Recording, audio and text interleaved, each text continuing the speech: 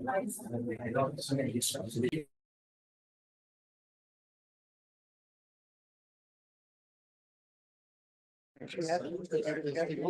93% battery. Yeah, okay, I know I'm good because I charged it all day. It's so nice to have an iPad again.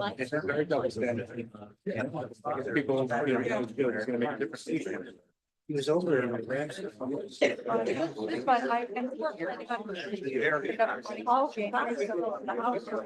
got a political sign in City Hall. Kathleen. Oh, okay, okay. But her name, her last name is. She's. I know. Right.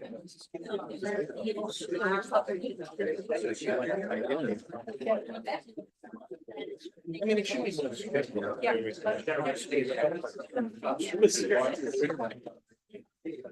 Okay. Thank you. It's hard to get 60 back, 10 people there, right?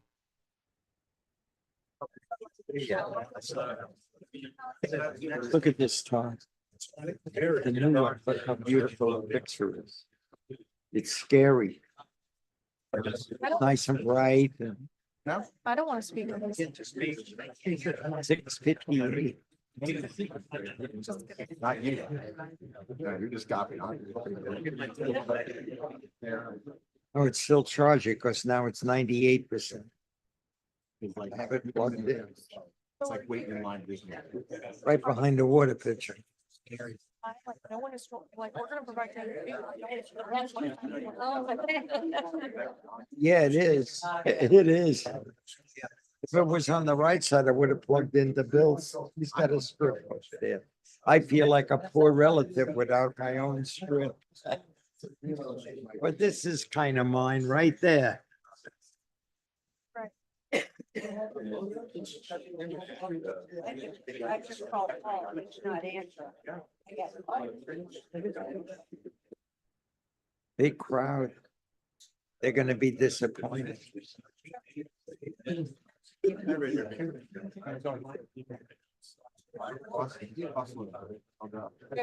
to read.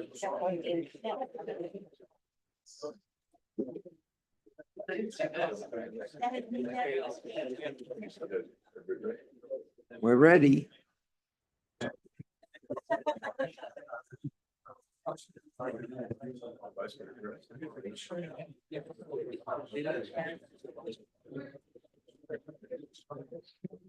Ladies and gentlemen, we'd like to call to order the regular city commission meeting for November 6, 2024 at 7 p.m. Can we please have roll call? Commissioner Hudak, Here. Commissioner Parnas, Here. Commissioner Preston, Here. Vice Mayor Drosky, Here. Mayor Gans. Here. We'd all please stand for a moment of silence and our pledge of allegiance.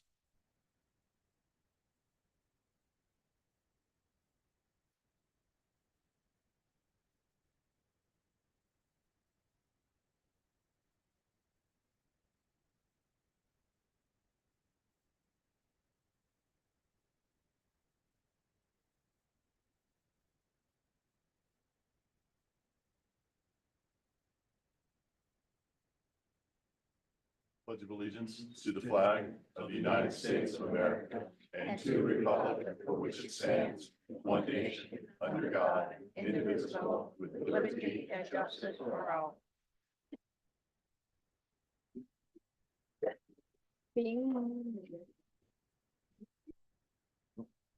All right, here we go.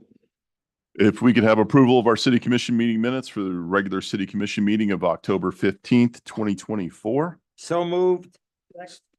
Motion by Commissioner Parnas, second by Commissioner Hudak. All in favor, say aye. Aye. Those opposed? Acknowledgement of our city board meeting minutes for the Education Advisory Board meeting of April 3rd, 2024, Planning and Zoning Board meeting of August 1st, 2024, Community Redevelopment Agency meeting of August 27th, 2024, Code Compliance meeting minutes from August 30th and September 10th, both of 2024, African American Heritage Board meeting minutes of September 12th, the Hillsborough Inlet District meeting minutes of September 16th on the regular meeting, and then the first reading of the budget for September 16th and September 23rd, and the Community Appearance Board meeting minutes of September 25th, 2024. So moved. Motion by Commissioner Parnas, second by Commissioner Hudak. All in favor, say aye. Aye. Those opposed? And approval of the agenda tonight for November 6th, 2024. Motion to approve. Motion by Commissioner Preston. Second. Second by Commissioner Parnas. All in favor, say aye. Aye. Aye. Those opposed? Madam Clerk? For those attending via Zoom online wishing to speak under public comment or on an item that's open for public input, please click raise hand at the bottom under the reactions tab, and your audio will be unmuted when you are recognized by Mayor Gans. For those attending via Zoom by telephone, please press *9 to raise your hand, and your audio will be unmuted when you are recognized by Mayor Gans. Please make sure your audio is unmuted on your end by pressing *6. Thank you. Thank you. The first item we have up is a certificate of recognition from Captain Hofstein from BSO Law Enforcement. Captain? Good evening. Thank you, Mr. Mayor. Commissioners, citizens of Deerfield Beach. Always appreciate the opportunity to be here and honor the outstanding work that our deputies are doing to keep your community safe. I have some great examples tonight that really run the gamut of amazing things, including keeping our school children safe, taking car burglars off the streets, which I know everybody likes to hear about, and also our effectiveness in dealing with folks in behavioral crisis. First, I'd like to recognize these two fine gentlemen right here. This is Deputy Kevin Kajiga and Deputy Roberto Ramon.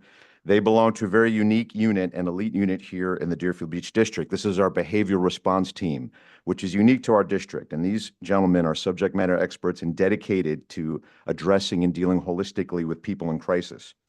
On a particular date in September, you responded to a subject that was indeed having a mental health crisis, who also presented a serious threat to both the community safety and the safety of our personnel. You were notified by a father of his son's mental health issues and his violence or potential for violence towards law enforcement. It was learned that 2 previous risk protection orders, as the society may know as red flags, were initiated, but they were dropped by the courts. The father advised he could no longer deal with his son's mental behavior and his mental health deterioration. You worked very diligently to develop a rapport with the father and learned of very disturbing and threatening behavior, as well as the son's possession of a large amount of guns, tactical equipment, and ammunition, all contained within the home here in Deerfield Beach. Significant time was spent discussing patiently options for a psychiatric evaluation order. When the subject returned home, he immediately displayed extreme and unwarranted anger and paranoia towards deputies who were present. Based on this information, you coordinated very effectively with our legal department and the BSO Threat Management Unit to ensure a quick review and the successful initiation, finally, of a risk protection order. When the RPO was served, a violent encounter actually ensued with the subject. This required that we actually needed to have SWAT on scene. Thanks to your diligent work and coordination with SWAT, this subject, who was in possession of a weapon and ammunition, when he was placed in protective custody, it was done so safely without any harm to our personnel or any further threat to the community. And thanks to these efforts, this subject is receiving the treatment that he needs, and also following through with the judicial process to ensure that he complies with all the necessary treatment.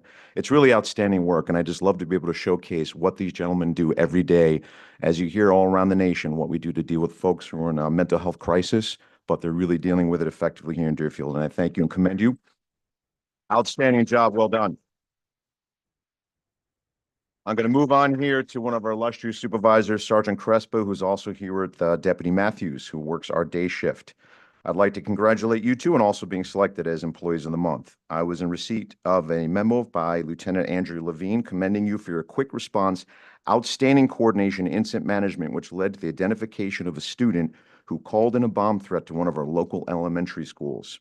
These obviously are really serious situations that we don't take lightly. And even though often these are what we call a cry wolf situation by children who are involved, we never want to take these lightly, and we always err on the side of caution. Sergeant Crespo arrived on scene and immediately began the coordination of responding units and contacted the principal to establish a plan to manage the incident. Believing the call may have actually been placed by a student in the cafeteria, which is determined by investigative means, a strategy was devised to evacuate the student safely and calmly to the parking lot. Further observations and investigations by the deputies on scene, particularly Sergeant Crespo and Deputy Matthews, led to the identity of the subject who was found to be in possession of the cell phone that was used to place the threat. You are commended for your swift and efficient actions in resolving this situation. Obviously, these are very, very delicate situations. We're dealing with elementary school children. We have to evacuate a school. There's a multitude of moving parts, not to mention there could actually be a viable threat to the community and to the children. But these deputies handled it so well, like they do every day. And this is while Deputy Matthews and also Sergeant Crespo were managing multiple incidents in the surrounding area. So for that, I commend you and I thank you for your outstanding service to our schools and our community. Last but not least, I also have here with me, I have Deputy Boney, and I also have these two detectives. This is Detective Stanley Vensky and Detective Jared Walker. And I look forward to congratulating you two for being our Employees of the Month. You responded to a call in progress. This was 6 o'clock in the morning, actually the same day that this incident unfolded at the school. And you were notified that subjects were looking to break into vehicles here in our city. Thanks to your quick and diligent response, not only did you identify and locate the suspects, but they were placed into custody. Victims' properties were located and retrieved, and you also were able to locate and seize a large amount of narcotics. So this resulted in multiple charges for these suspects for breaking and entering vehicles and narcotics. And based on your quick and swift actions, these subjects were removed from our streets and no further burglaries occurred. So for you two, I also thank you and commend you for your outstanding response. All of you for your service to this community. It's my pleasure to present you the certificates as our Employees of the Month. Mr. Mayor, if you'll kindly come down for a photo, thank you.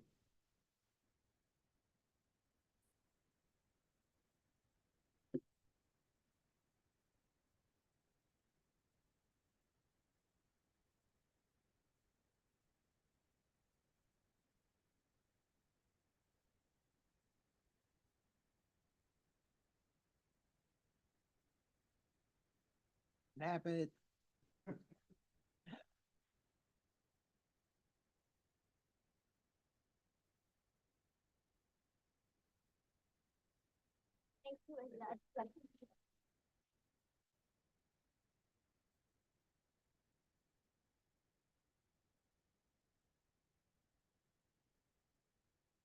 Thank you.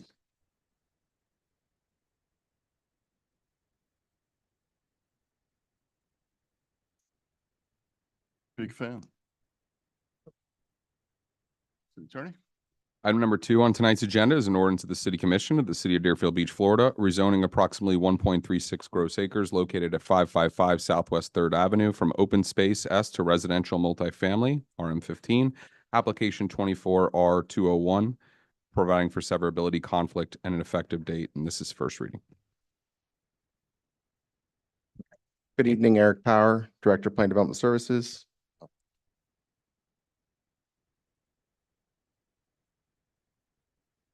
I'll briefly go through what this is, as I know the commission is very familiar with just seeing the land use amendment for this property. So 555 Southwest 3rd Avenue is also our MLK. There's a vacant piece of land that the city has owned since the 1970s. It's approximately 1.3 acres.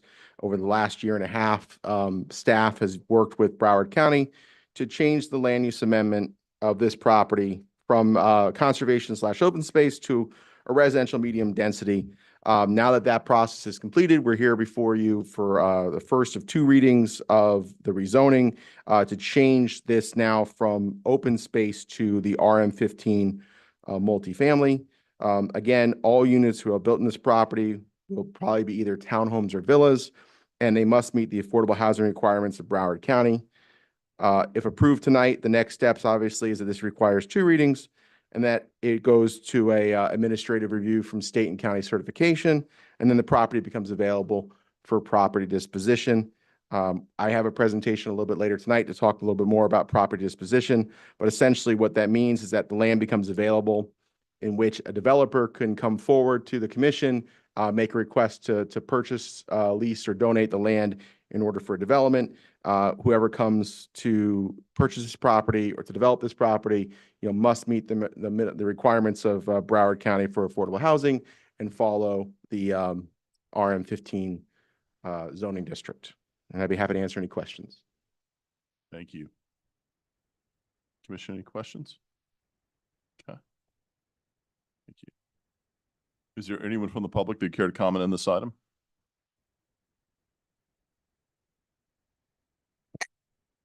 Bob DeChristopher, 517 Northeast Sixth Avenue.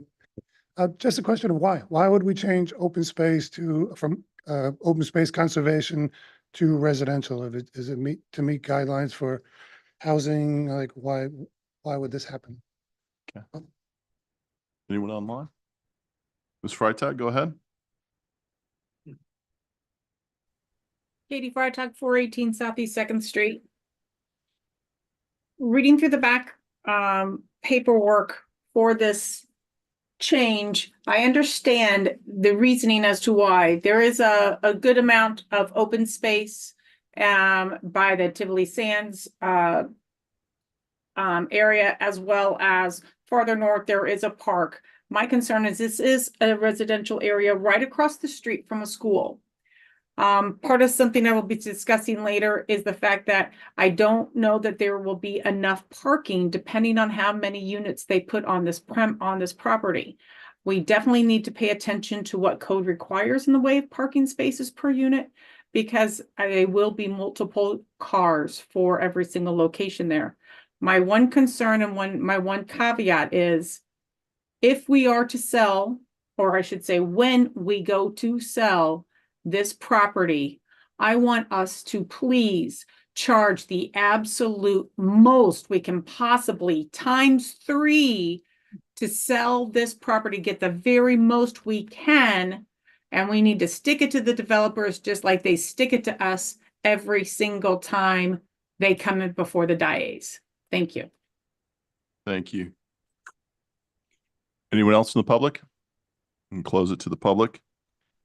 Eric, can you answer that question as far as, I know you gave a more robust And response the last meeting, but yeah. absolutely. So the conservation designation is an archaic designation because the land has just been untouched for so long.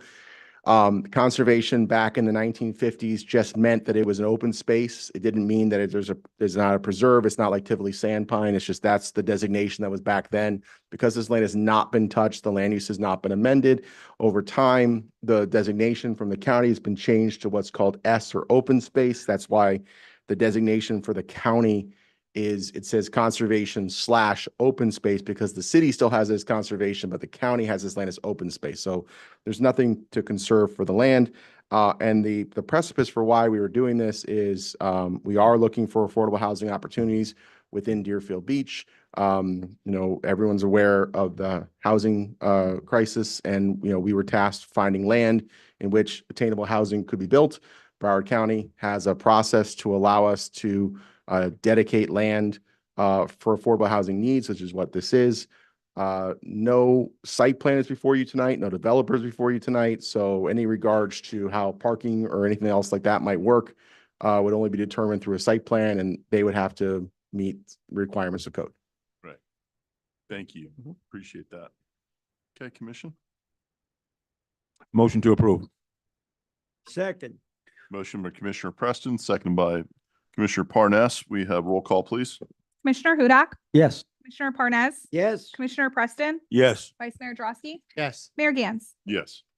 Item number 3 is an ordinance of the City Commission of the City of Deerfield Beach, Florida, rezoning approximately 4.2 acres located at 201, 221, 231, and 299 Federal Highway and 226 through 228 Northeast 9th Avenue from Highway Business District B2 and RM10 Residence Multifamily to Plan Development District PDD Application 24R200, providing for a maximum of 237 dwelling units, providing for severability, conflicts, and an effective date. If it's okay with you, Mayor, I know we have a number of people to speak on this item. I just wanted to make a couple points before we jump into it. Is that okay? Yes. Okay, so in Deerfield Beach, rezoning's required to be done by ordinance. So tonight is the first reading of that ordinance. The primary purpose for the city doing this tonight is to hear the item on first reading and move it forward to second reading so that what's called a quasi judicial proceeding can occur on the second reading of this ordinance pursuant to the Florida Supreme Court case in Brevard County v. Snyder. It made it clear that rezonings are subject to a quasi judicial proceeding, where essentially the commission serves in sort of a judicial capacity, where testimony and evidence is presented to them, and then they're supposed to apply the code and make a determination based on the testimony and evidence presented to them at that quasi judicial hearing. So it's proposed that that quasi judicial proceeding be set for December 3rd if this moves forward tonight. I do want to point out all the public that are here, you have every right to speak on this item tonight. But I also want to point out that if you want your public comments to be considered as part of that testimony and evidence at that proceeding, I would encourage you to attend the second reading of the ordinance where the quasi judicial proceeding will take place. That's it. So essentially what you're saying is that we have to move this forward to the next date to give it the proper hearing that's required, which is the quasi judicial. A quasi judicial proceeding. That's correct, Mayor. And that is being requested by either the applicant or any of the representatives of the public. It's entitled to a quasi judicial proceeding. You've heard in the past that sometimes the applicant waives what's called a more formal proceeding with testimony, cross-examination, et cetera. And we usually do the more informal proceeding. I suspect in this case, there may be an objection from an interested party. So we are preparing it accordingly for the quasi judicial public hearing and probably a more formal procedure. Okay. If that doesn't happen, we'll proceed as normal then, correct? At the next hearing, if there's a request by the applicant to waive the more formal proceeding and there are no objections from interested parties, we could go with the more informal proceeding. But either way, the quasi judicial proceeding would take place at the next meeting. It also gives us time to send out the appropriate public notices, including mail notices to the public, so that everybody gets notice to be here and they can comment on it accordingly or not. Okay. So just so everybody understands what all the legal mumbo jumbo is on it. Sorry. It's going to have to be moved forward to the December 3rd meeting, in which, obviously you guys are going to be allowed to speak tonight, but the decision made at that time, we have to act like we're judges, and we can only go by the testimony that's given to us on that day. Is that correct? It's the testimony and evidence presented in the record at that hearing. That's correct, Mayor. So while you can certainly say anything you want tonight, keep in mind that technically we're not supposed to consider that.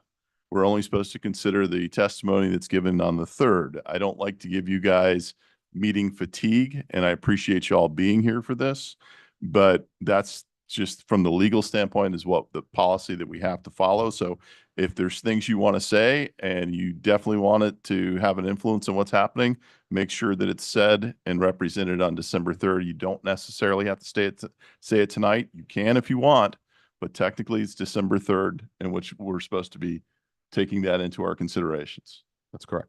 Okay. I said it right? You did well, Mayor. And I think right. the applicant's representative has a presentation. Okay. Sounds good. well. Thank you. Yes. Good evening.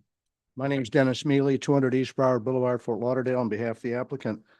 In light of what the city attorney just described, Can you speak into the mic if you could? in light of what the city attorney just described, I'm going to be brief tonight and save the bulk of our comments for the December 3rd meeting, where they will actually count as quasi judicial. But I do have some slides, and I'll skip over the ones that maybe we don't need tonight. Mr. Mealy, Yeah. people in the audience say they can't hear you, so you need to talk. All right, how about now? Yeah, I think that's probably better. So make sure is it on up there? I I Should don't be. know. Is there a light or something? No. It's on, right? Yeah, just gonna Okay. speak directly into it if you All don't. right, I'll lean forward a little bit more. Okay, just first, we always like to start with a location map. If I look this way or that way, I'll have to keep moving it. So I'll stay over here. And then this is the land use map. As you recall, it was amended a couple of years ago to 48.6 units per acre residential. And then the one piece is still the 10 unit per acre, the one we think of as the dog park lot. I don't know if you remember that from prior presentations. And then this is the zoning map. So we have B2 on the frontage of Federal Highway, and then we have RM10 on the two lots that front on 9th Avenue. This is the plan that was originally applied for 277 units, which matches exactly the number of units allowed by the land use map at the 48.6 units per acre that we showed earlier. After the plan that I previously had on the screen for 277 units was denied, we then filed an application for a live local plan for 248 units. And by the way, that application is still here at City Hall. We never withdrew it. And if we're able to gain approval on the 237 unit plan that we're presenting, then we will withdraw the live local site plan. But if we're unable to get approval on the 237 unit plan that we're presenting, then we would continue to process the site plan for the live local plan that we've already filed. So this is the revised plan for 237 units. You'll see that the footprint looks almost exactly the same, probably does exactly the same as the 277 unit plan. Where the reduction comes in is in the building height. So the footprint stays the same. And I should also point out in the 237 unit plan, everything that we committed to on the 277 units is still in play.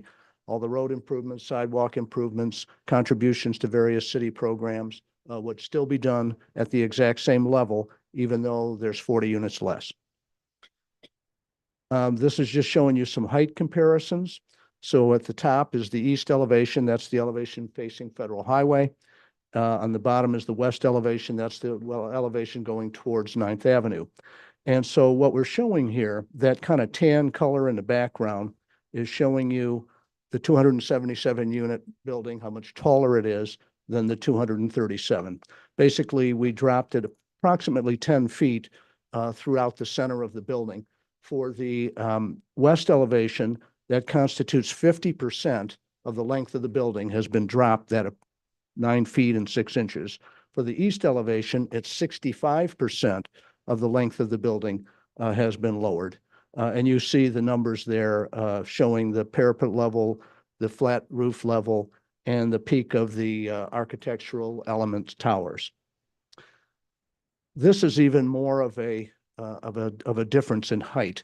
So again, with that tan color in the back, you're looking at the elevation that you would have for the Live Local building. Now, the Live Local building would have a base elevation of 75 feet in height because that's what's allowed in the B2 zoning district. And then you would have the elevator towers and so on. So you see a very big difference in building height between the plan we are proposing tonight, which is the 237 unit plan, versus the Live Local plan.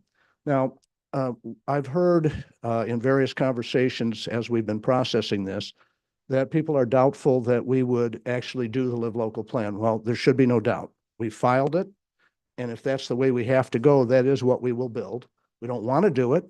We want to do the plan that we're showing you tonight. But if we're unable to do so, we're going to go with the Live Local plan. There's been some conversation about whether our unit count is accurate. And I think at the last meeting, the P&Z meeting, the city attorney was asked about that issue. And I believe what he said was that although he and I may disagree on the unit count, and we can come back to why that there might be a disagreement, there's no disagreement as to the building height. If we go with Live Local, it's 75 feet in height. So we've also heard about compatibility. There was a question about whether we were compatible. So we started looking at other buildings in the area and the building heights, and you see that across from us, there's a couple of condos, one at 4 stories, one at 6, that have been there for a number of years. The other thing I want to say about compatibility is this property, as part of the land use amendment, in addition to being approved by the city, was approved by Broward County. And as such, the first step in that land use amendment process at the county is to go to the Broward County Planning Council. Now, we're fortunate that 2 of our commissioners here tonight have actually served on the Broward County Planning Council in the past or presently, and are familiar with the good work that the Broward County Planning Council does. So when this amendment was on the agenda in January of 2021, it was approved on a 17-0 vote, including 2 law professors at the NSU Law School, who, if you've been to Planning Council meetings, you'll know them, Richard Grosso and Brian Blackwelder, both of whom voted yes. it was interesting that a couple of years before this amendment was on the agenda, Mr. Grosso asked the attorney for the Planning Council, Andy Morotis, who you all know, because he used to be your lawyer here, to help them figure out how compatibility works. And he wrote a memo explaining how it works. And I think it was important to see that there was a unanimous 17-0 vote on the compatibility of a 48.6 unit per acre land use amendment with what is around it. And what is around it has not changed since 2021, other than, I guess, down the street, there's been a Chick-fil-A approved, although I don't know that that would have made a difference in the Planning Council's determination. So these are, whenever you do a PDD, you have to have public benefits. These are all of our public benefits that include infrastructure improvements, payments to programs, et cetera. I will point out that only one of the items on the list would still be applicable to the Live Local plan, and that would be the affordable housing contribution. We have to do that no matter what we build because we agreed to do it at the time of the land use amendment. But none of the other items that we're showing here would be needed for the Live Local plan to be approved. These are all the various meetings we've had. The most recent being the Planning and Zoning Board meeting a couple of weeks ago, but you see this goes back a period of years. We also have included here the various community meetings that we've had, and we've had a number of them, including one just a few weeks back. And then these are just the attendance at the various community meetings. I'm going to kind of skip through some of this stuff because we've got a lot to do and we have to come back next month anyway. There's 3 public art plazas. They're still there. We have not removed them. This is showing you the locations where they would go at the corner of Eller and 9th, at the corner of Eller and Federal, and at the corner of 4th and Federal. So there's plazas there with public art as well. And this is just a picture of one of the concepts. We have not decided on the public art. That's something we do in conjunction with the city. We set aside a location for it. And when the time comes for construction, we can figure out exactly what form of art should go there. 2nd Street, Eller Street improvements. So you'll notice that diagram at the top has the city logo in the bottom right corner because this is actually a drawing that's in the city's design book for this area. And so what we've done is on our frontage on Eller Street between 9th and Federal, we're going to install the cross-section, roadway cross-section, sidewalks, landscaping that comes right out of the city's design book.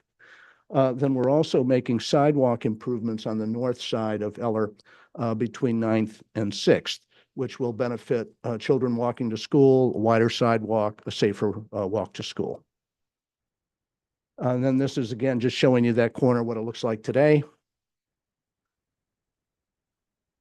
And then another picture of the corner where you see the public art, but then you also see the parallel parking and the landscaping and the sidewalks kind of behind the landscaping.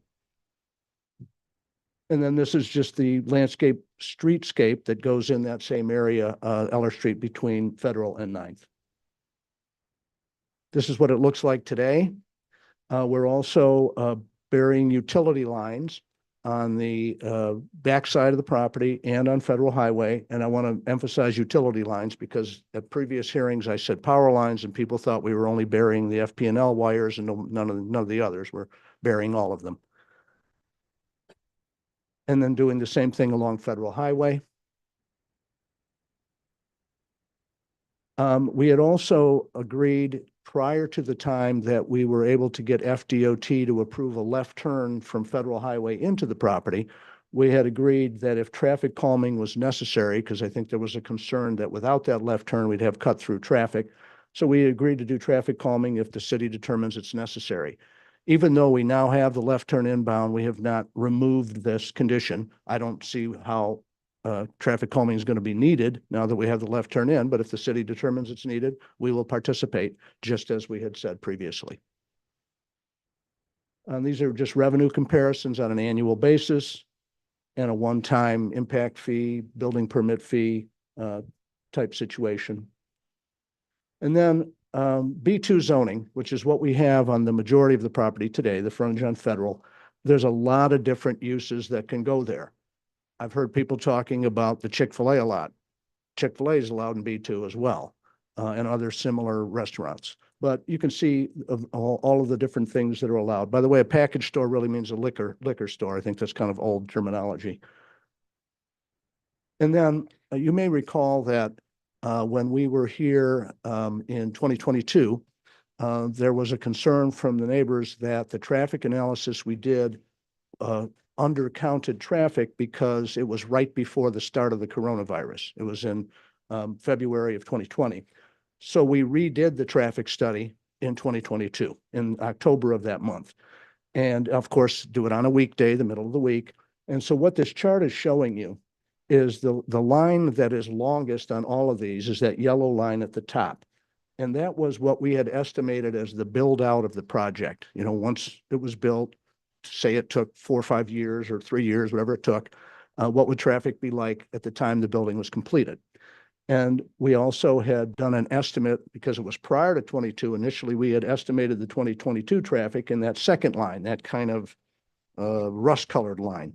So when we actually went back out and counted the traffic after people suggested our previous count was flawed, we found that the numbers were actually significantly lower than we thought they would be. And I'm talking about actually counting the traffic in 2022 with hoses on the road, counting all of the segments of each road, and then an observer counting at the intersection. So you see the rubber hose across the road, you've seen that before. That's how you count traffic on a link or segment of a road. But in terms of counting at an intersection to look at turning movements and all that, that's done with a person doing it. So I think the important thing is, for example, at that top bar, that what we anticipated the traffic would be on a daily basis in 2022 was 2,027 trips. And what we actually found on the road when we counted it in 2022 was 1,810. So the traffic was significantly lower than we had originally projected. And I should point out, just like every time we do a traffic study, we hire a traffic engineer.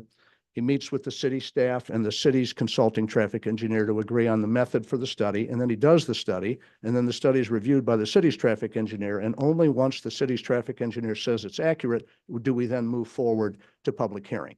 And that's the same thing that happened here. So we did the original traffic study, your traffic engineer reviewed it and signed off. When we did the revised one, the same thing happened again. We presented it, we got comments, we made corrections, and then it was signed off by the city's traffic engineering consultant. And then the lower bars that you see there are peak hour traffic as opposed to the different, so you got 8 p.m., a.m., p.m., and a.m. For the each direction, northbound and southbound. So this was federal highway, this was federal highway that we recounted because that's what we were specifically asked to do. This is another version of the same thing. So we've heard a lot of discussion about traffic. I saw some memos that came in from the public. And in a situation like this, you can't compare what we're proposing to do to what's on the ground today. You have to compare what we're proposing to do to what we otherwise could do. So if we left the B2 alone and we built a shopping center, and then we have the small amount of residential because of the RM10 lots that border 9th Avenue, you see what the trip counts would be. Now, whenever we do a shopping center traffic count, we also do a reduction in the traffic for something called pass-by. The concept is you're already driving down Federal Highway, you notice the store and you pull in. So it's not a destination trip you made, it's something you did while you were already driving. That's what pass-by is. And you see a 40% reduction in the traffic, assuming 4 out of every 6 cars that come into this shopping center were already on the road anyway. It's only the other 6 that actually made it as a destination. So even after you subtract that, what we could build today under the current zoning is going to generate 3,317 trips a day, as opposed to the 277 unit plan. We're going to be even less than that now because we're at 237. And you see it's a fraction of the traffic that we would have if we built commercial. So when people talk about accidents and hazards, I'd ask you to think of 2 things. Well, let me get to the 237 unit plan because that's really where we're at. And you see the even greater reduction. That the more traffic you have, the more likely you'll have higher level of accidents. And also, because we're building residential, there's much more familiarity with the road system and the directions and everything when you live here, as opposed to a shopping center where you're visiting from somewhere else. So, the thought is it's a lower level of traffic for residential, plus the residents know where they're going because they live here, as opposed to a shopping center with a higher level of traffic and people that are coming from a variety of different locations. So certainly if there's a concern about accidents, it's significantly less with the residential than with the shopping center that you would have. I know there was a mention of a road that was, or a driveway that was closed on a facility in Boca.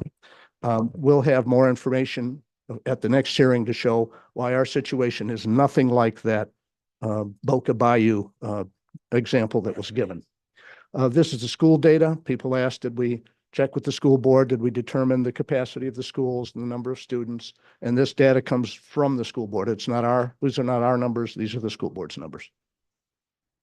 This is an elevation showing you the plan and that corner and another corner and another corner. And that's it. If you have any questions, I'll be happy to answer them. If there's a public comment, I'd like the opportunity to respond as appropriate. Thank you very much. Thank you. Before we go to Mr. Sweetapple, I say, Mr. Sweetapple, before you jump up, I'm going to have the city clerk do a formality that she has to do. Thank you. Madam Clerk. Pursuant to Ordinance 2009-006, City of Deerfield Beach Code of Ethics, the applicant's representatives made the following campaign contributions. Alasajo, Inc., $500 to Commissioner Preston on February 6, 2023. Suprema, Inc., $1,000 to Commissioner Ben Preston on February 8, 2023. Tag LC, $500 to Commissioner Preston on February 8, 2023. Arthur Salvin, $500 to Commissioner Hudak in January 2023. Jane Slavin, $500 to Commissioner Hudak in January 2023. Greenspoon Martyr LLP, $500 to Commissioner Preston on February 9th, 2023. Equity Land Title LLC, $500 to Commissioner Preston on February 9th, 2023. Greenspoon Martyr LLP, $500 to Commissioner Hudak on November 21st, 2022. Equity Land Title LLC, $500 to Commissioner Hudak on November 21st, 2022. Greenspoon Martyr LLP, $500 to Commissioner Parnez on January 19th, 2021. Equity Land Title LLC, $500 to Commissioner Parnez on January 19th, 2021. Greenspoon Martyr LLP, $500 to Vice Mayor Drosky on December 30th, 2020. And Equity Land Title LLC, $500 to Vice Mayor Drosky on December 30th, 2020. Thank you. Thank you. Mr. Sweetapple. Good evening, Mayor and Commissioners. Robert Sweetapple, 4800 North Federal Highway, Boca Raton, Florida. I'm here tonight on behalf of Richard George. His address is 203 Northeast 8th Street or 8th Terrace, Deerfield Beach, Florida. I came here originally to just apprise you of one impropriety and one illegality. And while I sat here, I got to observe 3 or 4 to my amazement. First of all, you noticed this hearing as ordinance to vote on the ordinance, and you didn't notice it as a quasi-judicial hearing, which is required when you're changing zoning. So that was improper. That's why I came here to tell you that. I already told the city attorney that, so he properly let you know, hey, this isn't right. We've got to notice a quasi-judicial hearing. Oh, and by the way, we're going to do that later. So we're telling you that we're going to issue a notice, but there is no notice yet for a quasi-judicial hearing. And then I heard my esteemed colleague, Mr. Neely, get up here and put on his quasi-judicial presentation to you. And he just said something about the next hearing. We haven't had a properly noticed first hearing, but you just let someone come in who's seeking relief from you and put on an entire presentation without any notice. And then you heard what I'm going to respectfully use the word nonsense to describe to you how he's got a pending application on behalf of his client for Live Local. And somehow that's still pending as a threat, while there's another application pending to rezone. And he's also telling you how bad that's going to be, but he could also do what B2 provides and a shopping center. So now there's another use that's a threat to you to show you how this is better for you financially, traffic, which is totally irrelevant. All you have to look at is your own code to know why all of that, as I say, is nonsense. This is an attempt to rezone property from B2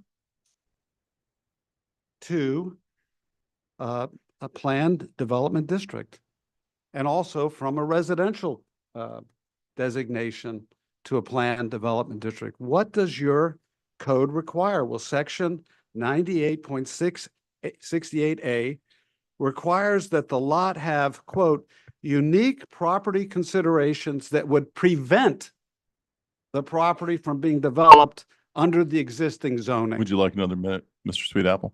I would like to have the same amount of time as Mr. Mealy, because he shouldn't have even been speaking to you.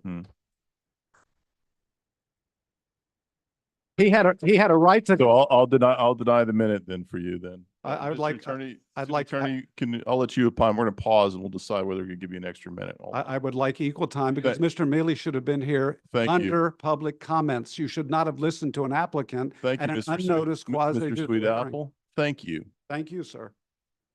Tonight is not the quasi judicial public hearing. We need to notice it accordingly. But it's up to the commission whether you want to give Mr. Sweetapple more time tonight. If he's representing an interested party as part of the quasi judicial proceeding, he would get more than the traditional 3 minutes as part of our quasi judicial proceeding. Did we follow the proper notice and the accusations that Mr. Sweetapple's making? So I don't know if Mr. Sweetapple is making the accusation that at every reading you need to have a quasi judicial public hearing. That's not my opinion, but it's certainly subject to a quasi judicial public hearing. And I also want to make sure that everybody has notice for that hearing, hence why we're setting that notice today, so that the appropriate notices can go out, including the mailed notices within 500 feet of the property.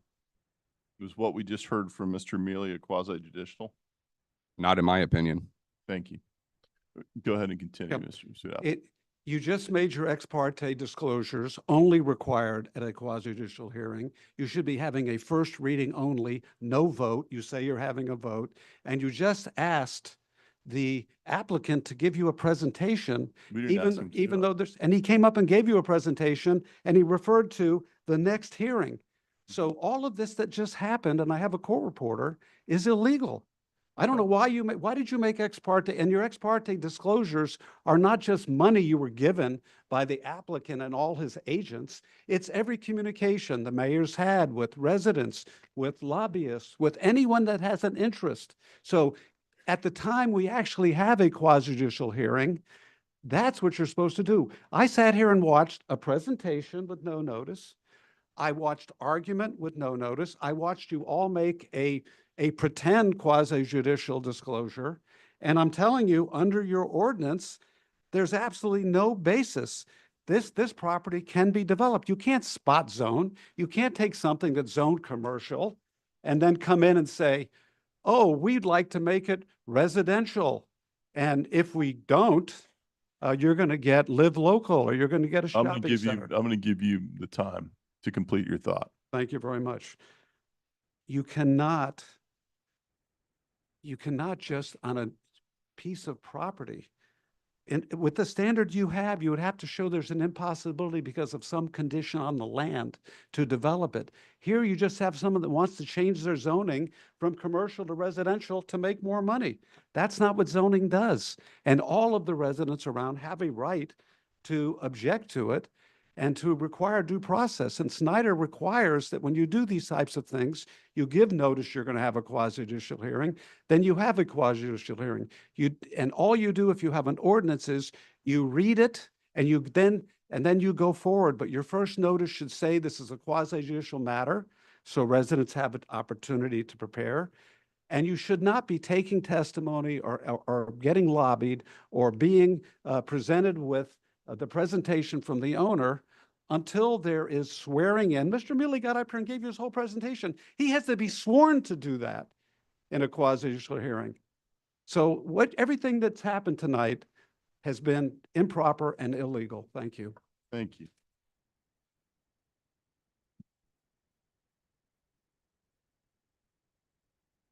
Mr. City Attorney, you want to opine? A couple things. So the disclosure that the clerk read was not part of the quasi judicial hearing ex parte disclosure. It was pursuant to the city's ethics ordinance that requires her to do that disclosure. I can assure Mr. Sweetapple at the quasi judicial hearing that will be properly noticed, that instruction will be given regarding ex parte communication, and have the commission make the appropriate disclosures at that hearing. Again, tonight is not the quasi judicial proceeding. If you move it forward tonight, it would be scheduled for December 3rd. And everybody would have notice of that, the same notice that Mr. Sweetapple is complaining that people don't have for tonight. We want to make sure they have it for the actual quasi-judicial proceeding. Hence, if you move this item forward tonight, set the quasi-judicial public hearing on December 3rd, the appropriate notices would go out. So everybody would be on notice that a quasi-judicial proceeding would take place on December 3rd. Mr. Sweetapple, can I ask you a question? If I open it to the public, and if the public's allowed to comment on the item, is the applicant not allowed to comment on the item? What you did, sir, is I represent a property owner in your town. And when I spoke and I got to 3 minutes, you shut me right up. You invited Mr. Mealy, who has actually represented me in the past, and I have the greatest respect for, to come up as the applicant. You announced, well, I do as a professional, but what he's trying to do is illegal, and my job is to point that out. You invited him up as the applicant, and he went on for over 10 minutes presenting not only his argument about this application, but showing you why some other pending. So we understand that. I was here for that. Yeah, I get that. My question for you did he speak as a member of the public, or did he speak as an applicant, sir? I believe he spoke as an applicant. Right, so. Right. So then the why rules do are, we have and an you're not an applicant? applicant, are you? Why do we have an applicant when there's no quasi-judicial hearing tonight? Okay. Why is the applicant here speaking? What if I wouldn't have been here? You're telling me that applicants are coming in when there's not a judicial, when the proceeding's supposed to be quasi-judicial, and you're hearing from him? Can I go see a judge and just walk in and say, okay, I want to put on my case now. I'm going to do it next Tuesday, but can I pre-try the case for you so that you believe my story more? Okay. Why did you give him 10 minutes? He spoke as an applicant. Why are you giving these people all of this special These people, consideration? the applicant, why did we treat the applicant like an applicant? Is that what you're saying? No, I'm talking, well, the applicant appears to be more than one person, because I heard a number of companies and people who've contributed money. So when I say that, I'm saying, whoever, all the interests that you've disclosed under your ethics law, for some reason, and I'm not suggesting any wrongdoing, I'm just suggesting there's been favoritism here, because we don't have a quasi-judicial hearing tonight. You invited the applicant up. His attorney came. Can you up speak with in the mic, please? His Stop looking attorney back. came up without being sworn. He put on his whole case. He then told you all of his threats. He told you why this is better. And he forced me to come up and actually rebut based on your law, which couldn't be any clearer. If you can develop a piece of property and there's nothing on the property itself that prevents you from developing it, you can't change the zoning to PDD. The dog park, you take the house down, it becomes a dog walking area. It doesn't have to become PDD to put your pooch there, okay? And this can be a B2 commercial development. He's already told you he can do live local. He's already told you it can be developed live local. Your own staff has found that it can be too. Your own staff didn't even mention your own code prohibition. Didn't even mention it. Thank you. Okay, thank Appreciate you. it. And I look forward to presenting this to you. During the quasi-judicial hearing that would all We be actually noticed have for. one notice, yes. During that We ruling. have one. Yes, thank you. Thank God I was here to object to notice. Yeah, thank God you were here. Any comments on that? The only final comment I'll make is, I try to make it clear in the record so the public knew, everybody knew here that the testimony and evidence presented at the quasi judicial public hearing is what the city commission should consider when they make their decision. So I wanted everybody to know that, so that if you come up and you give public comment tonight and you walk away thinking it's going to be considered on the record, I wanted to make it clear. And I think I encourage you even to come back at the December 3rd meeting to make that comment. I think I tried to clarify that as well, but apparently that wasn't heard. So, Understood. thank you. You need a motion? What was it? Comment by anyone. Excuse me, don't stand up. Thank you. You need a motion, Bill? No, I'm gonna look for guidance from the city attorney to make sure that we're doing everything proper. We can open it up to the public now, right? You can. You take an action on the item to move it forward, and generally Florida law requires if you're going to take action on an item, the public has an ability to comment. Right. So if we were to move this forward, does that mean no one's allowed to talk about what exactly is being presented? We just move something forward? Is that what we're supposed to do? Because usually that's kind of the way it works, is that we kind of get an explanation of what's being presented, right? You usually get an explanation of what's being presented. Right. Okay. So I think we've probably heard arguments on both sides a little bit from there. So we're going to open it to the public. Everybody gets their time. Keep in mind, whatever you're going to say here, please repeat it again on the day that it matters. Roger Freitag, 418 Southeast 2nd Street, and I will be back on December 3rd. Why did the City Planning and Zoning Board or our Planning Department or any of our commissioners catch this before now? As we only have one resource left, I would recommend that we picket the property with volunteers and provide negative media coverage towards Green Spoon Martyr and CRD Federal via all media, internet, Twitter, Instagram, and make this go viral, including Sun Sentinel and any other publication that would be interested in the plight of the people in Deerfield Beach. My second question is, why did the member of the Planning and Zoning Committee put the onus on residents for not coming up with a better or alternative plan for this property? Should the onus not be on our commissioners and our city government to provide for better decision-making? Please don't rezone this land. Thank you. Thank you.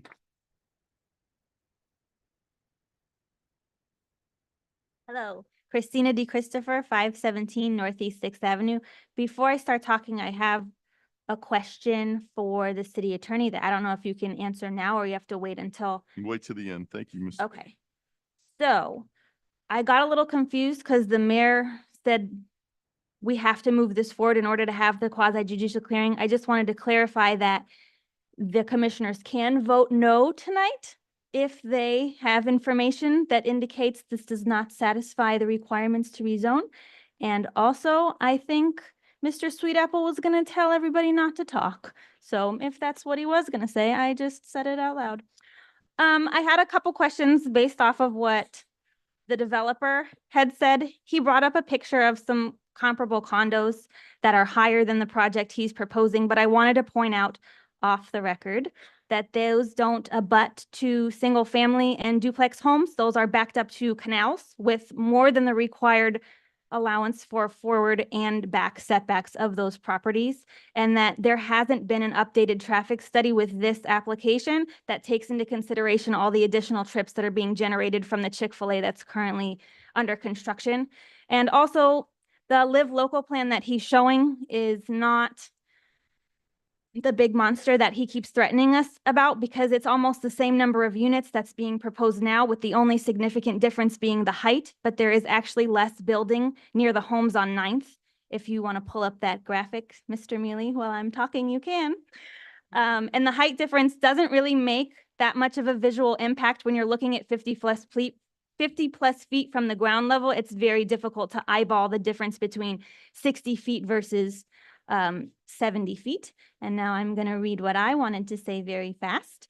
I spoke last time this project was up for rezoning about how it doesn't meet the criteria to satisfy the requirements to grant a rezoning. Nothing significant to the site plan has changed to fulfill those requirements or its impact on the surrounding residents. So I would encourage you, if you didn't feel it satisfied them then, that it still doesn't now. We are not stuck between bad choices. The opportunity currently exists to develop this land as it was zoned, just like hundreds of other businesses along Federal Highway that are B2 have already done.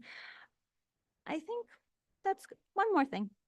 When Vista Clara applied for the zone change, Commissioner Preston voted against it because he stated the developer had a good job of appealing to the project for the city, but not to the residents. And when it came time to vote again for the second time, he let us know the developer worked with the residents to come up with a plan that was more beneficial for the existing community. That didn't happen in this case. The only time the developer met with us was after they submitted the application 3 days prior to the scheduled planning and zoning meeting. It wasn't an opportunity for us to work together or make any changes or any compromises like that happened at Vista Clara. And we had multiple meetings with city staff where we offered options compromise that would help the neighborhood. And we were told, no, the developer Thank you very much. isn't moving. Appreciate it.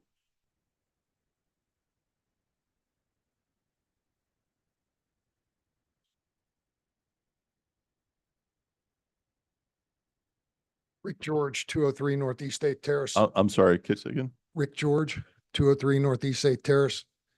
I'll put my high heels on for you. I want to clarify something. Nobody here is against development. Nobody here is against Mr. Millie access or, it's just capitalism at its best. This is what made America great. I have no problem with that, but it's our neighborhood. And what we're against is irresponsible development. When I heard that the confusion was that we had not been negotiating with the developer, every time that this developer, I can do his presentation. I've seen it so many times. That's all those meetings are about. This is what we're going to build. It's going to happen. Get used to it. Your planning advisory board, when they were questioned about that, the response was, we're too far down this road to go backwards. I don't understand what that means, okay? But we're not against negotiate. I brought it up to him multiple times, twice. What do you have outside of PDD that you'll be willing to build? The response was nothing. We're not the ones that are against development. We're not being given an option. And there shouldn't be an option because they just don't qualify. Thank you. Thank you.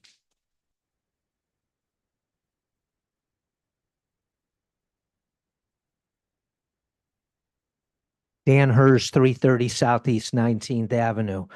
There are a number of items I would like to make sure the commission is aware of when considering this new proposal from Centrum. The planning and zoning vote a few weeks ago was not unanimous. Daniel Shinetsky voted no.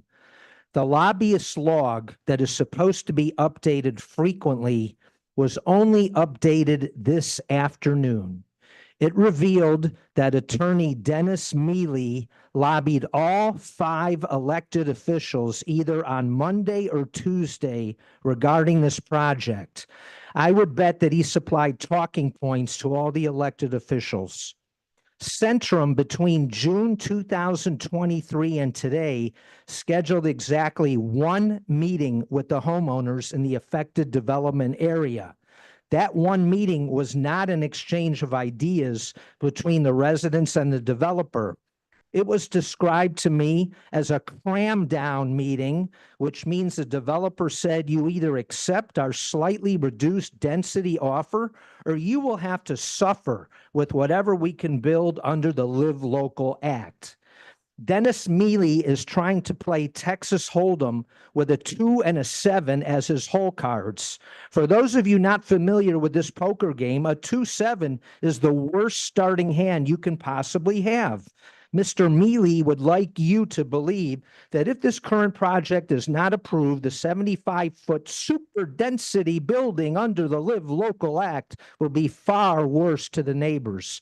These scare tactics have zero effect on a neighborhood like this one that is fully aware and prepared for the court fight that will take place.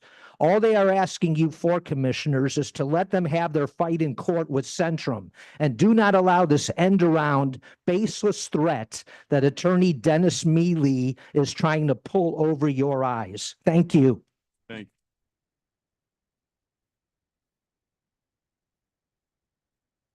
Put them on. Okay. I'll let April go first. Hello.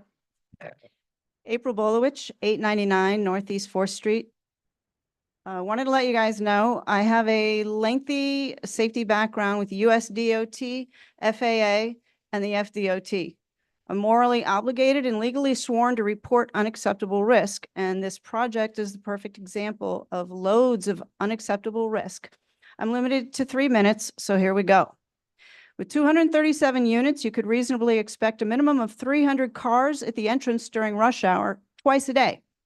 Let's say half of them are coming from the north and half are coming from the south. Regardless, all have to get onto Federal Highway to enter their building. Roughly half of those 300 extra drivers would be filtering through our neighborhood. They'll be funneled onto 4th Street to line up to exit onto Federal Highway. The other half of those 300 cars will be coming from southbound Federal Highway, also lining up to get into that tiny little entrance to the building. The right lane on Federal Highway will become a driveway to the apartment complex. You can pick apart my math by saying that drivers will also take US 1 north to the median cut through into those apartments. Keep in mind that shifting even a portion of that traffic onto northbound US 1 can easily create a long continuous line left turn into the complex. And it only takes a few cars to back up half a block into the active traffic lanes at Eller Street and US 1, leading to green light gridlock, which we all experience every day, twice a day. The reality is traffic will filter through this neighborhood, and a lineup of only 6 or 7 cars on 4th Street at the highway blocks Duffy's exit. It blocks my family's driveway and emergency access to my house. At our house, we've had multiple emergencies over the years, and we've urgently needed fire trucks, ambulances, and police. But it won't be just my family's egress and emergency services affected. This lineup of traffic impacts our entire immediate neighborhood. And if anybody has the drawing, zoom into the entrance on that rendering. If you want to see how tiny it is, just look at it. The entire right lane of Federal Highway is going to become a feeder lane to that apartment complex. It'll back all the way up past Northeast 4th Street, like it does currently, frequently, and into Palm Beach County. The gridlock will be a traffic hazard for everybody traveling in the northwest quadrant, including the tenants in the apartments. Duffy's exit was modified in the early 2000s for safety reasons to prevent right turns into the neighborhood. Hazards were appropriately recognized and remediated. Boca Bayou's east exit was closed in the 90s because of accidents and fatalities. Hazards there were recognized and remediated. Boca Bayou is able to mitigate their risk by creating and using 2 other exits on less busy streets. This housing complex will not have that option. And here we are. Can I have 1 more minute? Yeah. Here we are considering recreating an even worse problem. Traffic is much heavier now than it was in the 90s.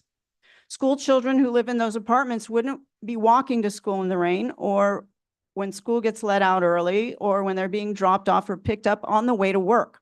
Elementary school kids will be driven to DBES, or they would be walking in the Eller Street Chick-fil-A traffic. Where are the buses going to park that have to pick up the middle school and high school kids? The notorious excessive traffic factor of Chick-fil-A has been severely underappreciated and cannot be overstated. There has only been 1 community meeting since June of 2023. Dan Hertz gave it the perfect description.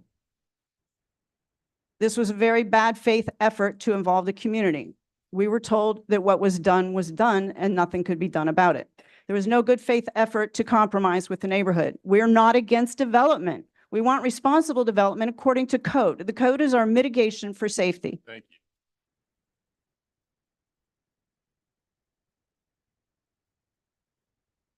Good evening, Lucia Del Gino, 707 North Shore Drive.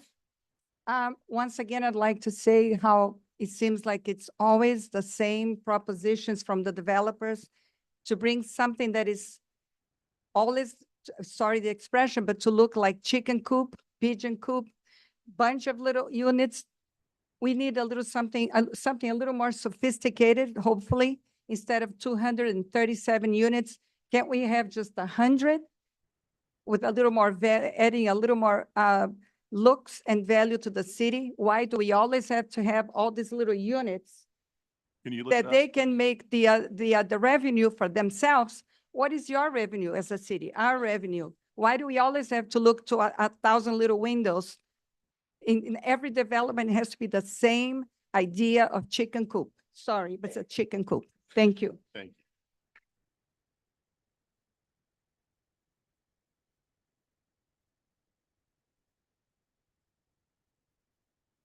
Thought you guys weren't speaking. I didn't hire him. Don't blame me. Go ahead, Bob. Bob DeChristopher, 517 Northeast 6th Avenue. Mostly procedural questions. One, I submitted a response or a letter that I asked to be included in the record of this meeting. Do I have to resubmit it, or can we just say it's going to be submitted for the record for the next meeting? Secondly, the last time we reviewed this project, a quasi judicial meeting was heard on the first reading. So did we do it wrong then, or are we doing it wrong now? So those are my questions. Third, there was a comment here previously about this is a NIMBY project, not in my backyard. Well, the problem is that's a function of your notification. You give notice to people 500 feet, which is a state requirement, 500 feet. I didn't know about the rezoning on Southwest Third. I didn't know about the rezoning over here on the Hillsborough River. If I did, I would have been here. I was here for Hillsborough Center because we have diligent residents that try to inform us of that information. And as far as Mr. Millie's comment about the Broward County looking at the future land use and 17-0 for compatibility, there are specific requirements in the PDD about compatibility. Those specific requirements are very specific, and they have nothing to do with a house being built next to a nuclear reactor. It has to do with the existing development shall be compatible with the project design. With the existing development. It includes FAR, alteration of light and air, setbacks and buffers, height, dimension, so mass. And in this project, we're going 40% over the lot coverage, nearly 4 times the FAR, and nearly 3 times the density of the existing zoning.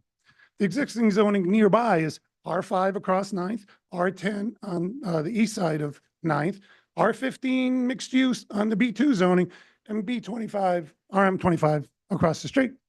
That's compatibility. That's transitioning from low density to higher density. This is nothing of the sort. So I guess my problem is that. As far as the argument about the LLA, obviously the state realized there was a problem with the original LLA legislation. And they specifically addressed FAR and special districts in the amendment. So I guess they believed, like I believe, that the 0.5 FAR on B2 would apply to Mr. Millie's, threat of 278 units. And you're not going to get 278 units with a 0.5 FAR. And same thing with B2, 0.5 FAR, maximum 90,000 square feet. If you look across the street at West Marine, I don't think anybody's going to argue that that West Marine Plaza was built out to about 80% of the FAR of a B2 district is causing a problem. And the reason is it may have total volume greater during the day, but that volume is attenuated throughout the entire day. They don't get peak hour hits like residential does. Appreciate it. Oh, thank you. That's enough for tonight.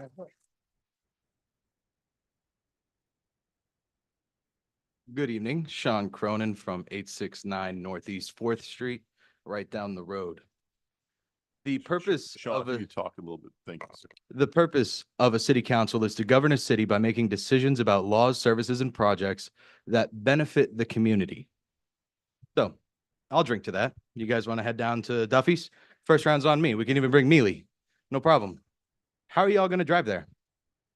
You're going to go down Eller, stop at the light, make a left onto US 1 after the light finally turns green, make a left into Duffy's? Absolutely not. I'll park outside my front yard and I'll wave to you as you drive by through my neighborhood. So what do you think the residents of this type of community are going to be doing, especially during rush hour? But hey, as Mealy says, this is an old argument that we've been having from the beginning. So let's get on to a slightly new one. All right, the dogs. I said in a few times that 50% approximately of people in the United States have dogs. So at 237 units, let's just call it that. At 40%, that's 95 dogs approximately. That dog park, I can't even take my wiener dog around and she's 11 pounds. And if we have 95 dogs in that community, it's not going to be enough. Where are they going to go? Our neighborhood, our cemetery, God forbid, and our Pioneer Park, which is not developed for dog or animal use the way it is now. It's solid, but we have people playing softball games. What is going to happen when Vice Mayor Drosky's and I yoga sessions on Saturday mornings are getting interrupted by a bunch of dogs? Sorry, I'm just kidding. But that being said, overall, it's B2. When did you guys deny a B2 application? Because all I've seen is the PDD and the new applications. I've only seen, oh, we can't use this for B2. It's not sufficient. I've never seen anybody say anything about, hey, how are we going to make this work? And we've never been given an option. And that is not fair as a community, which again, you're supposed to be protecting the community and making the best decision. And if it is the best decision for the area, I would be the first one to support you. I do not mind. So we have water flooding, which is already a problem, Fort Lauderdale, all the way to Deerfield, even into Boca. They're going to solve the issue on that corner. They're not going to solve the issue for the rest of the neighborhood. It's just going to push water down. And that's a problem because I live there. I don't want to have flooding in front of my house. And finally, this is a nice property, City Hall. Vice Mayor Drosky, if you want to meet me at Excuse me, don't direct again, to an individual person. Okay. So if any of you would like to meet me at 8 a.m. on Saturday, I will do yoga with you. We can watch the sunrise together. If there's a 75-foot building there, the sun ain't going to rise till about 9:30. So we're going to end up being late to brunch, which is problematic because not only is it obstructing our view, but it's also bringing down our property values. On average, if a 75-foot building is built near a house, the property value drops 5 to 20%. The average price of a house here in Deerfield Beach, my hometown that I've been in since I was a kid, is $840,000. That would take them down at, let's call it minimal. Thank you. Minimal at You want another minute? 120,000. One another more minute, minute, finish? please, because I'm pretty much done. So at $840,000. Let's call it 15%, 5 to 20. Let's average it out, 12.5%. That's about $110,000. If you have 500 houses around there, that averages out to about $50 to $60 million of value you are taking out of our pockets from the neighborhood. On average, with 237 units at $2,500 a piece, those rentable units are going to generate $7 million for the developer. They will make their money back, whether it's 190 units, 230 units, 80 units. They will make their money back over time. So are you more willing to put $7 million in their pockets or keep $60 million of value in the community? Thank you. Thank you.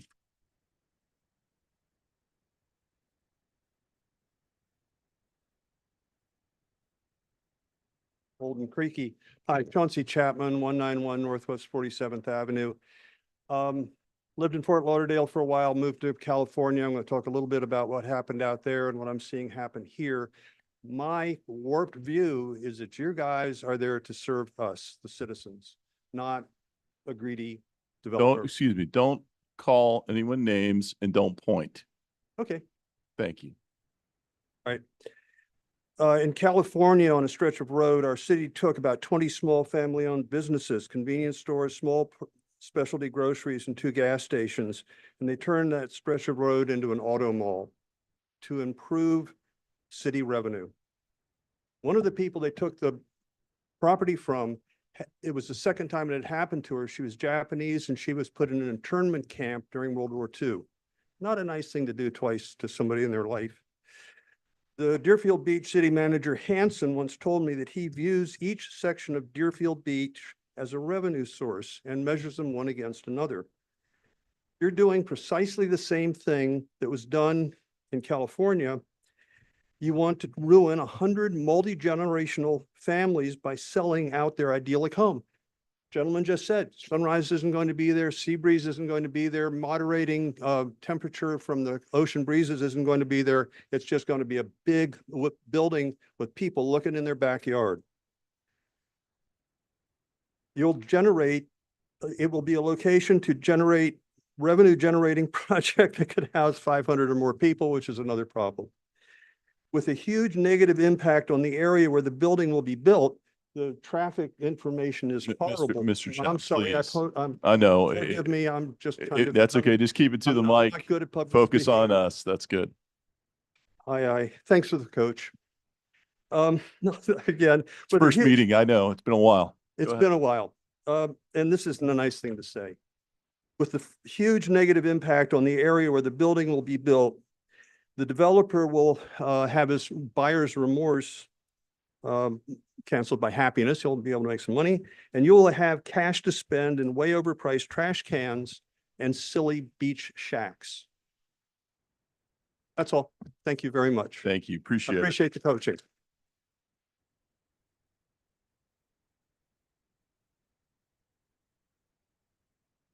Okay. Ms. Freitag, go right ahead. Only room for one in the car tonight, Roger? Katie Freitag, 418 Southeast Second Street. Quick reminder to those on the dais that your mics are hot before the meeting starts. So when you make comments like big crowd, they're going to be disappointed before the meeting even starts. That's not a great way to give everybody their faith in you as commissioners. A lot of my comments can be brought up and will be brought up at the next meeting, but I do have a concern as why does this vote have to move forward tonight? Why can it not be tabled until the actual quasi judicial hearing next month? Why can't we ask for more parking spaces per location? Why are they changing the size of the parking spaces, making them smaller than what a standard vehicle would fit? What are they going to do for trucks in those spaces? Trucks won't fit, therefore they'll have to go find someplace else to park. Why do we all of a sudden have parking on Eller Street right there at the corner that's not there now? Why do we need more parking? Because are they not going to have enough parking in their designated area for all of their residents? Where is the bus stop? Currently, there's a bus stop that runs right along that stretch. Where's it going to be? I'm not seeing it on anybody's plans. Why can't the builder build what they want to build according to the actual size of their property? Why do they need an increase in the density? Why do they need to decrease the front setback, the rear setback, the corner setback, increase the maximum lot size, decrease the minimum landscape, reduce required parking spaces, increase the number of allowable building signs and monument signs? Why do they need all that? They bought the land and they know what it's like. They know the size of it. They've known the size of it since the second they owned it. They should know what they should build there and build according to size. Who cares at this point if the Live Local building is built? It's more narrow, it's farther off the streets, and for the difference of 20 feet, who cares? Let's force them to build an ugly building. They're burying the power lines because they want to. It's not helping a single person outside that little acre. It is not helping anybody. They're not making everybody, they're not burying everybody's power lines. They're only burying the ones that would decrease their picture perfect building. They're not helping anybody else. They're only helping themselves. I know that this plan allows the the project to breathe down the backs of every Would you like house. one more minute, Ms. Freitag, to wrap up? Yes, please. I believe that this plan allows the building project to breathe down the backs of every house that butts up to the property line, which is not how that neighborhood was ever meant to be or who it was meant to be for. I know that there are going to be a lot of issues. I absolutely abhor the fact that they did not do what they said they would do, which was meeting with the community, having one meeting. Again, that's already been brought up, but absolutely appalling. So let's see what happens, but I do hope that the city would instead vote this down tonight. It will still go to the next meeting, as far as I'm understanding, but if you vote it down tonight, at least it will show the people that are scheduled to vote for you in March. Well, actually, not 3 of you. Thank you, Ms. Freitag. Appreciate it. Thank you. Yes, sir. I'm sorry, wait. Thank here you to the for mic. giving me the time. My name's Wilbur Smith. I live at 227 Northeast Hayes Terrace. I'm a DOT engineer, consultant and a utility contractor that does work with you for your water and sewer. And I know that there's been 4 failed applications through DOT. Sir, we're all sir, aware of. keep that focused. Okay, here. there's been 4 failed applications through DOT. They couldn't even make it through the traffic engineering department. 4. I don't think there's one that's, I don't think there's a permit for them on the traffic engineering of DOT, which is federal highway. We talk about Broward County, we talk about our city. It's not a confirmed application through DOT for the traffic engineering. And by the way, the intersection at Ellis and Hillsborough are in the top 20 most dangerous intersections in Broward County. And I don't see a permit that's, like I said, I know there's 4 failed applications through DOT over these years from 2022 to now. And I haven't heard anybody address, anybody's not addressed the DOT, which is federal highway. They've talked about Broward County, they've talked about our city, but US 1's a DOT road. I know that there's 4 failed applications, which I brought up many times to y'all. And I don't hear anybody saying there's a confirmed application through DOT. I want to know why. That's the major road we're talking about for egress into the property. And it's not been addressed. Thank you. Yes, and the utility displacement over all the, there's 6 high volume fiber optic cables going down there. There's also the power. There's the redistribution of the road runoff that's got to go somewhere. Many, many things. And I haven't seen any of that addressed. Thank you. Thank you Appreciate for it. listening.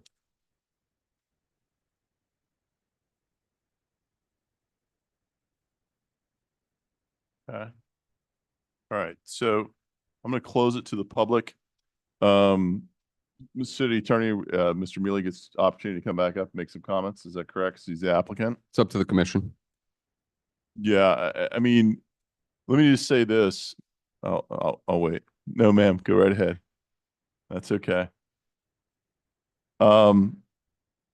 First off, thanks for being here, and make sure you're here at our next meeting when this is going to be really hammered out and put in there.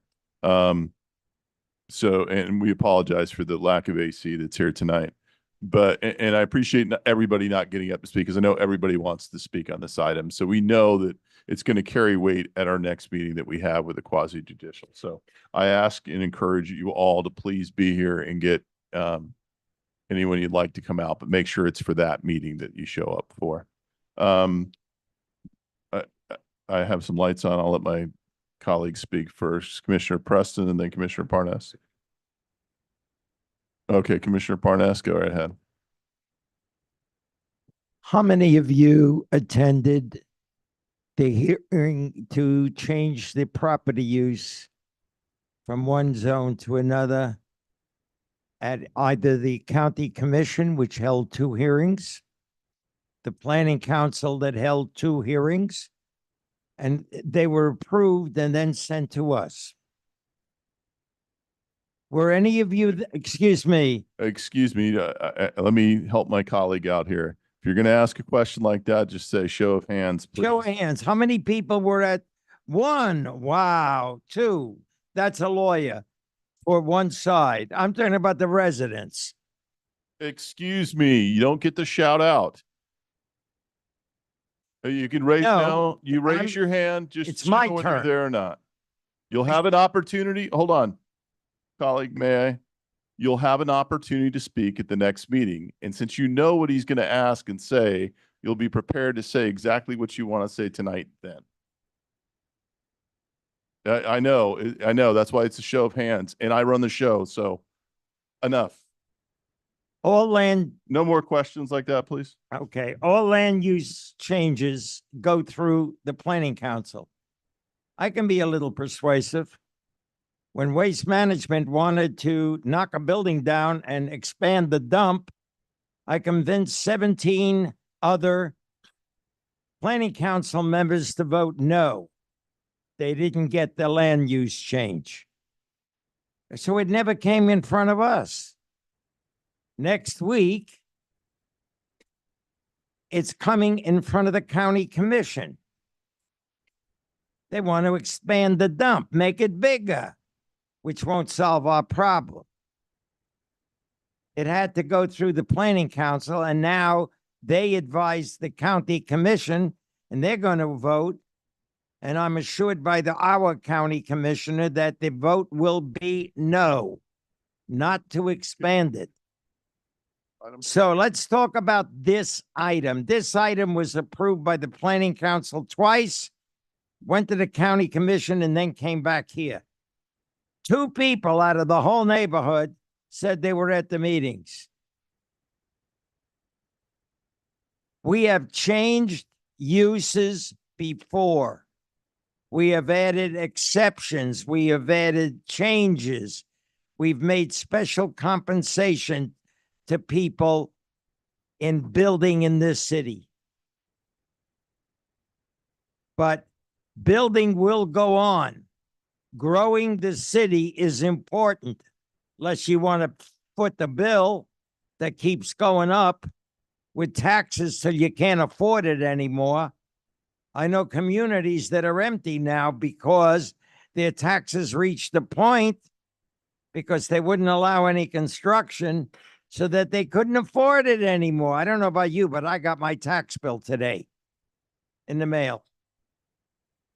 And it's higher than last year. So building and bringing tax money to the city is important. And not everybody's going to like it. I liked it when somebody told me 4 miles from the ocean, oh, that building will block my breeze. That's the reason we should cancel it. Understand this. Grow we must. And as far as the implication, yes, Dennis Mealy made a contribution to my campaign. I think if you asked him privately, he'll tell you that I've turned down some of his clients and voted against proposals if I thought they were bad for the city. Not a specific neighborhood, the city, the whole city. And I think everybody up here does the same. We look at an item for what it's worth for the whole city, and that's how we vote. There's no politics involved. There's no favoritism involved. I've turned Waste Management down. I've turned Dennis Mealy down. I've turned Backman down. I've turned many law firms down if I don't agree with the project and if I think it's bad for the city. What we're doing here is letting you know there'll be a quasi-judicial hearing to voice your concerns at the next meeting in December 3rd. That's when we're going to vote. And that's when you make your argument. And if your argument is good enough, I'm sure the other commissioners and I will vote no. And if it's not, then we're going to vote our conscience. So keep it up. Please understand that this is not a decision the city made by itself or will make by itself one way or another. It had to go through the county and the state first, and then it comes to us.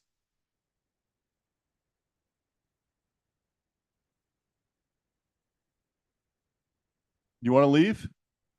I've asked you several times not to shout out. No one talked when you spoke.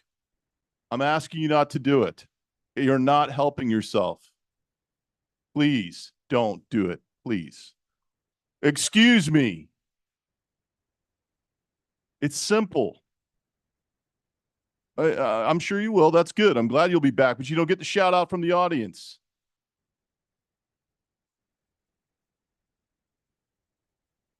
Guys, it's real simple. Just don't shout from the audience. Thank you, Mr. Smith. Ladies, go right ahead. Commissioner Preston will give you a moment. Thank you, Mayor.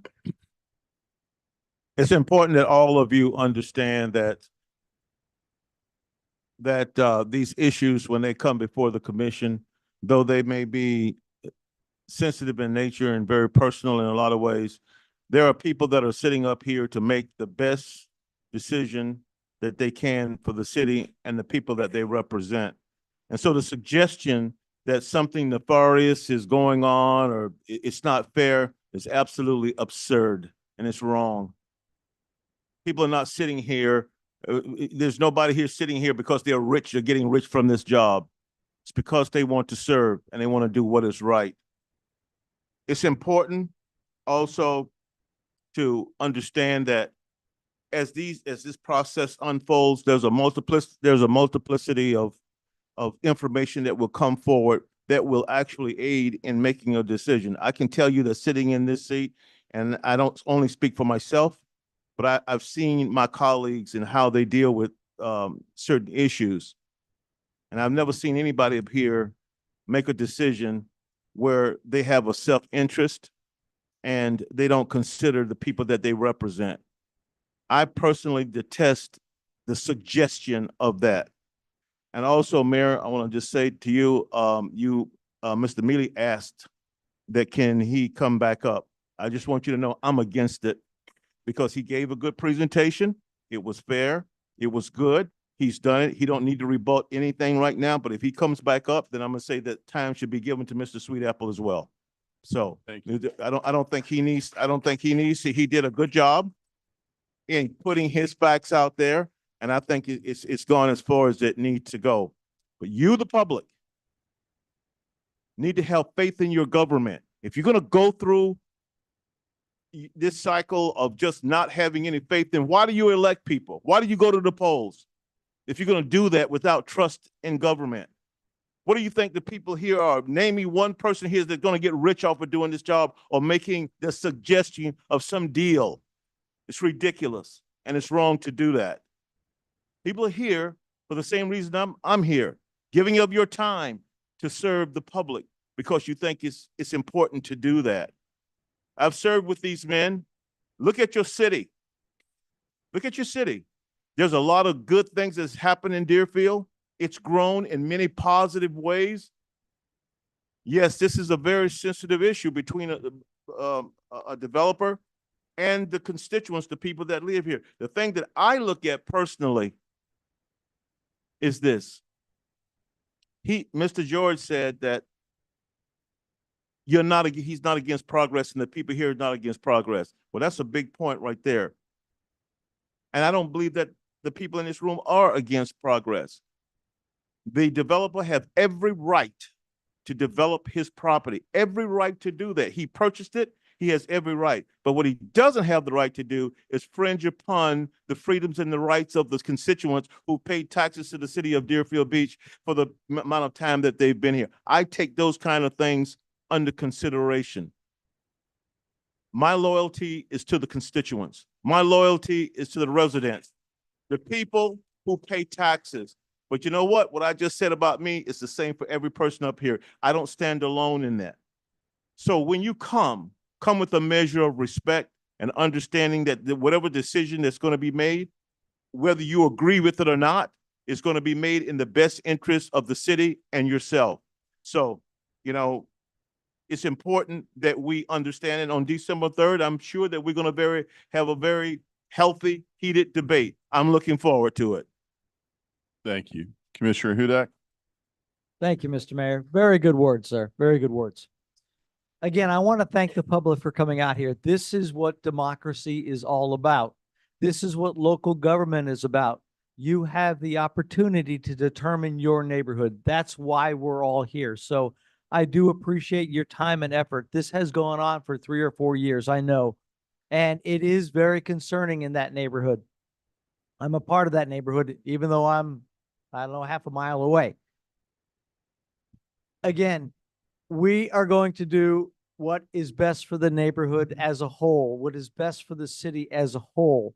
So next time we have this formal judicial hearing, is when we'll get to hear all of the sides. We've heard it ad nauseum, and we'll hear it again.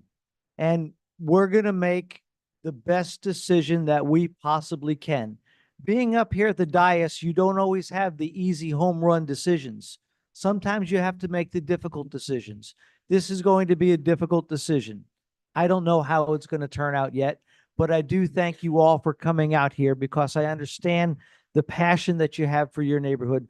I understand the challenges that putting something on that property is going to have. So again, I just want to thank you, and I hope that you will come out in force on December 3rd as well. Thank you. Thank you. Okay, so we're gonna look for a motion to move this forward. Is that what we're looking for? Yeah, at this motion point? to move We've- it forward. second We've reading. got Commissioner Preston, and thank you for bringing that up. Mr. Mealy, we're gonna let you have all your ammunition to fire off at the quasi judicial, okay? That's where I'm at, and I don't think anyone else has a problem with that to move this forward. So what the motion would be to move this forward for a quasi judicial hearing? Yeah, move it forward to second reading for a quasi judicial hearing on December 3rd, 2024. Okay. Let me just reiterate to all of you. First off, again, thank you for coming out. Don't get tired. Please come back next time. Please make sure you're there. The rules are simple. I know it's a passionate item. You can't shout from the audience, okay? Please don't shout from the audience. Make sure you have it in there. And don't reference individual by name. Don't point or anything like that. Rules are pretty simple. When they speak, we show them respect. When you speak, we're going to show you respect. Let's keep it that way. And the rules are pretty simple. And 99% of you have done a great job with that. I appreciate it. It is sometimes hard to bite your tongue at times. And believe me, I've been there. So I'm going to try to guide you guys as best I can, but there's going to get to a point where it's enough and you're out. So let's set some ground rules. That includes you, Mr. Sweet Apple. I will say this, and Mr. Sweet Apple did register as a lobbyist for the city on October 31st. So thank you for doing that. So in case there's anybody that has a question regarding that. So we're looking for a motion to move this forward for a quasi judicial hearing on December 3rd. December 3rd, 2024. December 3rd. Thank you. Motion to move this forward. All right, go ahead, Brad. You do it. We have a motion from Commissioner Preston, Second. second by Commissioner Parnas. We have roll call, please. Commissioner Hudak? Yes. Commissioner Parnas? Yes. Commissioner Preston? Yes. Vice Mayor Drosky? Yes. Mayor Gantz? Yes. Item number 4 on tonight's agenda. But before we move to item number 4, I'm going to pause for 1 minute to let everybody, if they want to get some air conditioning or not, I'll let them. So it's 8:39, let's say 8:41, because this might be a little bit off. Yeah, 1 second. Oh, I was just. You know what? Let's find out, actually. He might be able to answer it for you. Yeah, I know, that makes sense. Thank you. Thanks, Bob. Thank you. That's his, that's not mine. The first meeting last time. I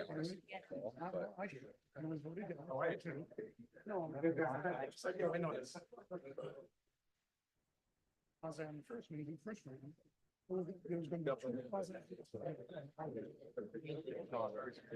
Go for it. Yeah, my city phone died also. Thank you, sir. Appreciate it. Yeah. Yeah. Gotcha. I'll check it out. Yeah, I'll check it. Gotcha. Final warning of work. Hey, guys. Thank you. Are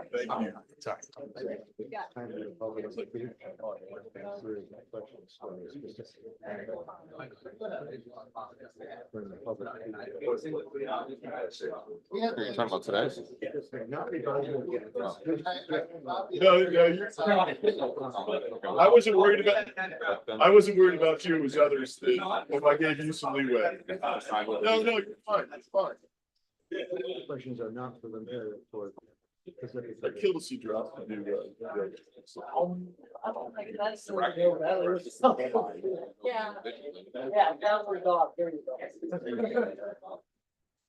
Questions are, I can, I was there, but my questions are.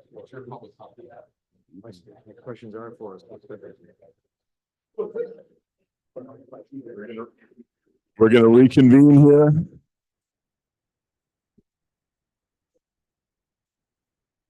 Thinking maybe I'm going about this wrong. Let me grab it. My question-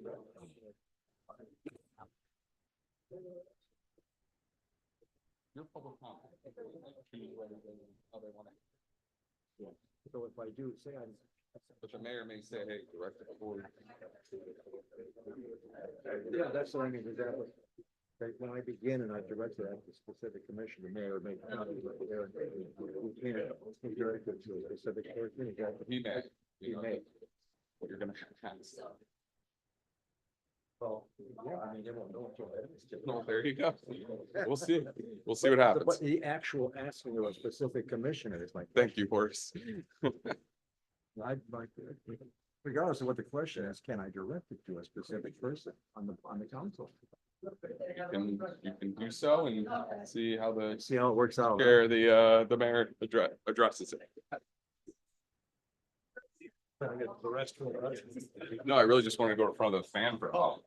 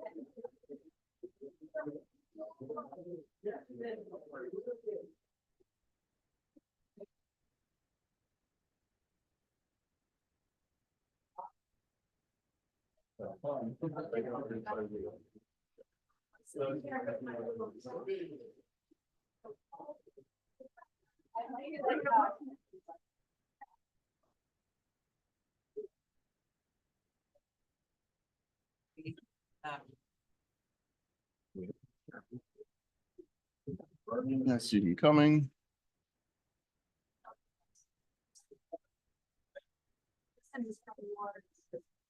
Thomas and Nicole. First said New Zealand. Where did you take that from? Big. Oh, okay. You need to put it back. I just wanted to. Bernie, we're gonna reconvene. Ben. Mike.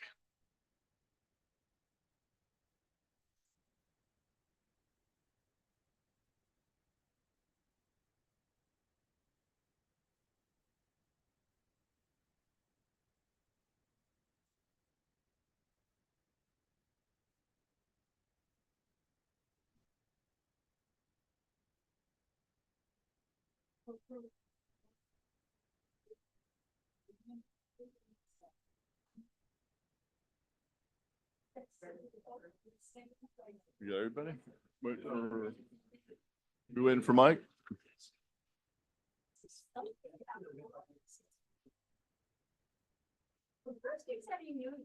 give him a minute and everybody takes 4. I did the same thing.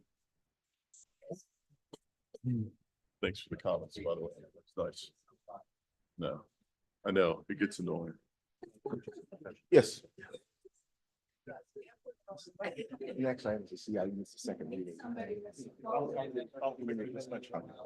want me to come up, I will, but. Yes.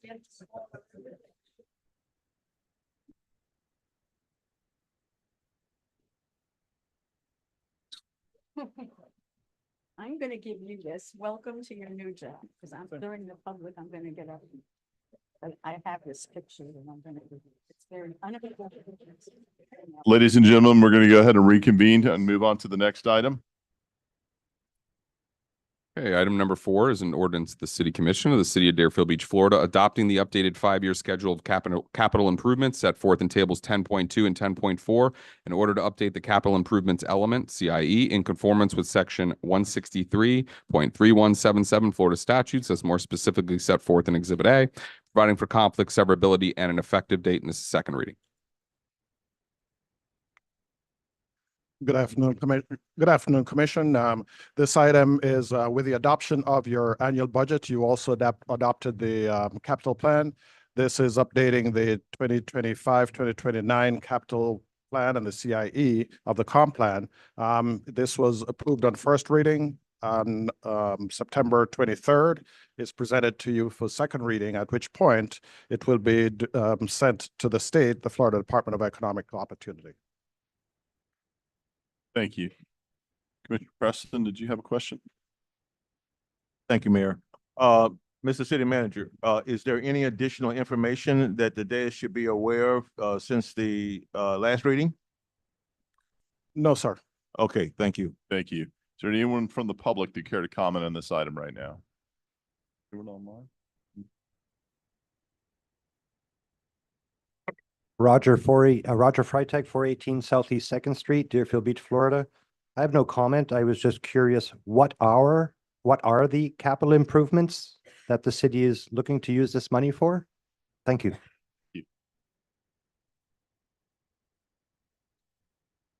Okay. Anyone else? I'm gonna close it to the public then. That list is available online. You can take a look at it in the backup material for this item.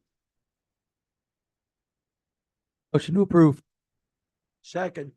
Motion by Commissioner Hudak, seconded by Commissioner Parnas. We have roll call, please. Hudak? Yes. Commissioner Parnas? Yes. Commissioner Preston? Yes. Vice Mayor Drosky? Yes. Mayor Gantz? Yes. You're now at the public comment portion of tonight's meeting. Persons addressing the commission shall state his or her name and address and may speak for 3 minutes unless extended a minute by the mayor. This is the time for public comment on items that are not on the agenda. The time for public comment on an item that is on tonight's agenda is after I read the title into the record. The public comment period for that item is opened. No comment shall be made related to the personal life or personal qualities of any person, and no language which would offend persons of ordinary sensibility shall be permitted. Thank you. Yes, good evening. Roger Freitag, 418 Southeast Second Street. I have a question for our city. Would the city consider relocating the barricades by the International Fishing Pier for the Christmas holidays so seniors and families would have easier access to the beach as there is no construction going on at this present time? Question number 2. It has been 50 days since the case was heard by the magistrate at the quasi-judicial meeting, re Mandy Sober House. Do we have an update as to the decision on case number 2614? And just a general note, I would like all of our dioceses to understand you get paid for representing us.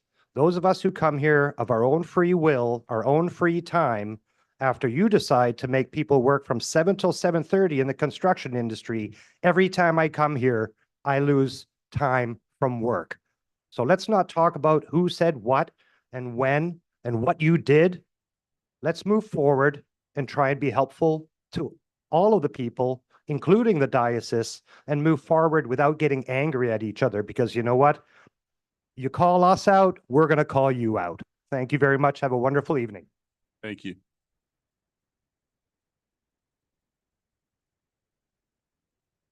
Daniel Shinetsky, 34 Keswick B, Deerfield Beach, Florida, 33442, District 3. About 2 months ago, I came up to the City Commission to talk about a work in progress, a proposal being the Veteran Administration mental health counselors to put it in Century Village. Well, now that proposal, that work in progress, is now reality. Starting on October 17th, we now have Veteran Administration mental health counselors in Century Village. I worked with Congressman Moskowitz's office, with Commissioner Parnas and Century Village to work with the Veterans Administration to put mental health counselors in Century Village. And again, this came about because the mayor had gone to a veteran memorial service, a family tragically affected by the veterans' PTSD, and he had a call to action to help veterans, and I took up that call to action. And now it's a reality. It's helping our senior citizens in Century Village. There are 16,000 residents in Century Village during prime time, and a large proportion of them are veterans. So I was speaking to the VA mental health director this morning. She said it's growing and growing. She said not only are individual people coming to get mental health issues addressed like PTSD, isolation, anxiety, depression, but also there are a lot of groups and also a lot of service widows who their spouses were in the service. They need help with claims. So we're helping them. They're helping them with that. So again, I want to thank the mayor and the commissioners for floating an idea, and now it's a reality, and it's basically helping citizens of Deerfield Beach. So I want to say thank you. Thank you, Daniel.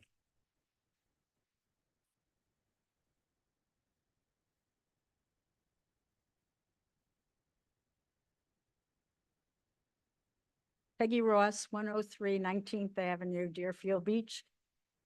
Really unimportant next to some of the things that have been done tonight, but I'm back. And in walking the beach, the bushes, you know, where the lights are at the ocean, there's the turtle lights. Well, as you get down towards, I took a picture and I just gave it to the city manager with the address. Cove Beach Club, the bushes there are starting to grow around the lights so that the lights are kind of useless. It's a minor thing. You just have to get the beach people who were there mowing the lawn and doing things all the time. If they would just go around and trim them down so that the lights actually do what they're supposed to do. Okay. Thank you.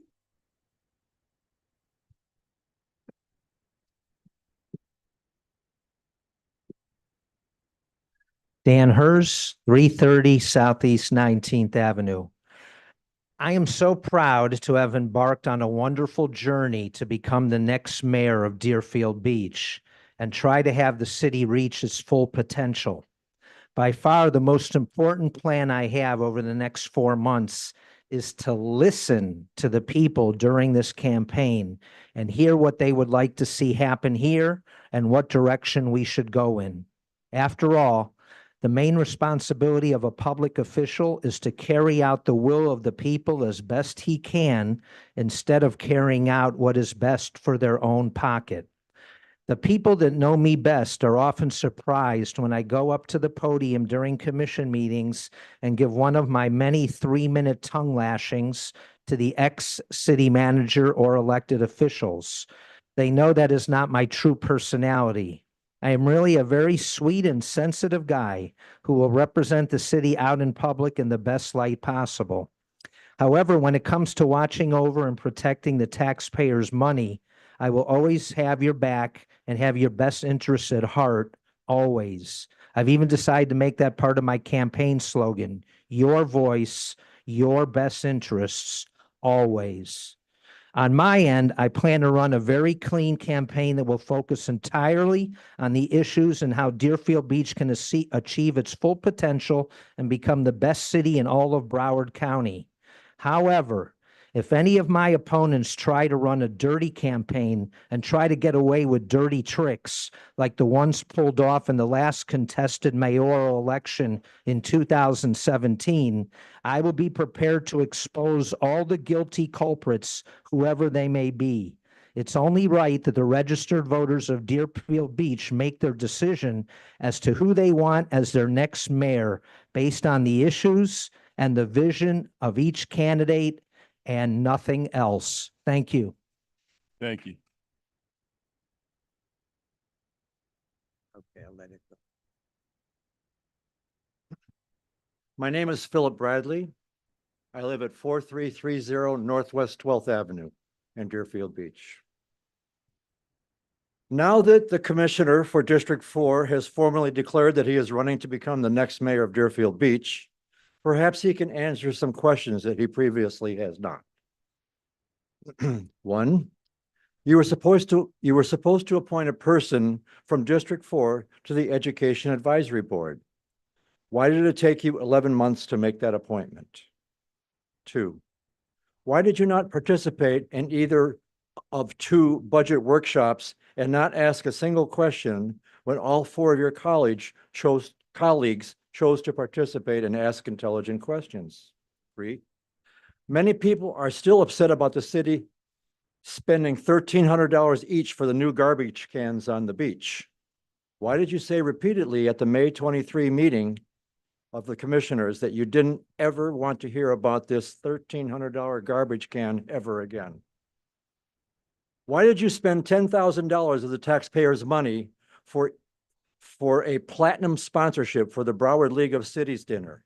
The taxpayers didn't even get a chance to see any pictures of that event. Why did you say at the May 2023 commission meeting, and I quote, "We don't offer 15-year contracts to anybody in this city," end quote, and then turn around only 3 months later and award a 20-year sweetheart lease to Danielle Rossi to put a restaurant where the Deerfield Beach Cafe now stands?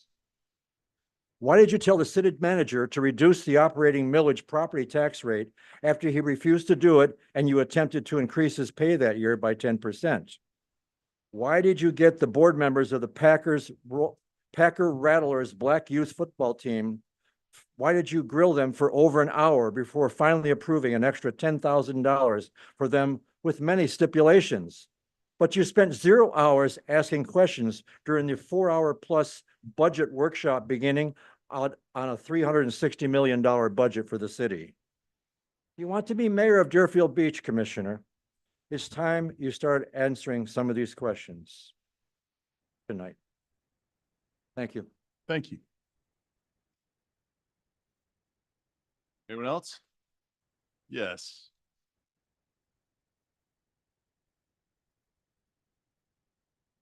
Good afternoon. My name is Willie Rosetta Fulmer Graham, 501 Northwest First Terrace, Deerfield Beach, Florida. Years back, we had to clean our yards out. We couldn't park no cars on the grass. We had those big mobile boats and everything, and we couldn't park them in our yard. And now, over there in Alwood Home, it looks like a industrial area. You go pass by some people's house, they got like 5 vehicles that's business vehicles. And we shouldn't have all those business vehicles parked over there. And sometimes you see like a semi trucks backed in the yards over there. And I mean, that's not how the neighborhood used to be. Because I remember about 13 years ago, they came by and the city was demanding that we moved all those things out of our yard. But now, everybody got their business vehicles parked at their houses. And over like on a Friday, you don't see a white fence up. Then by Monday, it's a white fence up around houses. And I'm sure they don't get no permits. They just puts them up over the weekend when they think the code people is not coming by. Thank you. Anyone else from the public? Ms. Freitag, go ahead. Katie Freitag, 418 Southeast 2nd Street. I'd like to bring up 2 things particular. Katie, One, could you speak up? I can't hear you. I'm sorry. I would like to bring up 2 things in particular.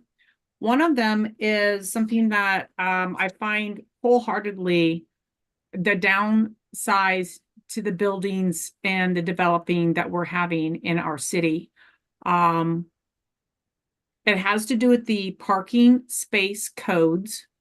As the codes are developed and were developed a number of years ago regarding how many parking spaces are required per apartment or condo. And they don't necessarily fit what Deerfield can absorb.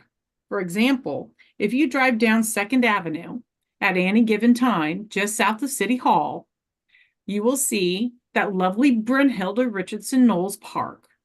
What you will not see at Brynhilda Richardson Knowles Park is an empty parking space. Nobody's inside the park.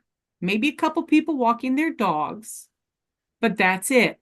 All the parking spaces are taken up by the small townhomes and condos that are built around the park. Cars are parked there 24 hours a day, some of them illegally, hanging out into the intersections of the areas. The cars on the other side, on the east side of the park, across the east side of the park on the on Second Avenue, there are cars constantly parked in the swales, and it's making our neighborhoods look like crap. So the best way to combat this is to require developers to have more parking spaces for the individual apartments and condos that they are building. How do we make that happen? Who do we talk to, and how do we get this going so that we don't run into this issue and we don't get overbuilt and have people trying to park all of their guest parking spots, taking up all of our city spaces, taking up all of our city streets. We've had people, I've been in front of the city before regarding parking over on Third Court. The city very graciously gave us some assistance and told the people that were parking from the apartments that they could not park on my friends' properties. They cannot park in front of their homes because they are blocking their driveways. But now we've got people parking all over the swales and in all of our parks. Secondly, so I would like some information as to how to go about changing the code to require the developers to have more parking spaces. Second has to do with addressing code violations. A friend of mine received a code violation for something going on at her house that has been— Like another minute? Yes, please. That has been at that house, particular rocks that have been at that particular house for over 40 years. Out of the blue, she gets a code violation. We address the code violation only to find out that, lo and behold, there's another code violation that she was served 5 years ago, which was addressed 5 years ago, but was never taken off the books. So now she has to go to a meeting in front of the magistrate again and deal with that as well. City has never sent her a letter in over 5 years. Who is addressing these code violations? We have millions of dollars of revenue that are attached to the code department, to code enforcement. Who is addressing these? Who is sending a letter out to let residents know that there is even a violation? Thank you, Ms. Freitag. Appreciate it. Former representative, go ahead.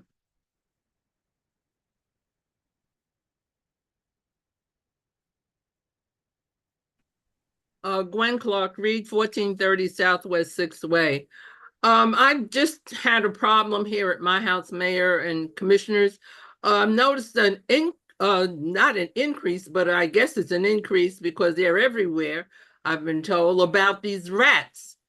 And I am just very taken back that I don't know if anybody else has noticed the increase of the rodent population in their yards or around their properties or even in the streets. So I'm wondering if there's something that the city can look into. Is it because we're digging up and replacing a lot of pipes and different things and these rats are coming out? I think there's something that we need to look into and something needs to be done about it. Thank you. Thank you. Anyone else? Okay, I'm going to close it to the public. Let's see. If you guys have specific code issues or areas, give us an address and let us know. I don't know where we want to be. And Ms. Freitag, I had a very hard time hearing you. It's a little noisy up here tonight. So if you have some specific questions, please contact me or staff on that. Mr. Schnetsky, I want to thank you for your work in doing that. Excellent job with it. I appreciate it. And it's important for us to do that. It was a blind spot we had here. And, 17 and a half veterans on average a day is what we lose to suicide in this country. Over 40, I think about 42% that aren't engaged in combat veterans who aren't engaged with the VA, we lose to suicide. That's the statistic that they gave out to us.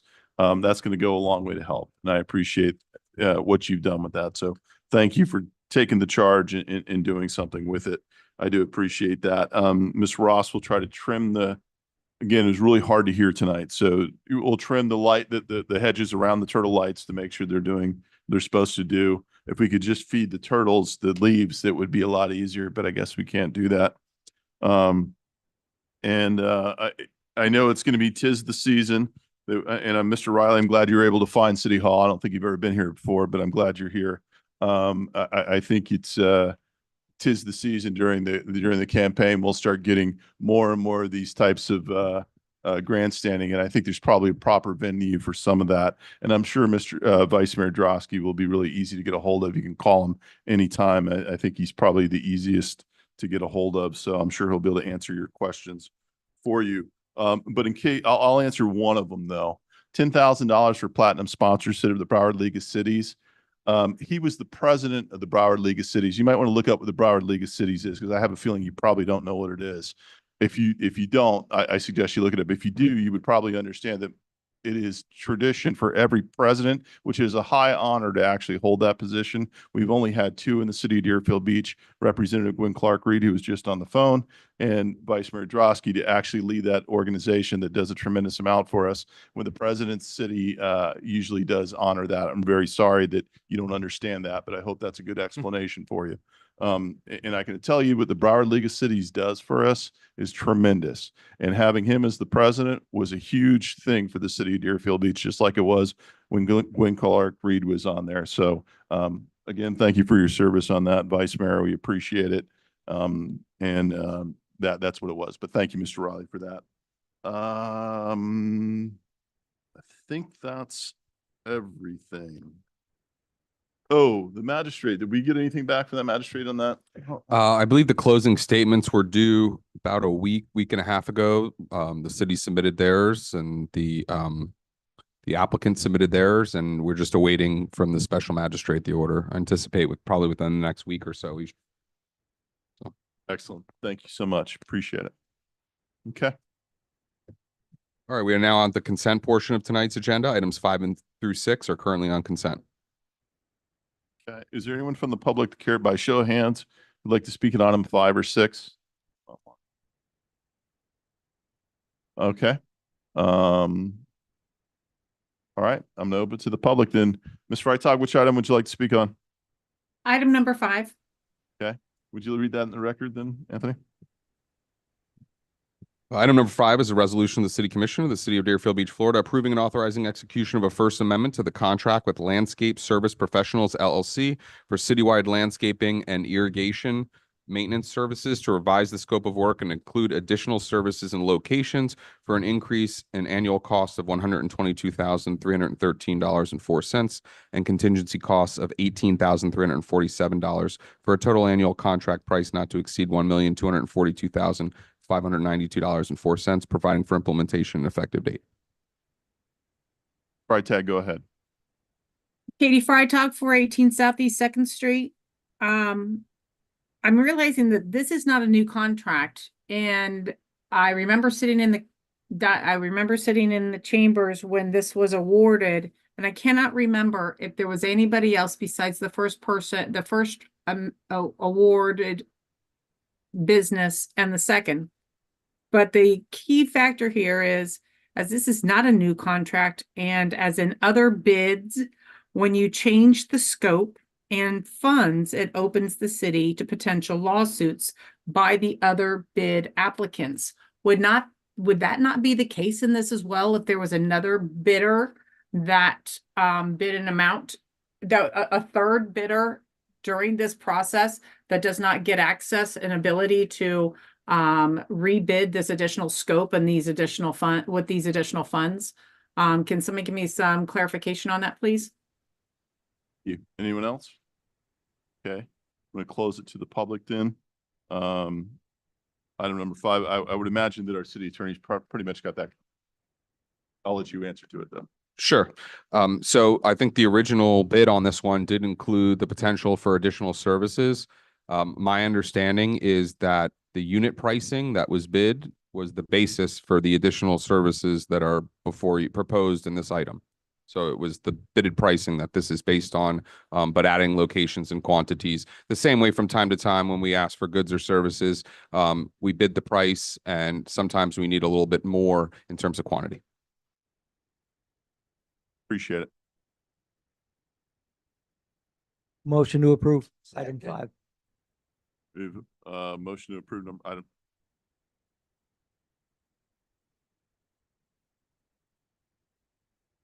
Commissioner Hudak? Yes. Commissioner Parnas? Yes. Commissioner Preston? Vice Mayor Drosky? Mayor Gantz? Yes. Item number 6 is a resolution of the City Commission of the City of Deerfield Beach, Florida, approving the sale of surplus old water meters in the amount of $55,075 through the auction process utilized by Badera LLC, the city's contracted auction firm, authorizing the city's procurement division to administer the disposal of additional real surplus property for various departments within the city, utilizing the auction process and coordinating such actions with Badera LLC, providing for implementation and effective date. Motion to approve. Second. Motion from Commissioner Hudak, seconded by Commissioner Parnas. Call please. Commissioner Hudak? Yes. Commissioner Parnas? Commissioner Preston? Yes. Vice Mayor Drosky? Yes. Mayor Gantz? Yes. Item number 7 is discussion and possible action regarding disposition of city-owned property. Director Power will be making this presentation.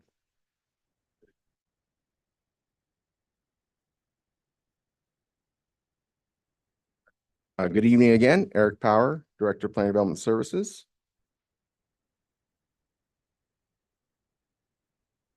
All right, so what is property disposition? Fancy word, right? There's a section of our code, which was approved in 2021, which essentially gives a mechanism for the city to sell, rent, lease, exchange city-owned lands or dispose of the city-owned lands. It is the application or the code is divided in properties that have a value of more than $750,000 and less than $750,000 because that is the threshold for a referendum. And then the application requires multiple things: a survey, an appraisal, conceptual site plan renderings, narratives describing the request, portfolio resumes, and developer background and experience. Essentially what we look for from staff is a ready to be built project that would go before the commission at the same time that you're looking at the appraisal or looking at the ability to sell or rent or lease, exchange the land so that development can occur quickly.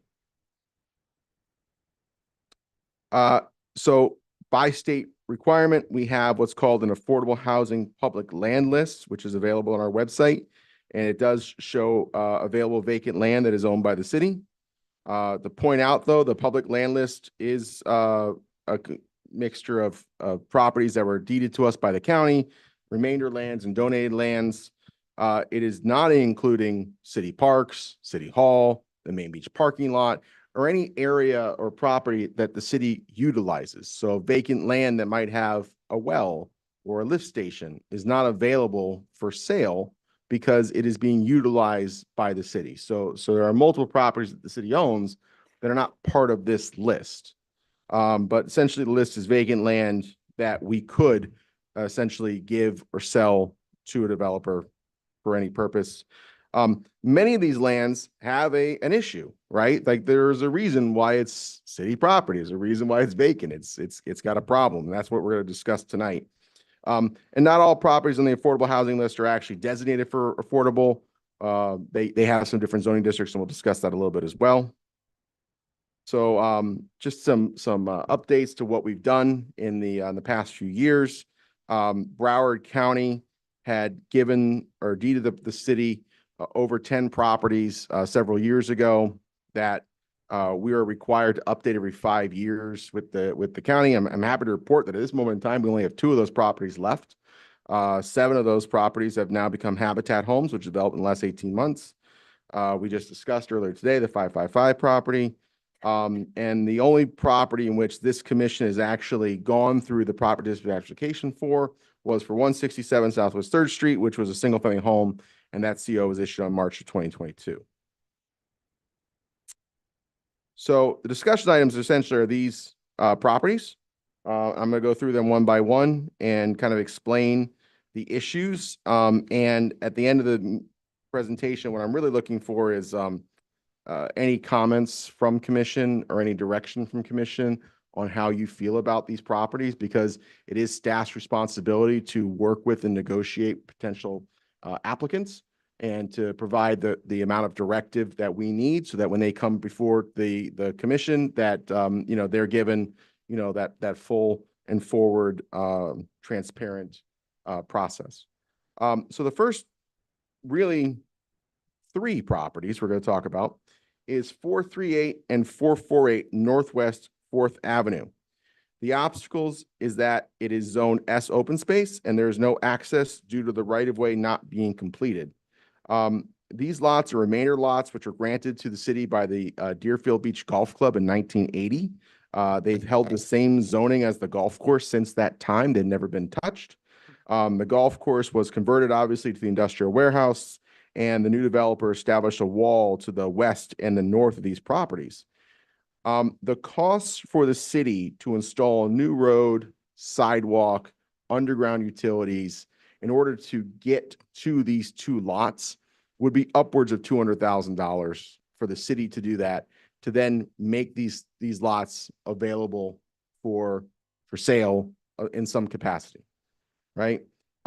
We have had 2 separate developers who have approached the city to request the ability to build 3 homes, to utilize a portion of the right-of-way and build 3 lots here to meet the requirements, you know, that is with this district.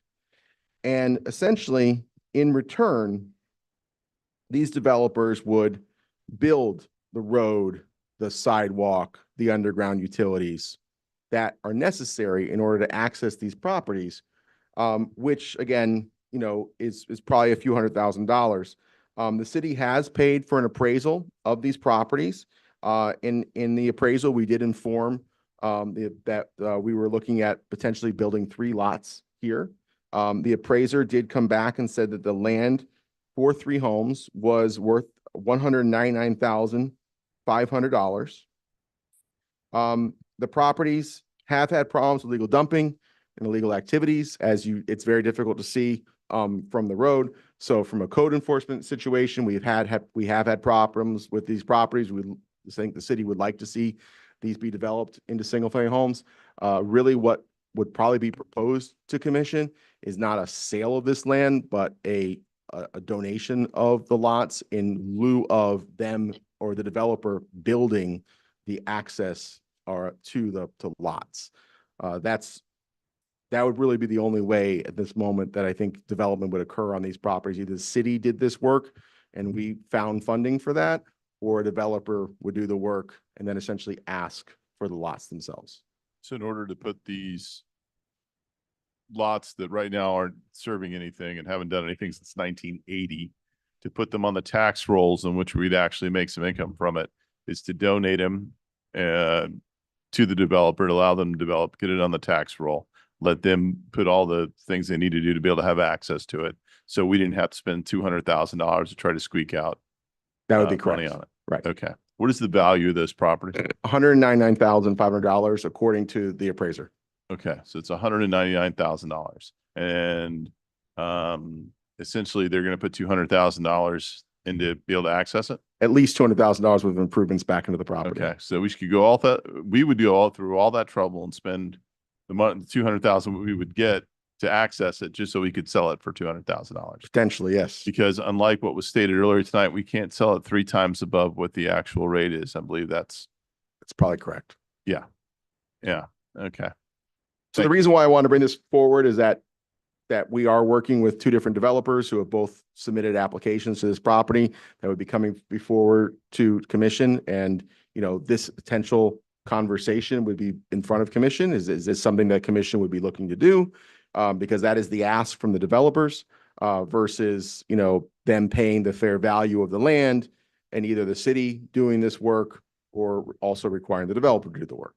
Well, since developers sin to have, it's a flashpoint for people to start spreading rumors. Can we just say that they're single family homes that are looking to go in those They would be lots? single family homes that would meet code.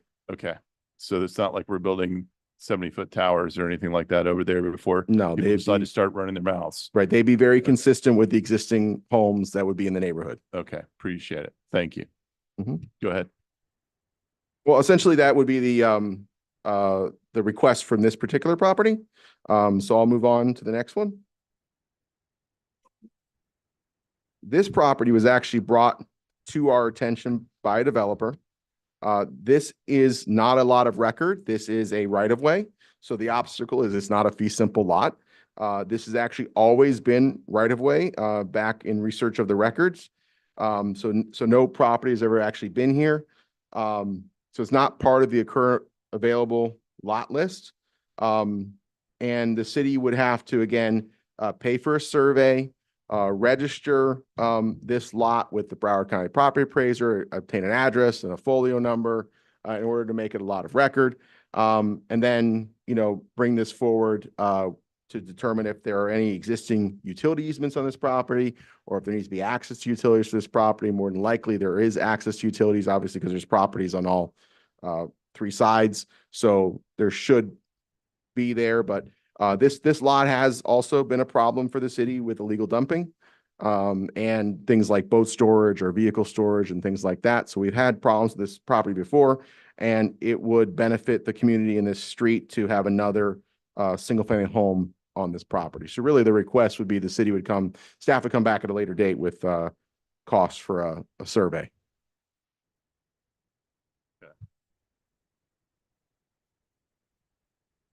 All right.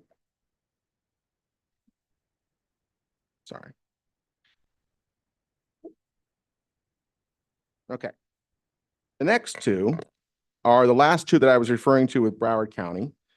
They were part of a swap from Habitat Properties that we retained a few years back that have now been developed, that the Habitat rededicated these two sites to us. The issues with this particular property is there is actually an affordable housing requirement on both of these properties because it came from Broward County with the sole purpose of it being an affordable housing lot. So it must meet the requirements of Broward County for affordable housing if anything needs to be developed on here. And the zoning district, which is the local activity center, Pioneer Grove. So essentially, the code is looking for density in this neighborhood. We're looking for assembly of lots, assembly of land to build larger structures to meet the density requirements of Pioneer Grove. Not 75-foot towers, but essentially more multifamily. With both these lots, it's actually very difficult to do that without assembly. We have two requests have been submitted. One request has been submitted for the 163, which is the north lot, and for a duplex. And then one was submitted from a different developer for a triplex. That same person has also submitted an application for the southern lot for also a triplex. So the triplexes that are actually similar to what you see on the street. So really it comes down to the commission if they choose to want to develop properties that are consistent with what is currently in the area, or if we are still looking for land assembly in order to build a larger capacity, which is permitted in the Pioneer Grove district. And then finally, even though there are multiple properties along Dixie Highway, as I'm sure you're all aware, economic development had some advertising for this property that the lot was available. That advertising is wildly successful. We receive phone calls regularly with questions about the lots. Unfortunately, and no detriment, obviously, to economic development, but unfortunately, we don't own every lot here, right? And so again, it's very difficult to do anything with the two lots the city owns unless there is land assembly for the other properties that are along this parcel.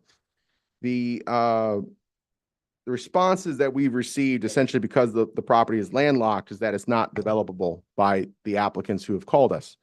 But the uses have ranged anywhere from residential, laundromat, storage, gas station, restaurant. So really, staff is looking for more direction from commission as what would be appropriate or acceptable uses, because we do field so many phone calls and we have had so many meetings with people regarding these properties that we don't want to give, again, false direction. But again, staff, when we speak to these applicants, we inform them that the city would like to see land assembly in order to develop something more significant on this site. And there are other smaller parcels along Dixie Highway, which I'm sure you're familiar with, that the city owns that we would require land assembly.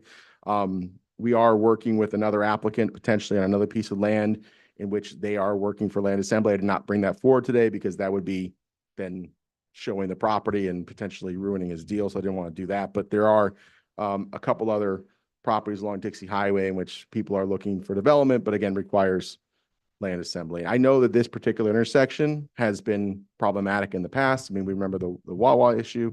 So that's what we're really looking for from direction from commission is, what would be uses that commission might find desirable.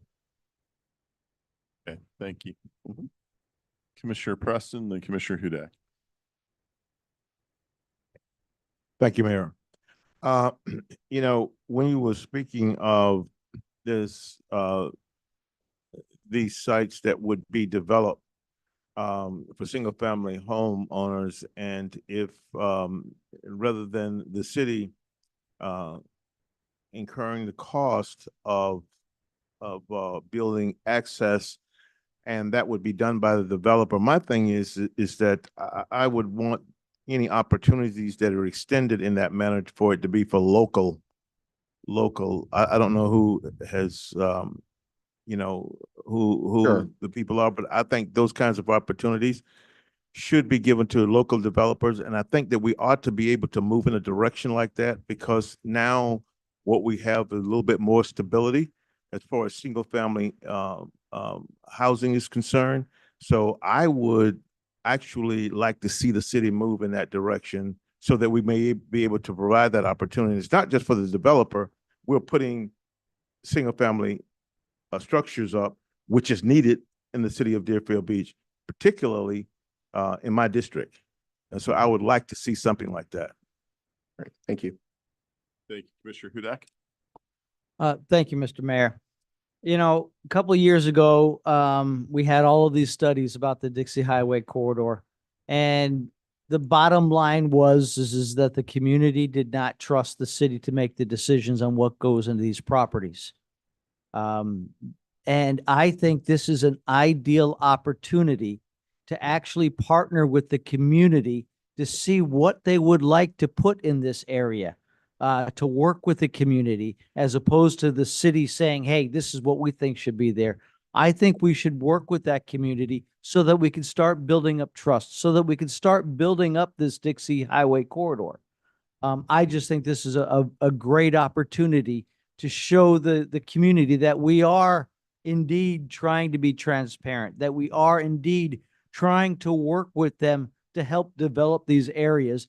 And we would like them to partner with us to tell us what type of establishments they would like in an area like Dixie Highway and Southeast 10th Street.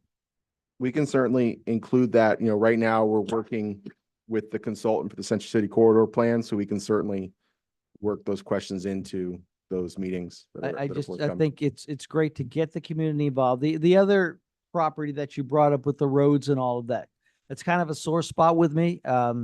I don't know, I guess it was last year at this time, we had a young couple sit here who purchased a property on, I believe it was on Northeast 9th Avenue. And they were not able to get in their home because the road wasn't being built. And I had asked city manager, and the dais was kind enough to allow them to go into their home, even though the road wasn't built yet. And I believe they violated that, and they still haven't built the road. So I'm a little sore about that. So I just want to make sure that if we do something here, that nothing goes, that road's the first thing to be built. Is what I mean by it. I know that our attorney would probably speak in on this, but when we do write those agreements that would go before the commission, there are whereas clauses and checklists that give them development time and requirements prior to CO. So that would be part of those agreements. I know, and we made an exception, and I thank the city attorney for helping draw all that up. I just want to make sure, burn me once, shame on me. Thank you. Vice Mayor Drosky. Thank you, Mayor. With respect to the, because I have my notes down as 4. So the very first one, is there an opportunity in that neighborhood for that to be some type of community park? You know what, we actually have discussed this with the Office of Public Safety and the Parks Department because it's limited visibility from the roadway. We don't think that it would be an acceptable location for a park. And you also mentioned there's walls on what, the north The and north west and the side? west side, yeah. Could be problematic at night. Yes. Okay. The second one, is there just an opportunity, because you mentioned all the challenges with that particular parcel, is there an opportunity just to sell it as is? Well, it's right of way. So, without a survey, we can't appraise the property for sale, right? So we would need to do a survey, a meets and bounds survey, in order to do that. I mean, one of the things I guess the city could do is create a survey for that reason and then have an applicant go through it. But because it's an administrative process to create an address and a folio, it would probably be better if staff did it to ensure it was correct. And what's the approximate cost of that? Do we know? I don't know the approximate cost. I have not reached out to any of our CCNA contractors yet to determine what the cost would be. All of it takes is a survey that can, couple $100, $1,000 or whatever. I don't think it'd be more than 5,000. I don't think it would come back before you if that's what it means. I don't think that would happen. And then just put the burden on whoever wants to develop there. Okay. The third one, you mentioned one lot would be a 2-plex and one lot would be a potential 3-plex. Correct. Well, I'm sorry. One person has put a request in to build a duplex on the north lot. One person has put a request in to build a triplex on both lots. And there's enough room. I mean, we're looking at a, very high view there, but there's enough room to fit that on there. If you look at the, Look pretty if skinny you look from at the here. existing homes that were developed a long time ago, it would appear so. Unfortunately, what we're dealing with right now with Broward County and surface water management is if you build more than 2 units, if you build a triplex or more, you're required to get a surface water license, and you are going to fall into the new 100-year flood map that they have, which is going to reduce your ability to develop according to our code, because you'll be required to have additional drainage capacity on site. So the plans that have currently come before us, only one has been vetted by surface water. So I don't have a straight answer for you yet, but that is one of the things that we're talking to the applicants about. Okay. And then the last one, was just probably going to garner the most attention. I know the ULI, when they came in, talked about this corridor in particular and probably that lot or that area. And they mentioned that intersection is a node, was their vernacular to it. So I would just want to make sure that, we went through all that time and energy with ULI to give us that great advice to kind of stick to that and see what we can do. Cause that intersection there, 10th Street and Dixie, is one of probably the major intersections in the city. So I would like to make sure that we're putting the best and highest use there, because that could be we've always talked about, kind of a domino effect. That could be the initial domino for that corridor, at least that section, that node. So we need to do that one. We need to do that one right. Commissioner Parnas? These properties have been vacant for a long time. It'll cost us too much money to build roads and other things. If you got a developer that's willing to put that kind of money up to develop the property, I give him the property. make it taxable. We're not getting anything out of it now. And if we don't want to spend a couple of $100,000 to build a road to it, let it be his expense. If he's willing to develop the property, take it from us as is, even for nothing, and then develop it and start paying taxes, it's more than we're getting now. And it's getting rid of another empty lot. Thank you. Couple things. While we're on this property, I'll stay with it. To give us all an idea, this is exactly what happened years ago, decades and decades ago, when Dixie Highway was expanded. You see these odd shapes of these lots. Now, on that big giant corner parcel, it looks like it's pretty clean. You've got a road to the west, you got a road to the north, one to the east and one to the south, and it's a nice little box. Within that box, there are what, 4 properties? 1, 2, 3, 4, 5, 7. 7 in that corner. Dixie Highway and 10th Street, major corridor. Right there, 7 properties, slivers of land, because when they expanded, rather than leave us a chunk of land that made the most sense that could be developed, they went ahead and cut it in half because they only bought what they needed. And that's how they screwed up Dixie Highway years ago and did the injustice to the residents over there. So, and this was decades ago. So that's why we have this weird sliver there. And then we have this other boxy part. You'll notice to the north there, you have one, I think it's a quadplex, or is it a triplex that's there? That's, on this lot just south of 9th Street? Yeah. That's one single family home. Oh, it's one, it Yeah. is a single family home. Yeah. Looks like it's The, not. the but- 2 lots north and south of Yeah. the rectangle are owned by the same church. They're vacant land owned by the church. And then the piece that's east of the long rectangle is still Right away? FDOT. FDOT right away. Yeah, it makes sense. So this is the kind of thing, this is why Dixie Highway is so complicated to do that. So imagine that big corner there owned by 7 different people. 2 of them is us. So that's easy. So I think we need to hold on to those to hope that someone could come in and make some changes along there. Okay. Just as a suggestion, I know we're not taking an action, but you wanted some direction. Right. That would be what I would look at there, because I think, especially along Dixie Highway, as hard as it is to get those together, we need to keep those cards in our deck to be able to make some deals with people that want to come in and say, look, we'll give you that property. Because if we let someone else take that over, all that is it's going to be harder for some developer to come in and try to get those 2 other properties that we just gave up. So I don't think that's a good idea. And if you're looking for what could go there, and I'm not going to speak for Commissioner Preston, but I don't think a dry cleaner is exactly what we would put at 10th in Dixie. I think we can do better than that. And I think if we hold on to that, we'll be okay. We've had it for forever. We can hold on to it a little longer with the hopes, knowing that things will change. If you go back to the next property, the second property, my biggest concern on that one is that it was a developer who pointed it out that was available, that was our piece of property, that we didn't have that. What I would hope is that we know every single piece of property in the city of Deerfield Beach, every right of way, everything like that we know it, and it's not someone else bringing it to our attention. Oh, by the way, this is your property. A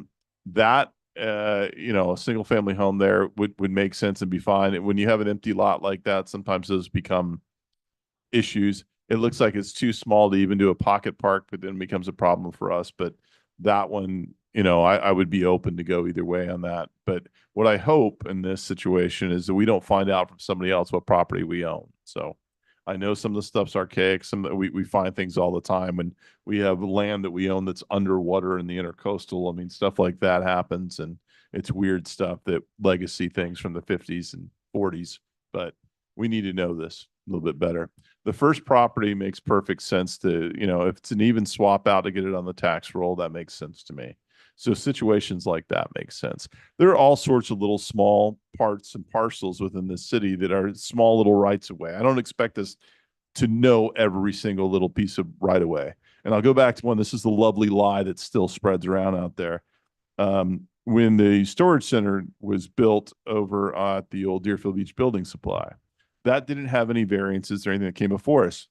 Commissioner Preston and I were sitting up here. We voted for that 5-0. Because we had to.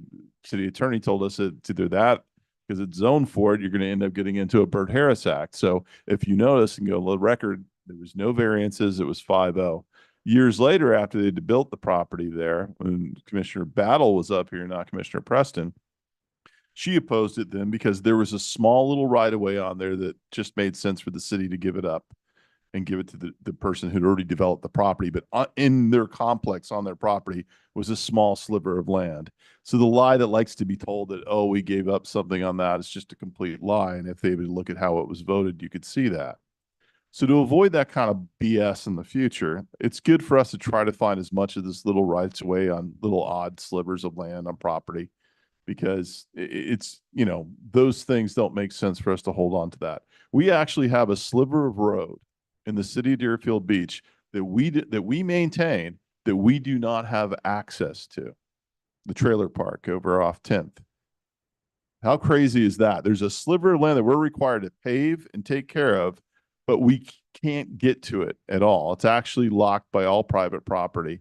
And that's the kind of weird legacy stuff that we see sometimes. So if we can avoid that and identify it and try to relinquish some of that, if we move in that direction, that'd be something I'd be for.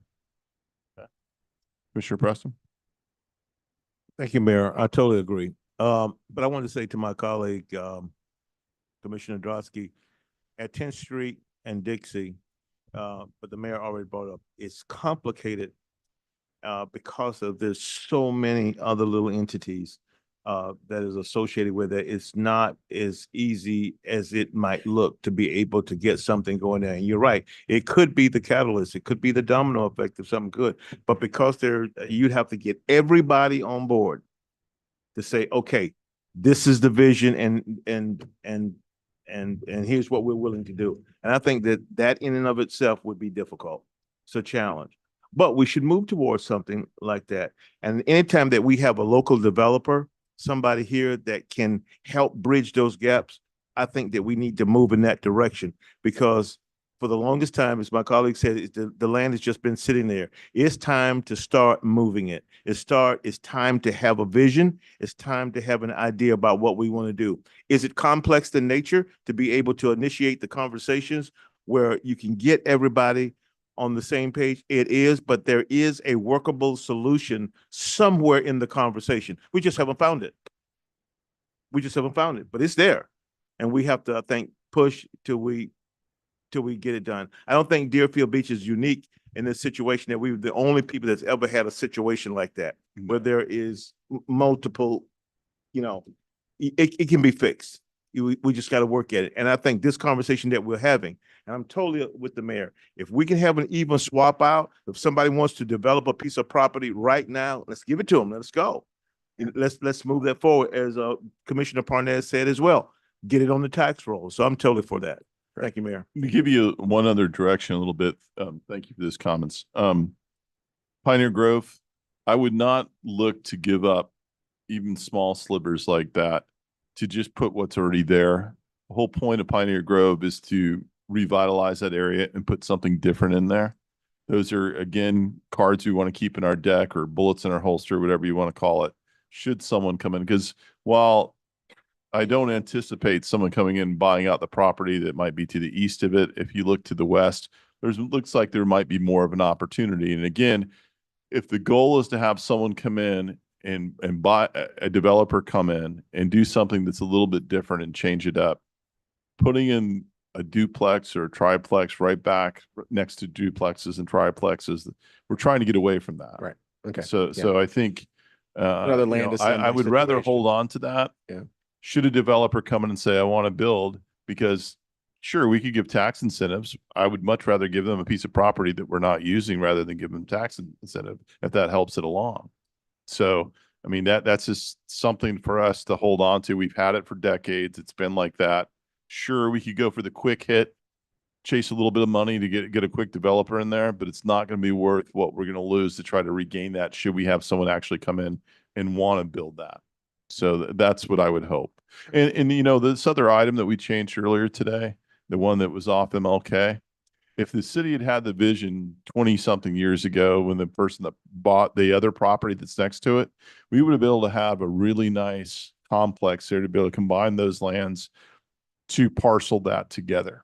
We missed that opportunity. I don't want us to miss it again in the future. Thank you. Thank you. Is that enough direction? Absolutely. Thank you. Thank you. Item number 8 is an ordinance to the City Commission of the City of Deerfield Beach, Florida, adopting an amendment to the city budget for the fiscal year ending September 30th, 2024, approving supplemental appropriations to the general fund in the amount of $342,470, the nuisance abatement assessment fund in the amount of $8,380, and the PAL donations fund in the amount of $15,000, and a budget transfer from the general fund to the 2024 non-ad valorem revenue bond fund in the amount of $332,470 as set forth in Exhibit A, providing for conflicts, severability, and an effective date. This is first reading. Mayor and Commission, I'll do this one. Good afternoon. This item, within 60 days of the completion of the end of the fiscal year, if we are amending the budget, we are required to do it at that point in time. This acknowledges 4 different items that we had adjustments to the budget. The first is $10,000 donation from JM that we received for beach litter cleanup. The second is interest income on the investment earnings to the tune of $332,470. The third was revenues to the nuisance abatement fund to the tune of $8,380. And the fourth is a donation of $15,000 for PAL. With the additional revenues, we are unable to spend the money unless we adjust the expenditure, which requires the amendment to the budget. So this is being presented to you to adopt on first reading. It has to be adopted in the same manner as the original budget, which was an ordinance. So we are proposing that this be adopted on first reading, and we'll bring it back to you for second reading. Is there anyone from the public care to comment on this item?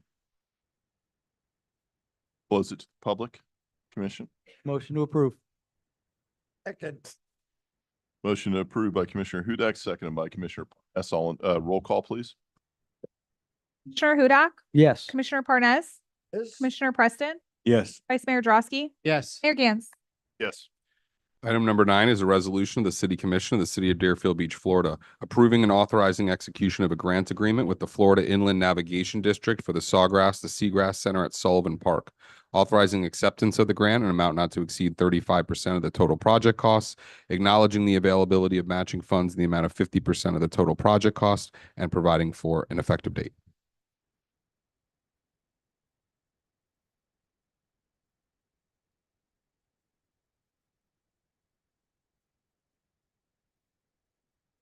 Good evening, Mayor and Commission, Chris Maury, Development. You know, because you sit as the CRA board, the CRA has applied for and was awarded Florida Inland Navigation District dollars to offset some of the costs. CRA is a special district applicant, even though grant as the CRA, but we submitted it as the city. Being asked to approve the grant. Tonight, we'll bring back an interlocal agreement. Make it transparent about the business. It relates to receiving the funds and then those funds for a CRA project.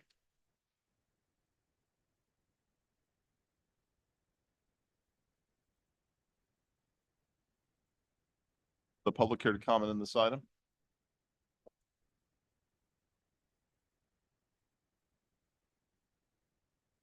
Ann Hers, 330 Southeast 19th Avenue. Of course, it's wonderful that FIND decided to give the city 3.36 million, but I must have been asleep at the CRA budget voting, and I don't remember what the CRA director said, that she will use this $3.36 million that no longer has to go towards the construction of the Sawgrass to Seagrass Museum. Thank you.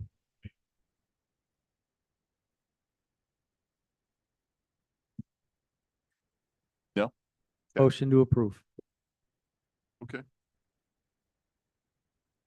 Commissioner Preston's got his light. We'll hold your motion in second. Thank you, Mayor. I just wanted to thank Chris Maury for her efforts in this. And like you said, Mayor, good job. And it was a good job because it does help offset the cost. A lot of the time when projects come forward, obviously there is a cost attached to it. And we sit here a lot of times and we hear a lot from the public about the amount of something, that cost factor. Then we had a situation where, she saw an opportunity. The grant was applied for and we was awarded that. It was a great job, actually. I'm so happy for our city and thank you for your efforts in that. And that means that money, how much is totally coming to us?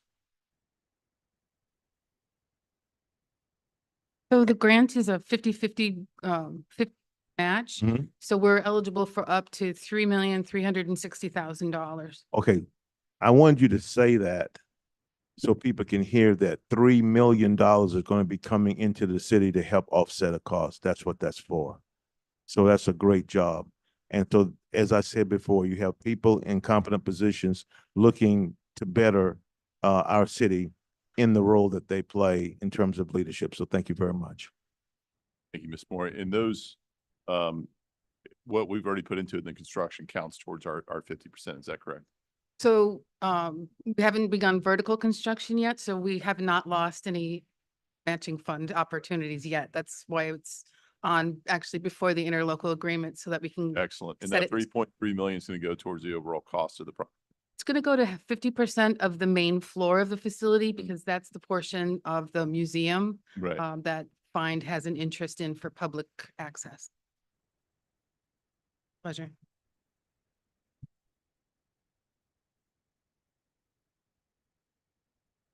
We have a motion and a second already. Can we have roll call?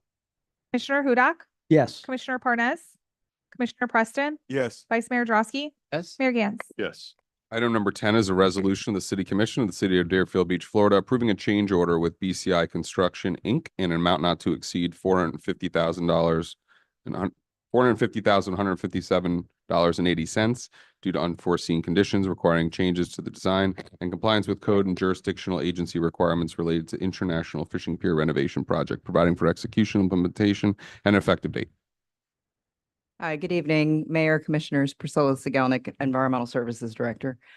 So I was here before you in our last commission meeting on October 15, and we presented the worst case scenario of what we anticipate from our jurisdictional agency reviews. If you'll go to the first slide, please. So I want to go over the background, talk about the additional scope that has been triggered with these jurisdictional agency requirements. And then per your recommendation, we did evaluate various options. And so we're going to present 3 different options to you tonight to receive your feedback on your preferred option. We'll review briefly the schedule, our next steps, and advise what staff recommendation is with regards to these options. So as previously stated in October, we did award this contract to Brothers Construction back in December of 23. In May, we received the letter of exemption for the current work that's underway today, which is the reframing and redecking of the superstructure to this to the pier. In June, we issued the notice to proceed and closed the pier to the public. Prior to that, we had asked the commission's opinion on awarding some additional enhancements. The public had come back saying that they wanted some additional shade structures added to the pier. And that was approved by commission back in March. We submitted 60% plans to the Army Corps of Engineers based on those enhancements in June. And the Army Corps of Engineers came back and said underwater work they wanted to see separately so that we could expedite the above water work, which would be the enhancements. And that is anticipated to be received in January. And as stated, we were here in the last commission meeting indicating that there are some additional costs associated with these jurisdictional agency comments. Next slide, please. So in option A was the option that you saw on October 15th. As we indicated, when we went through our 60% architectural review plans, it did trigger some additional scope. This included additional fire standpipe along the length of the pier. This was spec'd as a stainless steel pipe, and that cost was anticipated at $245,000. In addition to this cost, we also presented that because of the modifications, we would need to run new cable and conduit for our camera and PA systems at a cost of $8,000 and change. And the underwater work triggers compliance with national fisheries and the U.S. Fish and Wildlife. And that is inherently the Endangered Species Act. So what they're looking to do is avoid the attractive nuisance from the bait stations in the attraction of birds. And so in the worst case scenario, we anticipated that they could come back and tell us that we needed to put in a sewer system for our sinks associated with the fish bait stations. And that was anticipated at $300,000. And then we also indicated that the contractor's underwater investigation had uncovered a few more areas of concern for our piles underwater. And so we wanted to address those since this process is so lengthy as far as getting the permits to do the underwater work. We really want to make sure that we're addressing every deficiency that we see. So this option that had been presented back in October was for a total value of $892,600.80. And that had been what we anticipated to be the worst case scenario.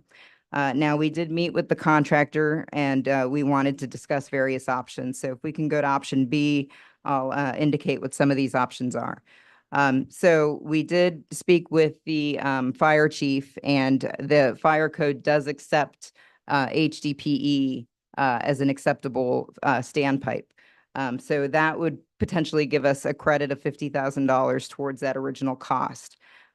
We also spoke with the contractor about potentially looking at less of a little lower quality on the fish bait stations. What we were speccing was a quartz top with sinks, and that seems to be well above what is needed and what is standard in the industry.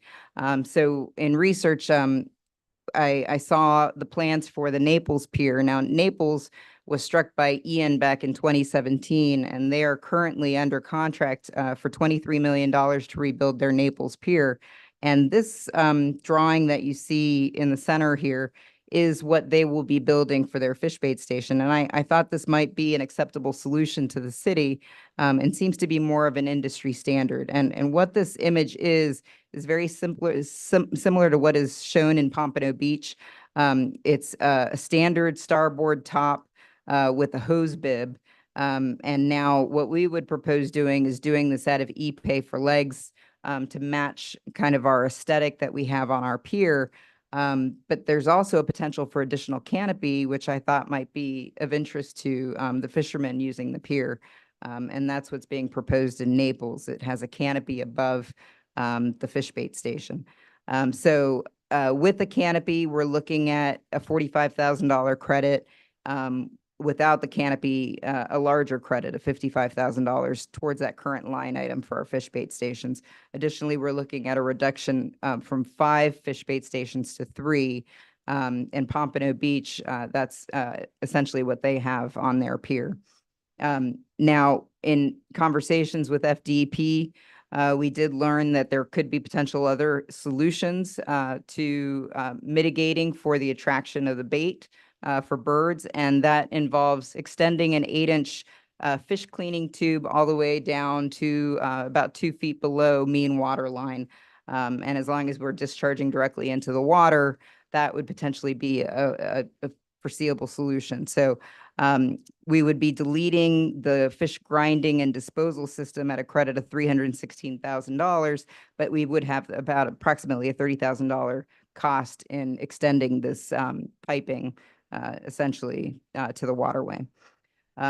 Additionally, we would have a credit with essentially removing the high end to the fish bait station, we would also be removing the public art that was intended on the ends of the fish bait station with an additional credit of $20,000. Additionally, the city staff felt that our welcome signage at the pier was sufficient. We currently have surfboards for the pier bait shop. And so the discussion was that we essentially didn't feel we really needed the welcome signage that had been proposed as part of the enhancements. So in total, we're looking at a credit to that original change order, bringing the total change order in at approximately $450,000 with the contingency. If we could go to option C, this would be removing additional enhancements. So the louvered system under the structure for the canopy would save us approximately $97,000. However, we would be getting into the aesthetic of this pier, and our intent had been to try to match the aesthetic that we have in our parking lot. Additionally, we could look at manufactured benches in lieu of Ipe wood. However, I would discourage that only because Ipe wood is vandal free. It's a very hard wood. So you wouldn't have, folks etching their initials and that kind of thing in the Ipe wood, whereas these manufactured benches would be subject to that and more likely to need replacement more frequently. So this additional savings could bring the change order to $323,000 in option C. And let me just show you these images in the next slide. So essentially, louvers or no louvers, our current shade structure does not have louvers. So that's essentially what it would look like without louvers. However, as I indicated, if you look at that bottom image, that is an image of our parking lot. And that was the architectural aesthetic that we were trying to match with the pier renovations. Additionally, we had a prototype of the benches that were going to be constructed. And now this bench, just so you know, this is out of pressure treated wood. However, what we would construct would be out of Ipe wood. And Ipe is that hard wood versus what a manufactured bench might look like. We discussed removal of the rendering of that welcome sign. And essentially would just be retaining our existing signage as our welcome to the pier. And then I discussed the industry standard fish cleaning station versus the very high-end fish bait station that had been proposed as part of the rendering. Next slide. So this again is just an overall detail of the various costs. So we are still looking at the cost for the concrete pile repairs. That's constant. We're looking at the same cost for the cable line for the cameras. That's constant in each of the options. The fire line, if we reduce the fire line from a stainless steel to an HDPE option, we have a $50,000 savings. And the fish bait stations, we would get a savings of approximately $35,000 in options B and C by taking it to that industry standard fish bait station. And the additional deck boards, that is a constant cost across the three options. Additionally, we highly recommend that a contingency be added to the contract just for any other unforeseen conditions that may arise during the course of construction. The schedule, as indicated, we are anticipating in January that we will receive the Army Corps of Engineers permit for the enhancements. And that will permit us to complete all the above water improvements with an opening of that pier to the public by the end of the summer, August of 2025. The underwater work would proceed afterwards because we cannot submit to the Army Corps of Engineers until the enhancements, until the first permit is approved. And then they permit us to submit for that location for the underwater work. So we anticipate submitting immediately on the heels of approval on the enhancements and anticipate that that permit process will take 1 year. And so upon approval of the underwater permit, then we would begin improvements underwater potentially in January of 2026. Next slide, please. So again, a summary of where we are with the permitting process, anticipating the enhancements by January 25. We'll begin construction of the pavilions upon receipt of that permit. We're submitting for the underwater permit. immediately upon receipt of the enhancement permit, opening the pier to the public in August and anticipating underwater work in January of 2026. Now, the staff recommendation is something of a compromise. We feel option B would probably serve our needs the best. We would still retain the aesthetic that we were looking to achieve with the enhancements, with the louvers on the pavilion. Additionally, as I indicated, I think it's in the best interest of the city to go with the Ipe wood benches because I think that'll be less maintenance overall for the city.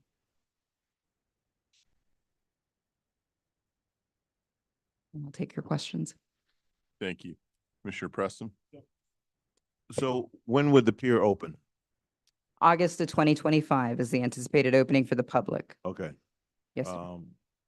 And you're looking at option B. We can, with I- option B, Option B. we keep the aesthetics.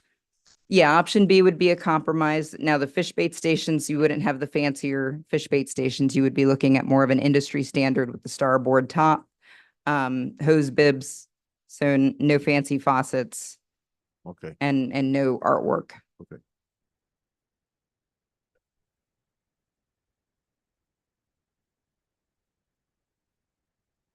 Anyone from the public care to comment on this item? Dan Hers, 330 Southeast 19th Avenue. The last 45 minutes of the October 15 commission meeting pertaining to the unforeseen circumstances leading to a $900,000 cost overrun on the pier repair project was a microcosm of many of the items that are wrong with the city and the unwillingness of high-ranking city employees to accept blame. I was surprised to see Mayor Gans give his comments first about the cost overrun instead of waiting for the other commissioners to comment first. It then became apparent as to why he did this. Mayor Gans knew that the other commissioners would not challenge the cost overruns, the unforeseen circumstances, the pitiful planning, and the total lack of accountability when it came to the taxpayers' money. The most likely comments probably would have been something to the effect of, well, the extra 900,000 is unfortunate, but if that is what it takes to keep up with the neighboring piers, so be it. The fun really started when the contractor was called to the podium and an episode of Let's Make a Deal versus The Price is Right broke out. The taxpayers got a rare glimpse as to what the real profit margins were for Brother Construction, Inc. for them to lower the cost overrun dollar amount by 50% without eliminating too much of the scope in a new total project cost of $5,128,032. Oh, and don't let me forget the 80 cents. Even in this new proposal tonight, the words unforeseen conditions appear again in numerous places in the backup, and no accountability has been taken by anyone in senior management. This whole fiasco cries out for the city to hire a Florida certified contract negotiator to represent the city. Although not required by city law, if the state of Florida is required to hire a Florida certified contract negotiator on any state contracts over 1 million, doesn't anybody in upper management or elected officials feel it would be a good idea for Deerfield Beach to hire a Florida certified contract negotiator as well? Thank you. Thank you. Anyone else from the public? Yes, sir. Good evening, Roger Freitag, 418 Southeast Second Street, Deerfield Beach, Florida. This really stinks. I participated in every meeting with our outgoing city manager, David Santucci, and our District 1 commissioner. Went to all the meetings, gave my 2 cents worth on which plan I thought would be best. And what I don't hear is anybody talk about hurricanes. So what, we're going to spend $5 million and now we have an extra 450,000 that we're adding to it? Did we not know this at the beginning when we put the plan together for this pier? And where is this money going to come from? I have some serious concerns, and I'm really worried about what happens if we have a bad storm season the next year or two. Are we going to be standing here again talking about spending 5 million, or is it going to be 7 million at that time? Thank you very much. Thank you. Ms. Freitag? No, Miss Freitag, the boss. Katie Freitag, 418 Southeast Second Street. Processes and policies are made for a reason, and when we deviate from those processes, mistakes are made. Too many mistakes are being made, costing the taxpayers hundreds of thousands of dollars. The Pool Aquatic Center was severely delayed, costing us thousands because we hired the wrong company and did not do our homework. Now the same thing is happening on the pier. It's getting ridiculous. When are we going to do our job and hold people accountable for not doing their jobs?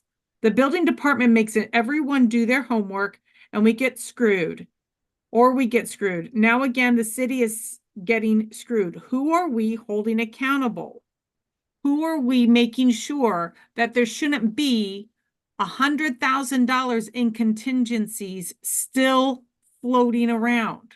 When are we doing our homework? Why do we not have a better handle on this project, as we've had so many engineers look at every piling up one side and down the other since day one that this started? Why are we still sitting here in limbo? Thank you. Thank you. Anyone else from the public? We'll close it to the public then. Couple things. Well, many things. First off, I jumped out ahead because I couldn't bite my tongue that long to not make my comments first the last time. Couple things that were said at the last meeting, just so that we're all aware that weren't inaccurate, and it goes to a bigger problem. But we are not contractually obligated to as was stated by the department head, we're not contractually obligated to move forward with these new bells and whistles. Is that correct? That's correct. And you have the ability to terminate the agreement for convenience as well. Okay. So when we're shooting from the hip and we're making comments like that, when we're under the gun to make a decision and the information's inaccurate, that's a big problem. My fear on this is we have muddied the water on it.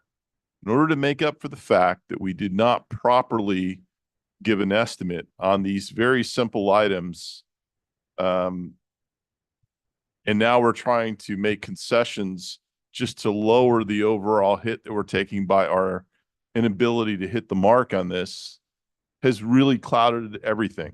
And to me, it's disrespectful to the process that we did of having public input, of getting all of our input of what we wanted to see based on our feedback that we've gotten from residents, of what we wanted to see for that pier.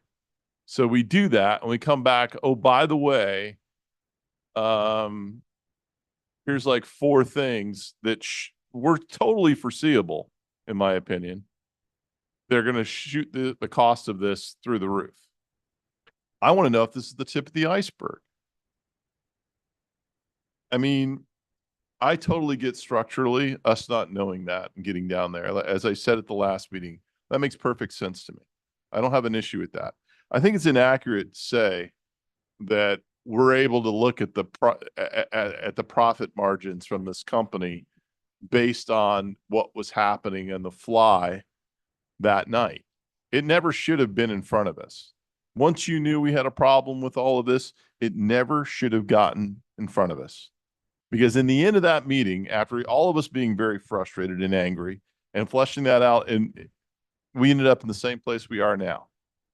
It could have been well thought out and taken a look at. I'm amazed that we keep mentioning Pompano Pier now. My question is, why didn't we do that when we were first going through this process? How did we not know that by adding a second pavilion to the pier, which is what the public asked us for, we want more shade. How did that not go trigger something in someone's head to say, you know what, if you add a second one, it's going to have something, it's going to affect the new laws. It's no longer a a refurb. It's actually a redo. It's a new structure. New rules apply. How did we not know that? How do we not anticipate that? That's a failure of management on this project. How did we not know when all we had to do was go to the south and look at that brand new pier that was there and know that, by the way, if you're going to put in all the bells and whistles that Commissioner Preston and others and I asked for when it comes to the cleaning stations, how did we not know that that was going to kick in? All we had to do was, I mean, we literally have a brand new pier being built to the south of us. We easily could have looked at that project and said, hey, what are they doing? Oh, that's probably going to have to apply to this, but we didn't do that. We waited till the 65% design portion of this to determine, oh, by the way, this is going to cost a lot more money than what we estimated. And some basic things that should have clicked in our head are going to be kicked in. You didn't know about new wiring or whatever we needed, conduit to get it, the wiring down there. We know what we have in the end of the pier. We saw the condition of it. I would imagine we would probably know that. But that's the smallest overrun on this project. You literally have a presentation here that says we're going to make a concession on louvers when you don't even give an entire screenshot of what the louvers look like. We went through this process, say, hey, this is what the design looks like. This is what it's going to be. And go back to see if you can find it, because I'm struggling and straining my eyes because, one, you don't have this presentation in the backup material for the public. I'm looking at this. That's what I'm supposed to go by to see what my concession is. That little spot to the left. This whole slide right here is ridiculous. How am I supposed to look at this and know what you're talking about? This is poor planning yet again. Now you want us to, why all these suggestions of what we could cut weren't made when we were coming up with public input, our input on what we wanted to see there? And now you want to say, hey, guess what? You don't really need those cleaning stations anymore. You want to go back to the same rickety ones you see on the back of any cheap pier around there in somebody's backyard. You're going to put that on our pier so you can run a hose, and then we can run, what kind of material is that pipe going to be? It's PVC. Wow. The PVC that I was throwing a fit about, that why are we can't use PVC, but oh, it won't stand up to the elements. We're going to do a straight shot down into the water and a PVC pipe going straight down. Wow. Didn't see that coming, huh? That's what we're going to do instead? The reason we've got to come up with this garbage disposal system is because we've got a sink in there. And the debris is supposed to go in there. But mainly, my understanding is because it's a sink, that changes everything. Well, how about we keep the same surface, we keep the surface, we keep the public art and everything on there, and we just don't make it a sink. We run that PVC pipe straight down. And if we have running water, it's a hose if that's what it's going to be. But why do we have to concede those nice things to put these crappy things out there just so we can justify lowering the cost of your overrun that you didn't properly plan for? I think that's a disservice to us and the residents. Getting rid of the signage that we agreed on, we thought if it was a bad idea, then you should have told us. But no, now it's, hey, we can concede that. I can concede everything. I could put a couple blank boards out there and leave it. That's not what the whole process we went through with the residents was about. You guys failed at doing a good job of properly planning for this. You missed your mark. And my question is, what's the next mark you're going to miss on this project? What's next? Because $100,000 in contingency, I get that. That's reasonable. I understand that when you look at the overall cost of this. But just on these items that you've missed on, I worried about what's next. And you want us to concede on it? No. No, the bottom line is we're either going to eliminate the extra structure, which, sorry, public, you guys wanted it. We thought it was going to cost this, but our guys couldn't get it right. It's going to cost a lot more. Do you really want it? Is that what we got to go back to the public on and try to figure that out? Issue is not the cost. It is not, you know, what are we going to trade off on this? The issue is the poor planning of this project. How do we find this out at the 65% design phase of it? And you know what? I'm going to ask you, Horace, to answer the question instead of this department head.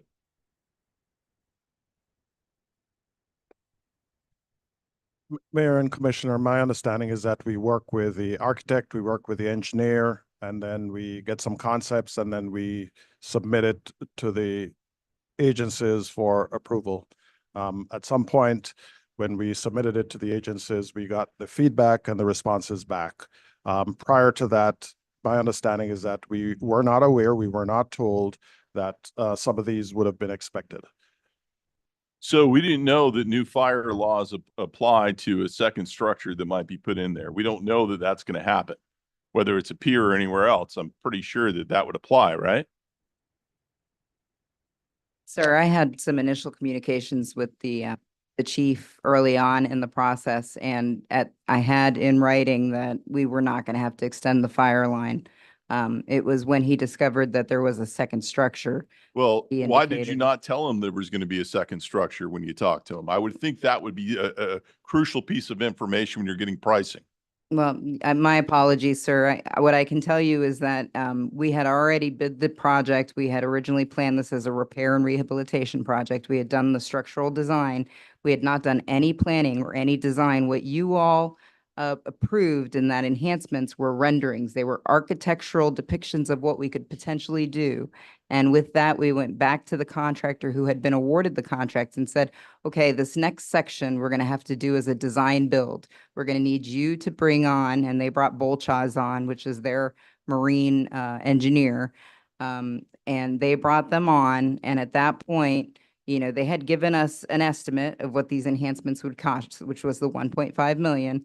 At that point, when Bolchaz came on board, then they made us aware of the fact that the laws had recently changed and that the sewer line was potentially going to be a requirement of the FDEP and the Army Corps of Engineers. That's why we thought it was best to bring to you the worst case scenario. Since then, we've had more discussions with the Army Corps of Engineers and with FDEP, and we discovered what the city of Naples is doing. And FDEP did acknowledge that that would be an acceptable solution to extend the tubing down below the mean water line. We would have to extend it obviously along the pile leg. So it's not just something that directly is where the swimmers might be swimming, you know, anything that would be a hazard, but extend it, the plumbing along our existing structure.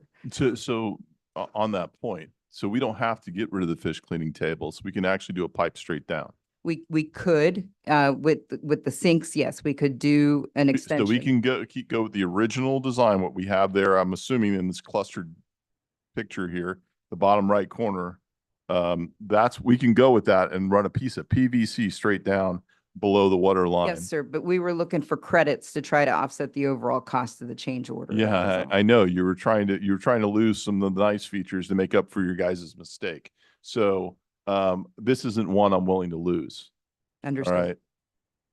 I mean, literally that's, I don't know how you can make a presentation and say, well, hey, we're cutting this much at the overall cost because we don't need this fish pulverizing thing in here. And then say we should lose the table just to make up for the fact we've overrun because we didn't estimate this right. I'm baffled. And my question is, if the PVC pipe is okay there, why can't we use the PVC pipe in the fire line instead of the extraordinary cost it's going to take us to basically run a water line straight out there to a second pavilion that really doesn't house anybody? It's just it's a cover. That's what it is. Yeah, HDPE is hot welded seams, so it's seamless under pressure. So it's a pressured line. So essentially, it's because of Okay. the pressures in the pipe. Okay. I'll concede that. I won't battle that argument around. HDPE and PVC, he's indicating is the same price. So HDP and PVC are the same price. Then why is it so expensive to run that line out to that second pavilion? I guess I'm a little confused because, Longshoreman's insurance and everything else that plays into the labor. And okay, all of this is different information than when we talked the first time. This is a completely different conversation because you remember in my argument pushback on this was, why aren't we using PVC? Now we can. Now it's the same price. Oh, no, he's just indicating it's the same price. We Oh, can't. it's the same we can't price. Use it for You the can't fire use line. it, but No. it's the same price. How much is the cost to run that line again? So if you'll go back to the summary slide, please. The total was 195. 195 to run a piece of pipe out there to the second one, a pressurized pipe to be able to do It's the whole length of the pier. the whole length of the pier. Why the whole length of the pier since we're not going to the end? I mean, do we need a fire line all the way to the end? Yeah, that. Okay, code so we requires- should have known that though, whether the pavilion's there or not, you probably would have had to do that, right? So again, my initial conversations with the fire chief indicated that it would not be necessary. Okay. Then when he discovered the second I've structure. had some communication with the fire chief on there, so let's hope this information's accurate this time around. Because I would imagine if the fire chief was here, it would be a different conversation. Look, I don't know what you guys want to do with this. As far as I'm concerned, I'm not sacrificing the louvers on there to make this look on the cheap. You guys didn't know how to estimate this job. Like, you know, where I sit, I would imagine there's some basic things that you know. You take a look at something, you got an idea. Here's some things I'm going to need. I don't know what the cost is, but I'm probably going to need another water line because I got this. I'm probably going to need this. I'm probably going to need that. And you know what? Gosh, if I don't know, how about I go to a brand new pier that's built to the south of us and say, what are you guys doing? You just now in the 2-week time period since the last time we had a meeting are contacting another city to find out what they did in another pier? Man, that could have saved us a lot of trouble if you actually did that job the first time around before we had this back and forth. But this is what we're dealing with. This is a big problem, and it's a bigger problem, and I see no correcting of it. Nothing. I would imagine you can look at some things and say, hey, here's some basic things I'm probably going to need. As an engineer, and that's what you do, I would imagine something would go, hey, let's figure this in and get some basic costs and we'll do a design build from there. You stood up here last time and said we're tied in for a $1.5 million contract, and we're not. So why should I believe anything that's being said to me now when it was so wrong last time? Is this the tip of the iceberg on this project? That's my fear. And I'm not looking at you, Vice Mayor. I'm looking at the city manager. My 2 cents on this is we're not going to change the fish stations. If we don't have to do the pulverized garbage disposal, stupid idea of having to do that, which we should have known last time. But if we don't have to do that, do the PVC pipe straight down, you keep that look and feel. You keep the louvers on there and you move forward and you keep the benches the way they are. The signage is a small amount of money in the overall size of the project. What seems to not be able to change is the fact of this pipe that needs to go down there. That to me is a sticking point that I just don't understand. But I don't want to concede all the things we worked with the residents on of what they wanted because you guys want to give them up just to make up for the fact that you couldn't estimate this right. I don't think that's fair to the process or the residents. Mr. Preston? I hope staff can understand, and I don't mean to speak for the mayor. He can speak for himself. I think he did rather well. We sold the public. I fished that pier. Often. And what we sold the public on was a new concept. You know, it really wasn't a hurricane that did the damage. If you remember, it was actually a tropical storm when that damage was done. And this pier has been inoperable for a long time. The residents ask me all the time, when are we going to, how come it took so long? And then we sold them on a redo, and here's what you're going to get. And now we've had to compromise that, not just a little bit, but a lot. My issue now is, when will we give the public, the citizens of Deerfield Beach, the people who had a pier in their community, when will that pier be functional and they can use it? And will they appreciate it? Or will it appear to them that we overpromised? I don't think we did overpromise. What we did was we told them, you know, in concept, this is what we like to give to you, citizens of Deerfield Beach, and we're not delivering on that.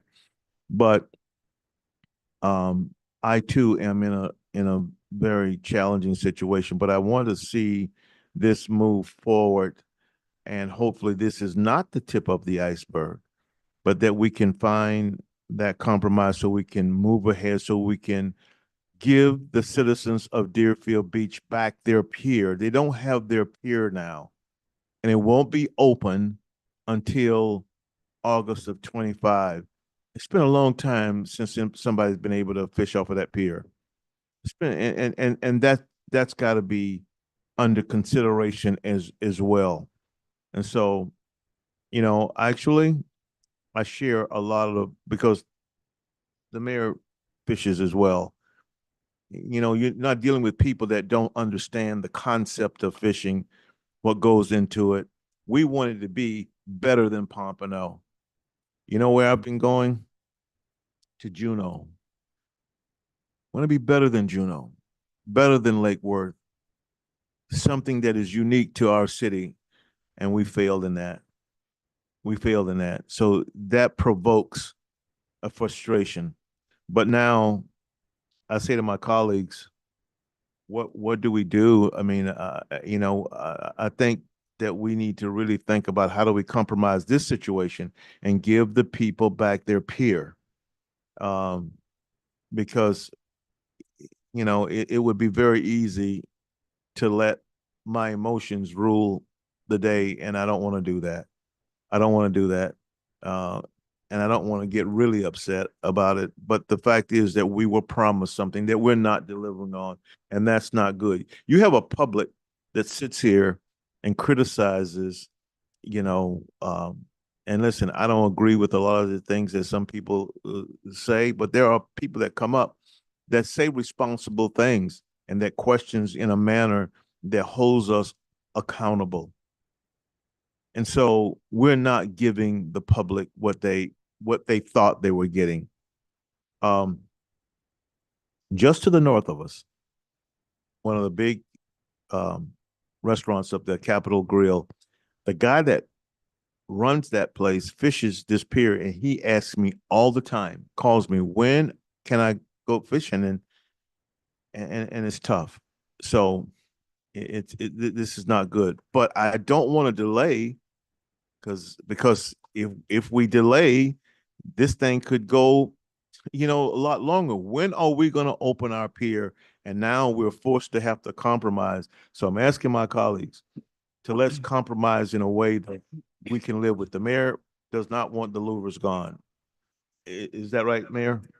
And what else were you saying? Keep the fish tables the way they are. I agree. Keep the signage the way it is. Keep the public art. And short of eliminating the second cover, that's the only thing I can think. And I'm in agreement, but we have to get this going. It's time for us to move. We're all adults in the room here, and we're having right now an adult conversation, and it will require adult decisions. There's a lot of people can have opinions about the pier, but they don't even fish it. They don't even know it. All they know is the financial end. But there's a public out here that pay taxes that want to use that pier. They can't use that pier. That's not right. That's not right. And it's a great pier too. It's an international pier, and seeing it, I've seen so many people just come out there just to take pictures on our pier. I'm gonna tell you something. Our pier is better than what it was. In this, what we were going would be better than Juneau, would be better than Lake Worth. In my opinion, would be better than Pompano, or at least there's a balance there. We did some good things. It's important that when we negotiate something, that we deliver to the people what we say that we're going to do, and we're not going to do that. So I'm with the mayor. Leave it, those things. I think he's spot on with what should remain. I think that keeps us credible with our constituency. So that's my opinion. So I do agree with him, and that's it. Thank you. Commissioner Hudak? Thank you, Mr. Mayor. This pier brings 3.6 million people to our beach every year. So I understand the fishing aspect of it, but there are a lot more people that are affected by this pier. The businesses down there, I've talked ad nauseum the last couple of meetings with regards to how they're adversely affected because this pier is closed. True, we started this project with just wanting to rebuild the pier the way it was. And then somebody had the bright idea, hey, since we got to build it, we might as well make it better. So I'm of the opinion that we do need to make it better. I'm listening to the mayor. I'm listening to Commissioner Preston. And the louvers are option C, and that's not part of the recommendation from staff to remove those. So we keep the louvers. The one thing that I think we all agree on is this grinding system is not needed. It was never needed. We've been told today it is still not needed. So I don't even know why it was brought up in the first place, but that definitely needs to be eliminated. So if you eliminate that grinding system, the pier is aesthetically the same as we have presented. And that also reduces $316,377. And according to this, 0 cents. The biggest issue is something that the mayor brought up, and it is our inability, and I'm not even saying it as a dais, I am saying it as staff's inability to be proactive. This is something that I have witnessed since I've been up here on the dais, and it's not just the director that's up there now, it's the city as a whole. And I talked to the previous city manager ad nauseum on that. We are very reactive. And when something is pointed out, whether it's bushes needing to be cut in front of the turtle lights, we run out and we do it. Or it's stuff leaking on the beach, we run out and do it. This city needs to be proactive. As the project manager, I don't know how many piers you visited, and I'm not saying you're a subject matter expert on building piers, but if this was your project, you needed to be a subject matter expert on building piers. And when we changed direction and we went from just redoing the pier that we have to making it what we want, that was your opportunity to step up to the plate and figure out all of these other things that shouldn't have been unforeseen. So I'm really hopeful that there are no more unforeseen things, because it's really putting a black eye on this department. There's been a lot of, we already talked about the project over on 8th Avenue and the challenges that that's facing as well. And I'm hopeful that with some guidance and some direction, this department can move forward and be a lot more proactive and a lot more educated when presenting stuff to the dais, because it was an embarrassment last time. It really was. And I'm hopeful that you took it seriously. I'm hopeful that the city manager took it seriously, because up here on the dais, I was extremely embarrassed by it. And I'm sure my colleagues were as well. We get enough heat as it is, and we do the best we can to do the due diligence that we can so that we can make educated decisions up here.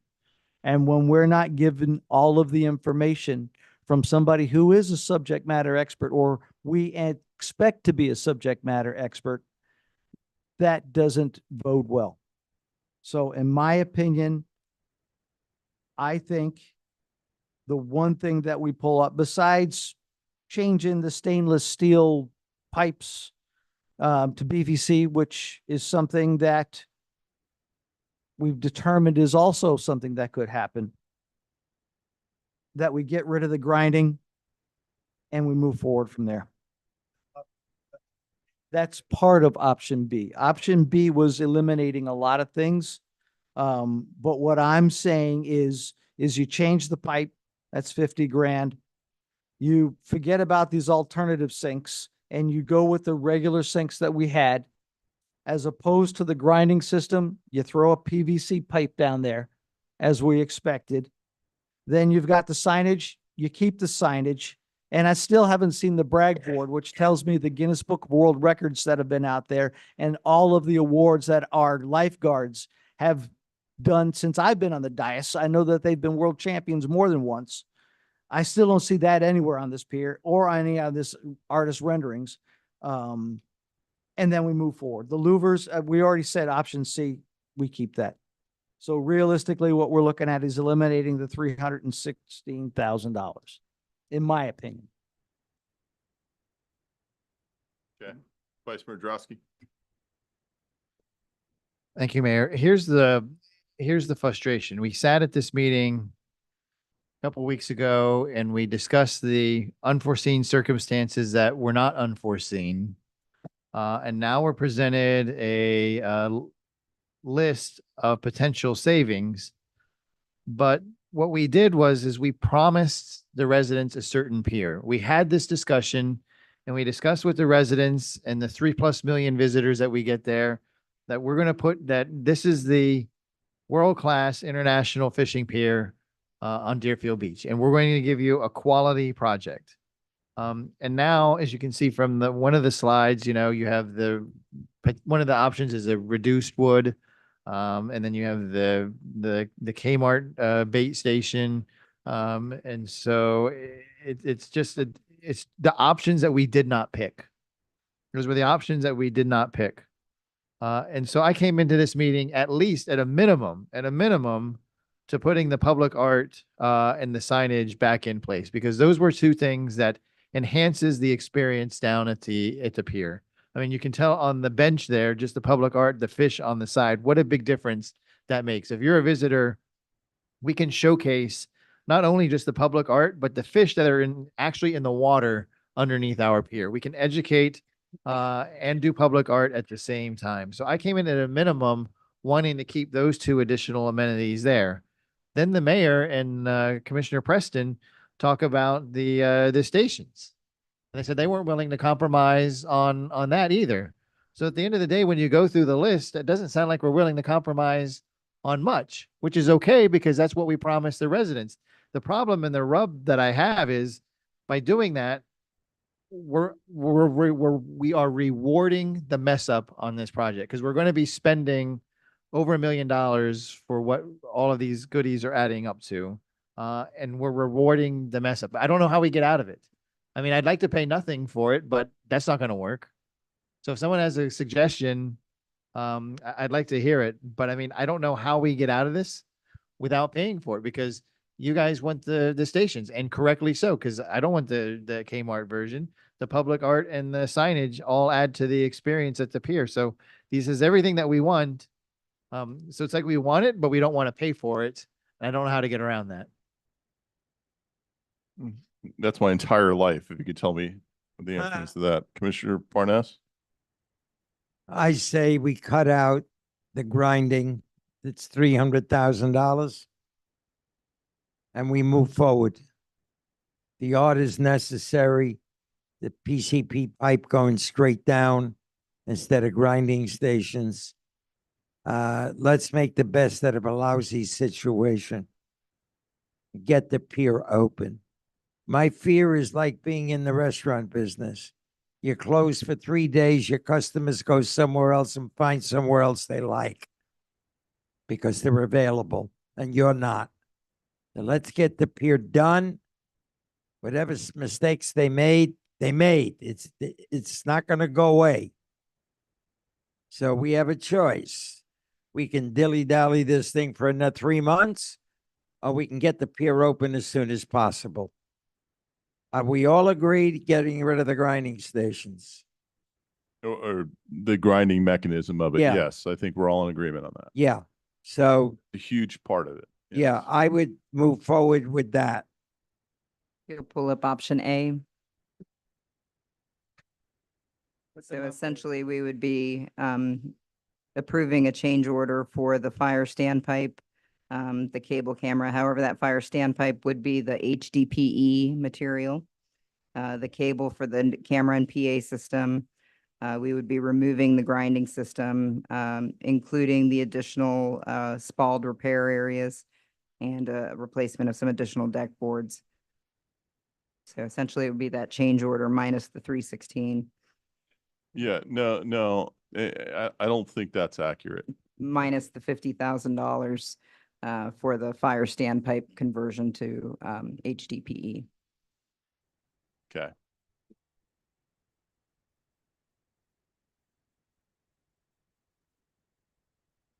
I just don't want to, I want to make sure we're not missing anything that's on here because, you know, doing it in this half-assed way that we're doing it here, it doesn't fly with me. So I need somebody going here. To me, the only thing we're changing on this whole thing is the fact that we're getting rid of the fish grinding part of it. We're keeping the fish cleaning stations exactly the way they are. We're just going to go with a PVC pipe going straight down. And I would really like to know and make sure, because I don't have faith that it's been done, is to double check with fire to make sure that that I just have a hard time believing that a pressurized pipe, you can use PVC and everything else going down there. I don't understand how that cost is what it is. I just don't get it. I don't understand how it's that expensive to run that pipe all the way down the end. And you guys know, look, and I'll defend staff when it comes to these prices. We have the geniuses out there that think that they know how to build a lifeguard stand and what the price should be, and they can build it from Home Depot. I know the reality of what that can and cannot be. I'm realistic on it. I'm not like, you know, others. But I look at this and I go, this one doesn't make sense to me. And it should have been known about before. That's the one part of all these changes on here that really bothers me. And I'm not going to sacrifice other bells and whistles to make up the mistake that was made and not anticipating that cost. Eliminating the fish grinding is the only thing I want to see taken off there. Is everyone in agreement on that? So that's what the motion should be made to move forward. Mayor. I'll make that. Hold motion. on, go ahead. Are you trying to say something? I can't tell. Yes, could I ask Okay. for clarification? It's option A, which is the change order. In addition to that, we're reducing the 50,000 which is the estimated cost for changing from the stainless steel pipe to the HDPE pipe. We're also reducing the 16,000 for the grinding and the net of the 30,000. You'd like to keep the sinks as they are proposed. You'd like to keep the artwork on the sides of the sink, and you'd also like to keep the signage in terms of the wayfinding sign. And everything else. Yes, everything else, correct. Yes. Okay. I think that's what's up there. Yeah.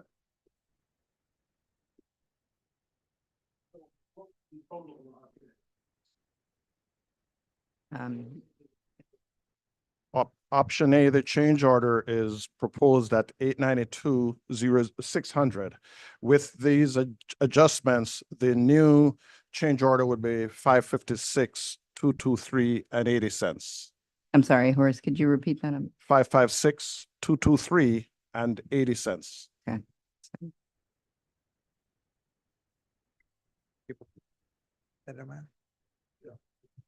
Make a motion that we accept that price you just said. I'll second.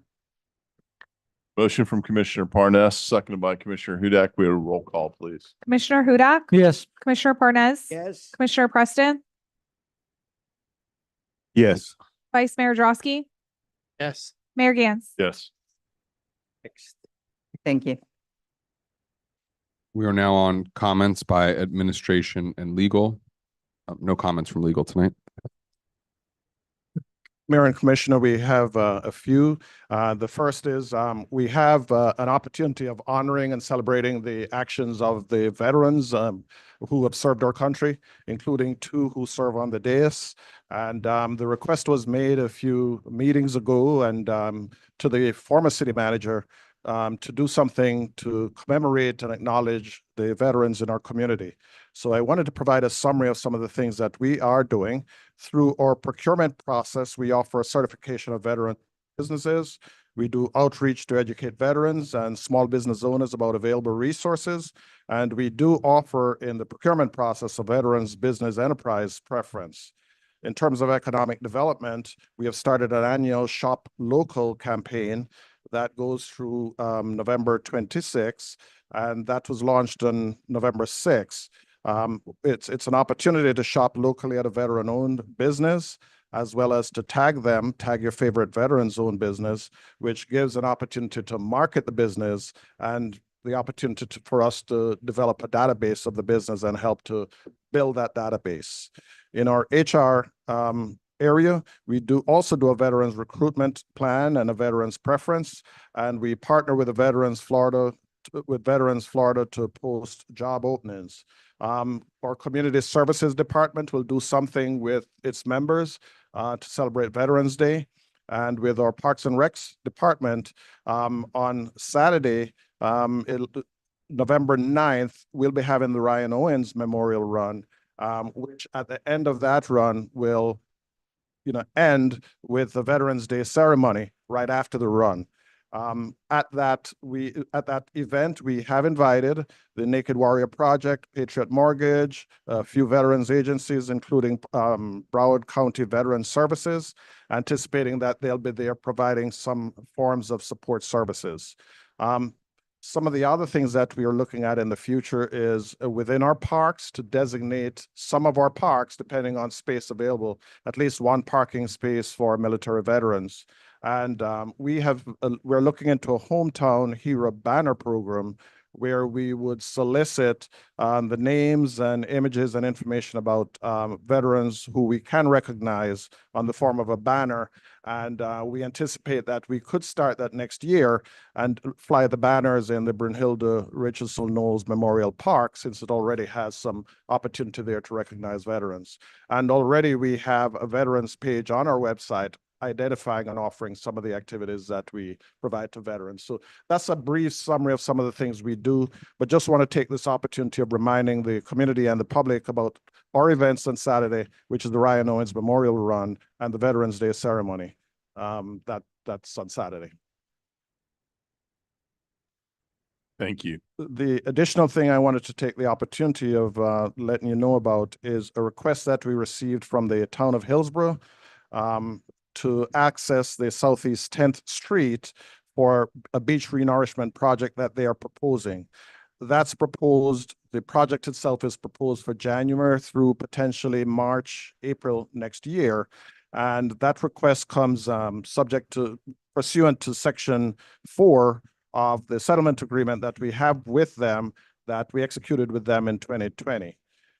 In order to accomplish that, we anticipate that the area that they would access to get access and use 10th Street, they would probably need to access through 9th Street along Ocean Way. So that would be the area that would be impacted. We are working with a consultant to reduce and mitigate the impact to the city. One of the things we have done is to give them some of the feedback in terms of the things that we would want to mitigate that impact. And formal maintenance of traffic would be required. And based on that, they're putting some of that in the bids that they're putting out for the contractors. So we anticipate that it would be going out to bid shortly with the input that we have provided. And based on that, it will be coming back. We're providing this information to you because with it being out, the town of Hillsborough will be talking about that pretty soon. You'll be hearing about that pretty soon, and we wanted to make you aware of that. Third item I wanted you to be aware of is Villages of Hillsborough. We had some playground installation scheduled for that, and that was scheduled for next year, February. Our Parks Department was able to do their magic, and they have informed me that the playground installation is moving forward from February, and it should be started sometime in November, maybe in about 2 weeks. It should be taking about 8 weeks to do with the installation process, and they'll be doing outreach to the community. But again, we wanted to make you aware of that and compliment Parks on the efforts that they have done in terms of moving this forward. That's all I have. Thank you. One thing on that, let's make sure with pavilion rentals we have in that park that we're not doing a construction project, and reach out to the residents if that's the scenario, just to make sure that we've got that covered and we're not crazy problem for them. When it comes to the town of Hillsborough's beach renourishment plan, how many trucks are they proposing a day to go in order to do their project they want to do? Based on the calculation, it's probably about 100 trips per day with the vehicles, depending on the size. One of the things that we have said to them is that, or we would want them not to be using Hillsborough Boulevard. So that's one of the stipulations that we have put in there. Well, I'm going to go further with that. Those dump trucks that I'm going to assume it's a dump truck. It might be one of the bigger, longer bed ones, or it might be regular, but you said 100 trips a day? Probably 100 trips a day, depending on the size. Yeah. So the plan is for it to come not from Hillsborough, but from the south to queue in the town, and then just to turn either on 9th or onto 10th, maybe a few. Needs to trucks go at a time. back down south. I don't want them on A1A in our city. I don't want them coming on Hillsborough or anything like that. So let's hear that is our position. That's an extraordinary amount of dump truck traffic in the middle of season for us. Now, let's talk about the timing of this. They want to do it January to March in season. Why? Is because their grant runs out in April. I don't care. Their inability to plan for a beach renourishment project with 5 months before it expires and it's just coming to us now, and they want to rush this through. I'm not going to have that for the hotel that's over there. That's the one that's going to be impacted. Suites. So no. And town of Hillsborough can, their inability to plan is not our problem. That's not our hardship. We'll work with them. We want to be good neighbors, and we have an agreement with them to do beach nourishment. But just because they can't get their act together, they want to do it in the middle of the season and impact one of our hotels right there with 100 dump trucks a day. Yeah. Sorry, that's not going to work. So I appreciate we're taking that position. But I noticed in the presentation, none of that was, did you guys know it's going to be 100 dump trucks a day? I'm pretty sure that's some important information for my colleagues to know. That should be in this. That kind of information is kind of important for us to know. In an update, we should get the full story. And if we're not going to get the full story in an update, then we should at least be told about it in some other form or fashion. So, it's important for us all to know. I know the city manager and the city attorney can do everything they can to mitigate that and make sure that doesn't happen. And I'm glad we're working a consultant on it because I know we have an agreement. And if we got to go back to court, then we go back to court. But no way that's going through our town. Not in that capacity at that time. It's their problem, not ours. They're planning, I mean.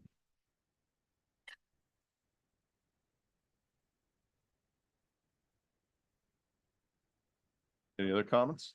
That it? Okay, we are now on city commission business. Item 13 is discussion and potential action regarding the city manager position. Thank you. My original point of this coming in here and putting this on the agenda, I've been trying to ponder some of the issues that we're having, some of the things I want to see done, and the pace in which we're going about doing that. So my hope was that maybe we speed along the process and get moving a little bit faster and accelerate things when it comes to the recruitment for the full-time position. But I look at on a couple of factors. I look at the numerous projects that we have going on in the city, the pier being one of them. We see the problems that we just have with the pier and that's going on there. We look at the drainage project that we have on 8th Avenue. There's a lot of projects we have going on, which is a great thing. We're doing a lot of great things in the city, but all of those things are moving parts. We see that 2 of these projects we're having some major issues with. Now, I think there's a common denominator in it because they're all coming from the same department. But the pier and the drainage on 8th Avenue, we can be doing better. When I look at the challenges that we're facing, we got the Monarch Hill expansion. We're 5 days away from Monarch Hill's debate in front of the county. And I don't think any of us have been briefed on it as far as getting any information yet. We need to be proactive, as Commissioner Hudak said. And I agree with that. And I've always agreed with that. Unfortunately, what I feel is we're very reactive. And when we do react, it's extremely slow, in my opinion. We were given numbers on the fly last meeting when it came to the pier. We were changing things in the middle of the meeting. That item should never have been on the agenda if you knew you had so much pushback, because it wasn't just for me, because I think I just happened to be the first one out of the gate. I think everybody was lined up to be angry based on the comments I've heard regarding the pier item. It never should have been on the agenda. We had a department head give us false information when we were making a decision because we were doing it on the fly. That should never occur. I look at the drainage project we have over there, and I just feel that that is a situation that, while I don't blame the current acting city manager for where it's at, I look at what has happened since he's been in the position. First off, I don't want to ever hear about a department head telling a resident when they're asking about a storm coming during that drainage project, and they say, well, I can't pick up your house and move it 30 feet. That should not be okay. That's not what you tell a resident who is concerned about an oncoming storm with a terrible project that you've bungled from the beginning. I don't think that kind of behavior in front of a city manager is acceptable. When you find out something about a department head that was important information maybe for the entire commission to know, and it takes the city manager 3 days to let the entire commission know, despite the fact that he was aware the day of a commission meeting of information that we weren't aware of. It took 3 days to let all of us know up here. I know that because he told me that's how long it took. That shouldn't be happening. We should be better prepared for these items. My understanding is we haven't had a management meeting at the level that we were having since right after David left or right at the time that David left. I was able to maybe look past all this and say, look, let's just speed up this process and move forward. But last Friday, I met with the residents over here from this neighborhood about the project over on Eller. Ms. Bolowich, Mr. DeChristopher, many of them, and we had a meeting. On my way over there, I was going by 8th Street to take a look to see what the condition of that project was. As I'm driving on Eller here, I watch a man in an electric wheelchair crossing the road. There's a traffic cone next to the sidewalk that leads right into the regular sidewalk. As he's going, I notice his wheel he hits the cone because it's right up against it. And as he's trying to pull himself loose from it, he falls in the hole and lands in the middle of the swale. I stop in the middle of the road, jump out trying to help him. I can't lift the wheelchair out of this hole that we have next to the sidewalk. A detective from the police station came over because we're right there at the corner. We are on city property. We're right there. And he and I try to lift the thing up. We get the gentleman set up. It took us a while, man bigger than me. And we put him in the chair and got him all right. He was fine. But that's a project that's been like that for a really long time. And the sad part is I came into that meeting and I met with the residents and I came out and I grabbed the city manager and go, let's go walk and take a look at it. And they're filling in the wrong hole. Not that it's a problem. They didn't know which hole I was talking about. It's the fact that we have so many holes over there that it was hard to figure out which one to fill. In my opinion, they all should have been filled a long time ago. And I would bet that there have been complaints about the conditions over there. That's just, to me, not proactive. It's reactive. And it's a style that I just don't think is appropriate for what we have going on in this city. It is my opinion. I follow the chain of command. We have an assistant city manager to act in the acting position, and that was the right thing to do. Just like in football, you go with the hot hand. You put a quarterback in, next person's up. If it works, it works. If it doesn't, you make a change. And it's my opinion that we appoint another interim city manager to take over. And I'm going to make the recommendation of Rodney Brimlow to be our assistant city manager in the interim while we go through this process. Now, I understand by doing that, that might cause an issue with us going outside of the city and trying to recruit people when you see they've made a change and they're putting someone forward. Commissioner Preston was very much so, hey, let's look internally first before we go outside. I still believe we should go outside. I'm very firm on that, but I understand that maybe it won't be as successful as we'd hope if we make a change. But I think the change is absolutely necessary. I think Mr. McHugh is an outstanding person, extremely professional, and I would like to see him go back into his position he had previously as the assistant. But I think right now, considering the state of all the projects that we have going on, and that we need to make sure that we are being proactive. I think Rodney is the right person to do that and lead us through this period. So that is why I wanted to bring this forward. I wasn't completely sold on the fact that this is the right thing to do until I saw what I saw. And I look at the culmination of everything. I look at the way even this discussion tonight about the pier project is tonight. And I say, okay, this is what we need to do. This is my opinion. This is my suggestion. And that's what I'd like to see happen. You need a motion? Hold on, Commissioner Preston. Thank you, Mayor. I initially said that we should vet the guys that was there. This is the very reason that I wanted to do that, because I looked at what we had at the time and in terms of the situation. What did we need and what do we need now? We actually need stability in our management. We need guidance to staff, in my opinion, and we need to not have the morale of our employees destroyed. That's why I said, let's first take a look at what we have. And if we need to go outside, then that's what we need to do then. I will tell you that as far as Horace McHugh has done, anytime I have asked him for information or asked him to help in something, he has been able to provide the information. I also know that he has been able to give me the confidence that he can do the things in his capacity. I will also tell you that Rodney Brimlow has done an exemplary job of different things that I've asked him to do.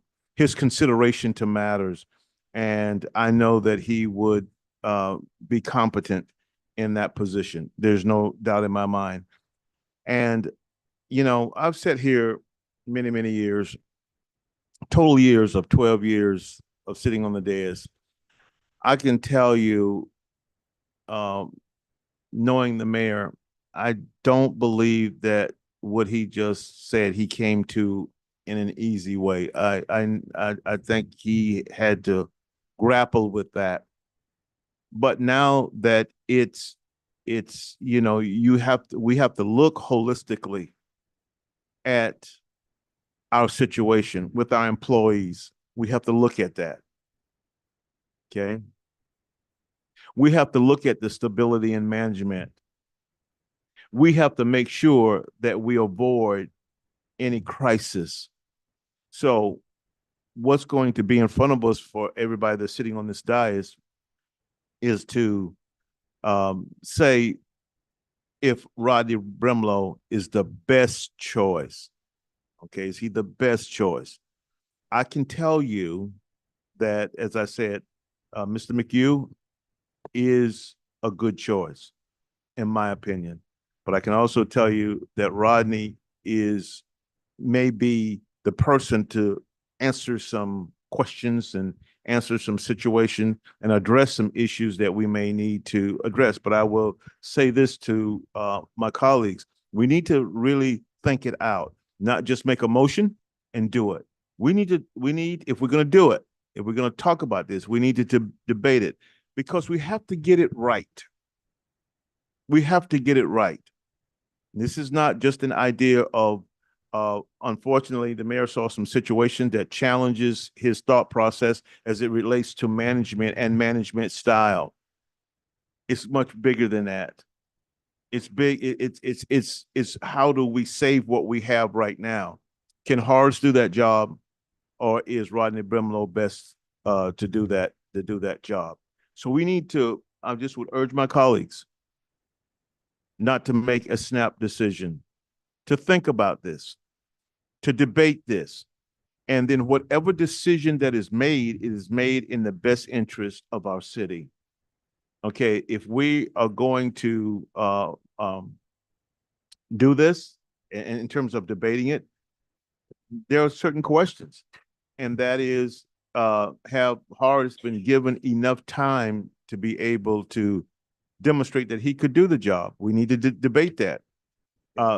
And we need to also know, that's why I wanted to do this, because I believe that, no doubt about it, that we have the expertise that we need for city manager in this room.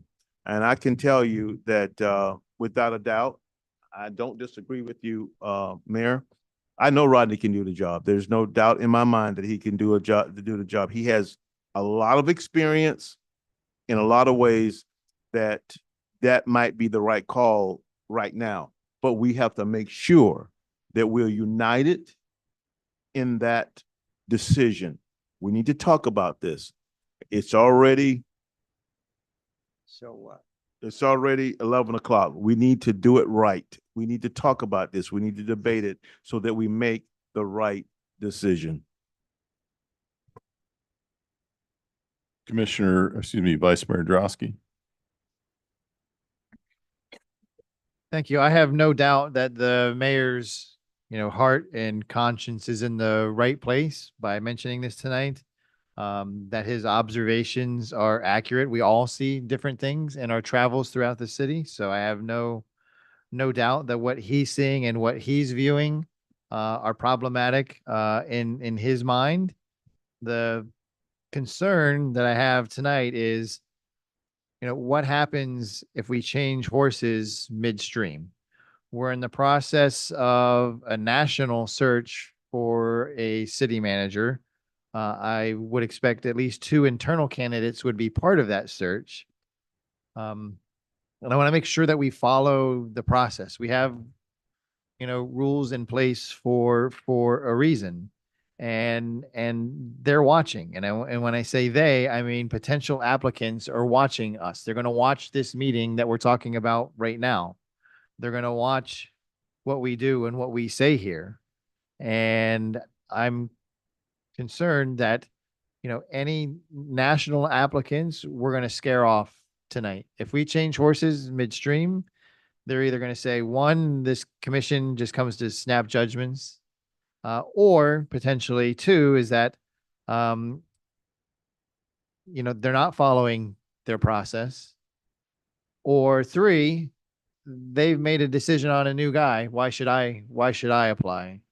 And that I don't want to taint the applicant pool, because I do want to see what is out there beyond Deerfield Beach. I, like the mayor, am adamant that we need to do a national, search for a potential city manager, not just 2 internal candidates.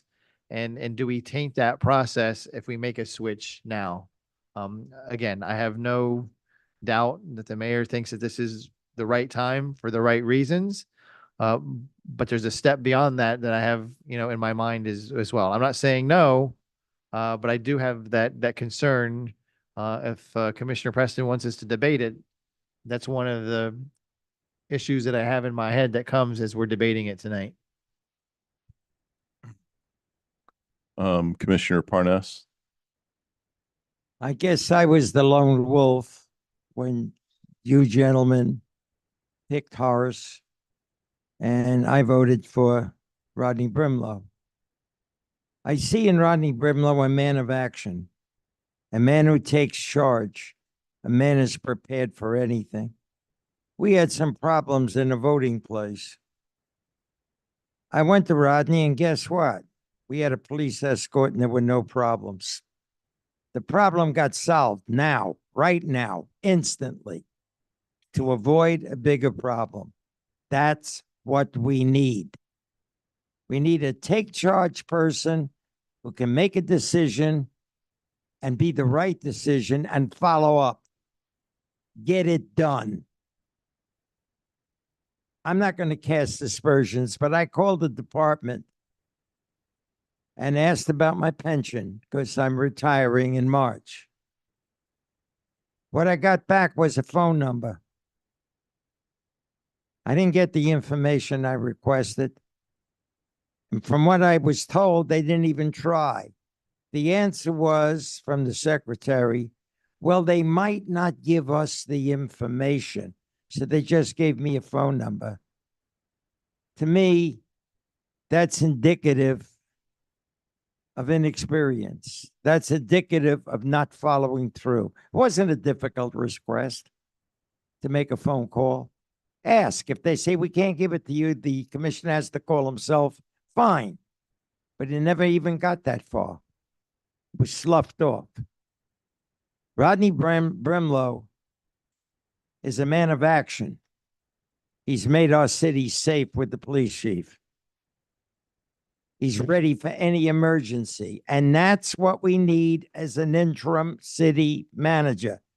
We need somebody to take charge, know what he's doing, and prevent stuff like what happened with the pier. This should have never happened. Never. But it happened. And it's costing us money. I'll make a recommendation that we make Rodney Brimlow the interim manager as of right now. Thank you, Commissioner. Commissioner Hudak. Thank you very much, sir. Greatly appreciated. You don't know how someone is going to succeed in a position until they're actually in it. If a national candidate looks at one commission meeting and decides that they don't want to work at our city, then I don't want them as our city manager anyway. They have 6.5 years to look at what this dais has done and the consistency and the professionalism of this dais. So if they only look at one commission meeting, they're not the guy for us or girl for us anyway. I don't think switching city managers is necessarily detrimental, considering the history of this dais.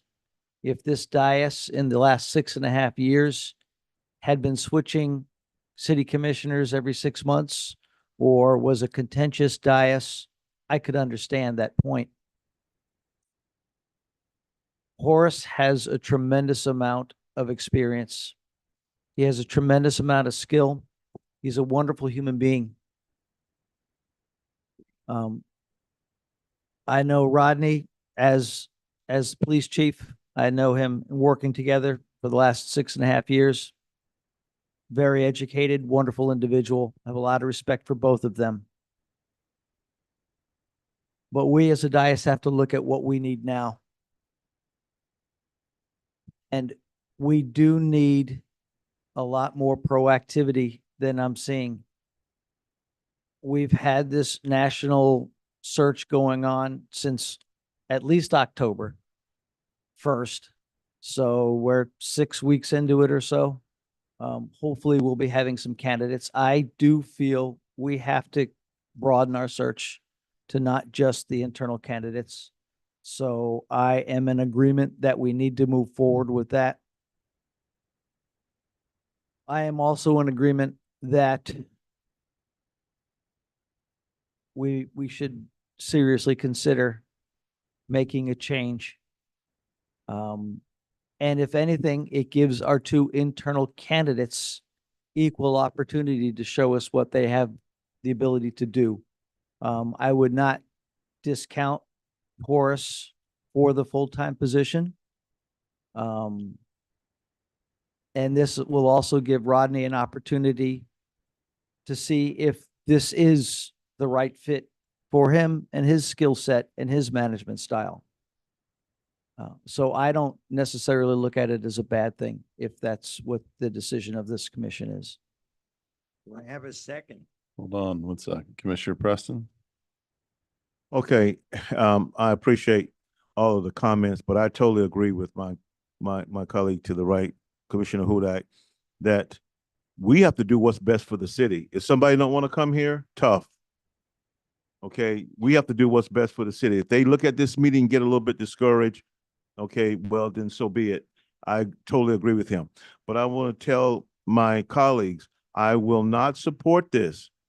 If Rodney becomes the interim city manager now, and you give it to him and he works hard, only to snatch it away from him a little bit later on because somebody comes in. He comes in and do the job. I think there has to be some sort of provision because I won't support him just being the interim city manager. You're saying now all of the confidence that you have in him and in his ability to make a difference. That's what I'm hearing. Then if that's the case, let's put him in that position and let's do it. Because if you put him in that position and then somebody comes in and, they have all the bells and whistles and we snatch it away from them, first of all, we don't know what we're going to get. The transition time for a person, even if they came in today, you're looking with all of the issues, the capital projects that we have in the city of Deerfield Beach, at a minimum, you're looking at 6 to 8 months for a person to understand the magnitude of what we do here, to understand the employees, to create a plan that he can come before this commission. At least 8 months. Rodney has been here. And so I will not vote in favor of giving it to him in just like, just to see what he can do. We're saying if we vote on this and, he is put in that position, that is instilling a confidence that we're saying we need you to make a difference and to do that now. And when that other person comes in, when those other people come in to interview, then he is no longer the city manager. I just won't support it. I think we need to just, give him some leeway and give him some special consideration in that, because I won't support, like I said, him being the person and then 3 months or 4 months from now, we snatch it away from him.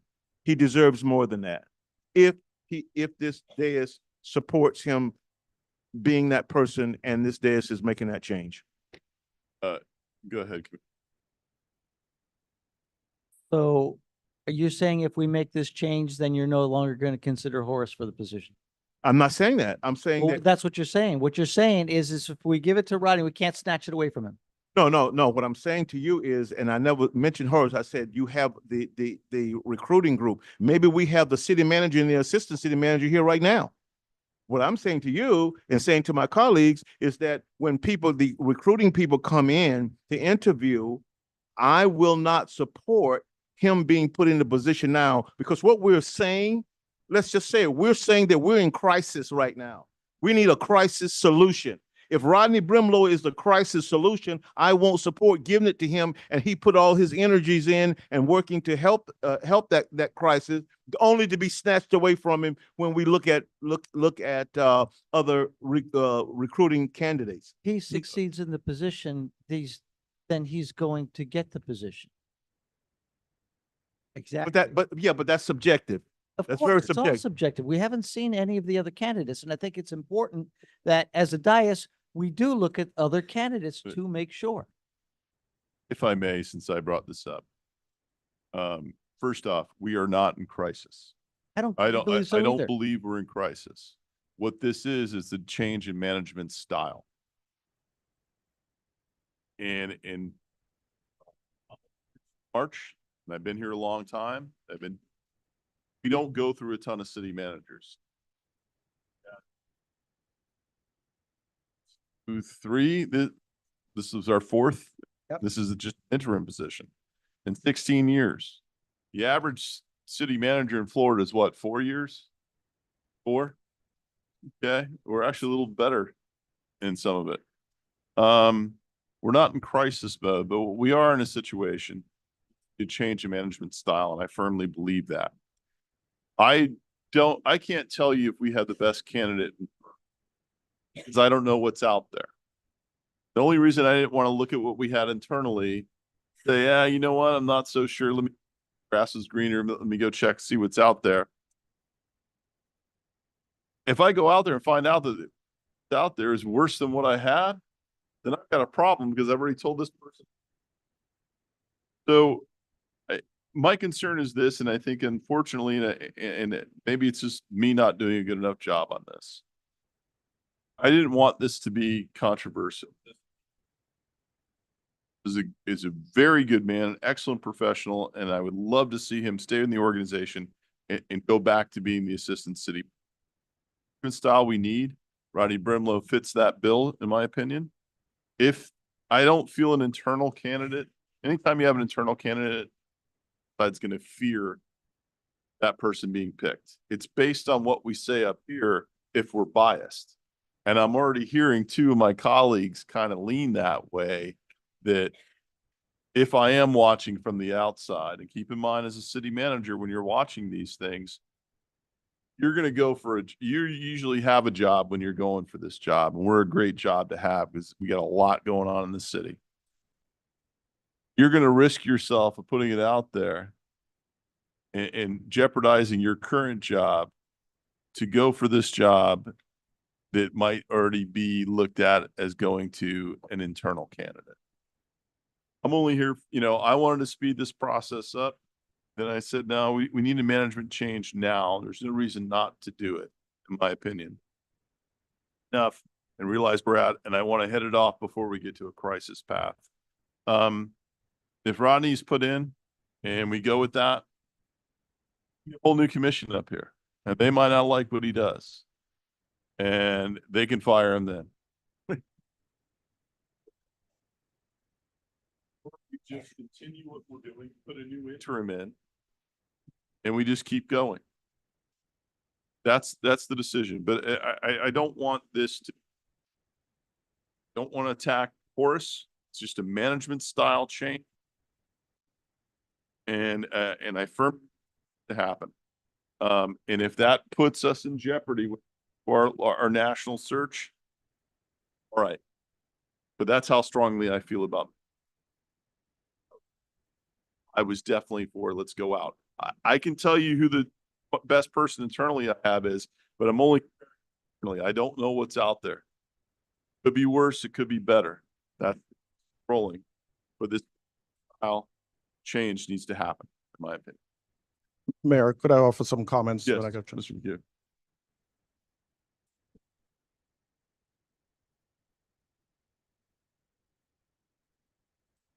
Thank you very much for the comments and the feedback, and I heard the comments. It's certainly your decision who you hire or maintain as a city manager, and I appreciate the honor of doing that.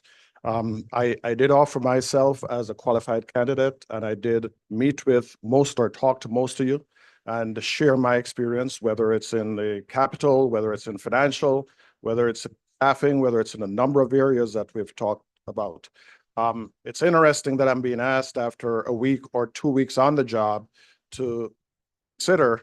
I think normally with a city manager, Dave, what you did was offer him an evaluation checklist, and some of the things included his personal requirements, his ability to move forward and qualify himself and train and recertify and maintain certification, his professional skills, maintaining his credentials and certification, his relations with the city commission, communicating with them, his policy execution, reporting and informing the commission, a number of those things, external community relations, staffing supervision, fiscal management, a number of those things that I think I have displayed.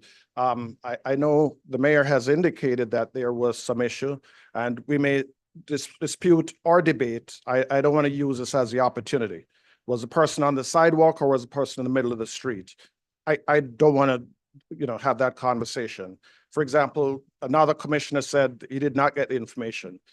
I called him back 2 or 3 times and leave messages on that particular day.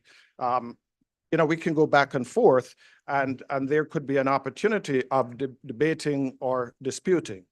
management style, all the directors, I've had at least 1 or 2 meetings with them within the last 3 weeks or 2 or 3 weeks.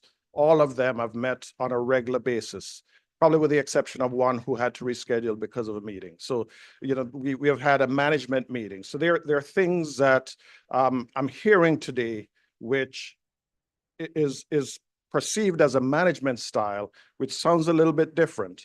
I think I have communicated with most of you in a manner that's acceptable. Others I've tried to communicate with and may not have responded to texts or emails. So there's a perception that we're not communicating. But in most instances, I would think that I'm doing the job that I'm being asked. In addition to that, the job that I have is also the deputy city manager. I'm not allowed to fill that position, so I'm filling 2 positions at the same time. One of the things that I would suggest on your part in terms of being proactive, we're looking for, recruiting a qualified candidate, finding a qualified candidate, reorienting that person, whoever that is, whether it's Rodney or somebody else, making adjustments, whether it's banking, whether it's various components outside there, which may take some time, readjusting priorities and then moving forward. So these are all things that I think if I'm being asked to do that and a judgment is being offered or made in 2 weeks, I don't know that that's fair, given the criteria that you normally assess people out with, including Dave, your city manager, for the last 2 or 3 years. One of the things you can do in terms of proactivity, I think the city of a neighboring city had, since Dave has resigned, has expressed a vacancy in their city management. What they did is went ahead. They've actually, maybe a month later, they've actually started the recruitment, ended the recruitment, made the appointment, and left the incoming manager with 2 months to work with the other manager. This recruitment, I know Dave has left, has offered his resignation maybe 3 months now. I'm getting calls in our office asking what's the status of the that's an area you have responsibility over. Maybe that's one area that you could be proactive in moving that forward. And maybe that is one step that could be made in terms of moving it forward. I think, every 2 weeks or after 2 weeks, then making a change sends the wrong message to staff, sends the wrong message to your applicants, sends the wrong message to a number of people, your bank, your rating agencies. And I think there are opportunities for me to improve, or me to us to this style. Certainly maybe my management style meeting is one thing that, I hear from somebody, but I don't know that you're hearing that from all staff, that we're not meeting. That is not correct, Mayor.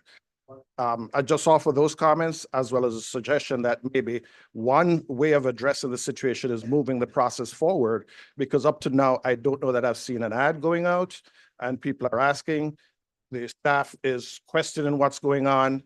So there's a lot of maybe anxiety, disharmony, and even at this point, if we were to offer a position to an executive now, if we were in the recruiting process, I'd be hard pressed for an executive to come in now with an interim, knowing that another interim would be here in 2 weeks, knowing that, an appointment may be made in February or January or February, and then knowing that there's an election. So even that creates a level of chaos that I just want to help you understand the impacts of the where you're going. Thank you. I didn't know it was our responsibility as a commission to, once we set something in motion, we have to follow up to move it along faster. The recruitment process was set in place, and I think that we had a discussion previously, and I was looking at coming in saying, look, let's move this up. The recruiters may have told you, but they didn't tell.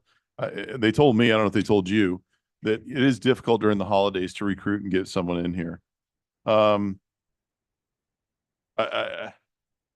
Look, I'm not. The easiest path, in my opinion, would be to just suck it up and we keep moving the way we are. But I don't think, based on what I'm seeing, that this style is going to change. I don't take this lightly. I've tried to make a soft landing for everybody on this. And before we get to a situation in which we have bigger issues, I think this change needs to happen. And if it ends up being that Rodney Brimlow is the permanent city manager, so be it. I am holding back a lot of things that have gone on. And this is, I understand you give someone time to feel it out, but in the interim position, in my opinion, change management styles right now and evaluate it at another time. I'm not going to sit here and do an evaluation and coach someone on an interim position looking for a different management style in a 2-3 month window.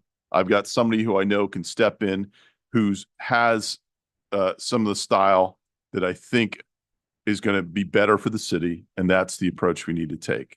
It's that simple. I'm going to second the motion. Can I get a second? We have a motion from I'm sorry, did you shout something? I didn't think so. It must have been your bobblehead in front of you. So we have a motion and a second on that. And I want to talk to the city attorney as far as what you would like to do with this. Okay, so the motion is to replace Horace as the interim city manager with Rodney Brimlow. Is that the motion as I understand it? That's correct, but Horace retains his former position. His former That's correct. position as deputy city manager. Yes, sir. Pursuant to his contract. Absolutely. Okay, and is it effective immediately? Yeah. For clarification, okay, and the second? Okay. Okay. So that, I just want to make sure there are any issues from your standpoint. So Horace does have a contract as interim city manager, but the contract does provide you can remove him from that position by majority vote, but he would go back as deputy city manager, and it sounds like that's, as I understand it, what the motion is. If this motion prevails tonight, it would be effective immediately, and I would need to negotiate a new contract with Mr. Brimlow for the interim city manager position and bring it back to you at a later date. Okay. Okay. If that's what you'd like Yes, to because do. it's an action item. We'll open it to the public. I don't know if there's anybody here from the public who'd like to speak. I thought I heard the wind blowing, but I'll open it to the public. I don't think grinning and being smug and something when it comes to the person's career is probably the right approach, Mr. Hers. Oh, well, I guess you're going to hear some facts then in the next 3 minutes, Mayor. It'd be nice to finally hear some. Dan Hers, 330 Southeast 19th Avenue. So in the presidential election, we didn't have an October surprise, but Deerfield Beach is going to have a November surprise. After 11 p.m., with 6 residents in the room, is when the mayor decides to axe the interim city manager. Very interesting. When I read item number 13, it said discussion and potential action regarding the city manager position. I honestly thought that we were going to get an update on the permanent search for a city manager. But oh no, not that fortunate. We get the biggest double standard that I have ever seen in my years of following this city.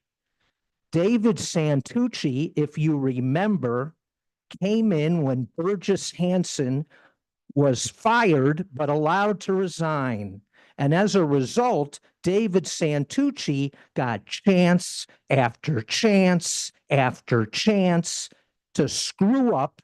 And this commission looked at him and said, well, he's brand new. We have to give him time. Horace McHugh gets 1 meeting and you want to axe him? What a double standard exists here.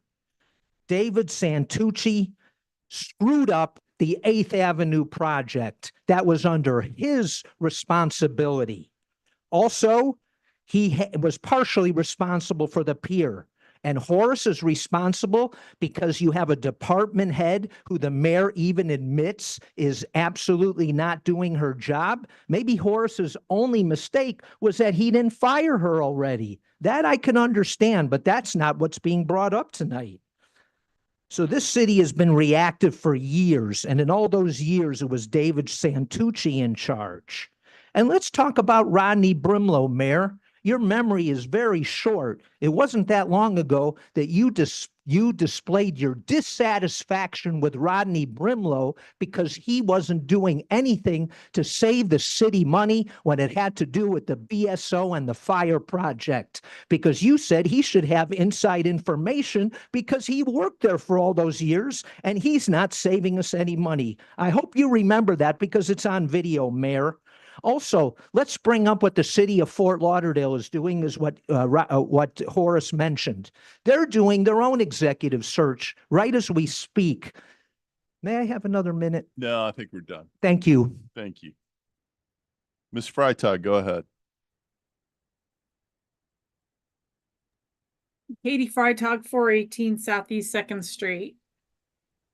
For once, I absolutely 100% agree with Mr. Hers is in the situation that Hugh hasn't done anything wrong. Yes, he's thrown into a position where he is having to tackle two different positions, all the different aspects of two different positions because he has not given any help in that second position as of yet.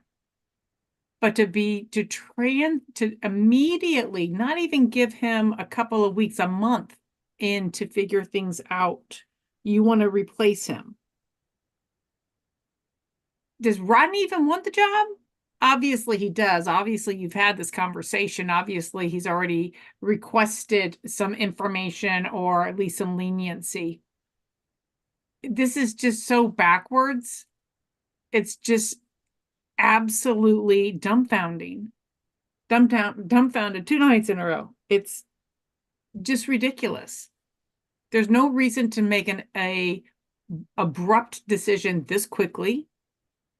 There's nothing that would warrant not waiting a couple more weeks and giving Horace a chance to get everything situated, to get everything where it needs to be.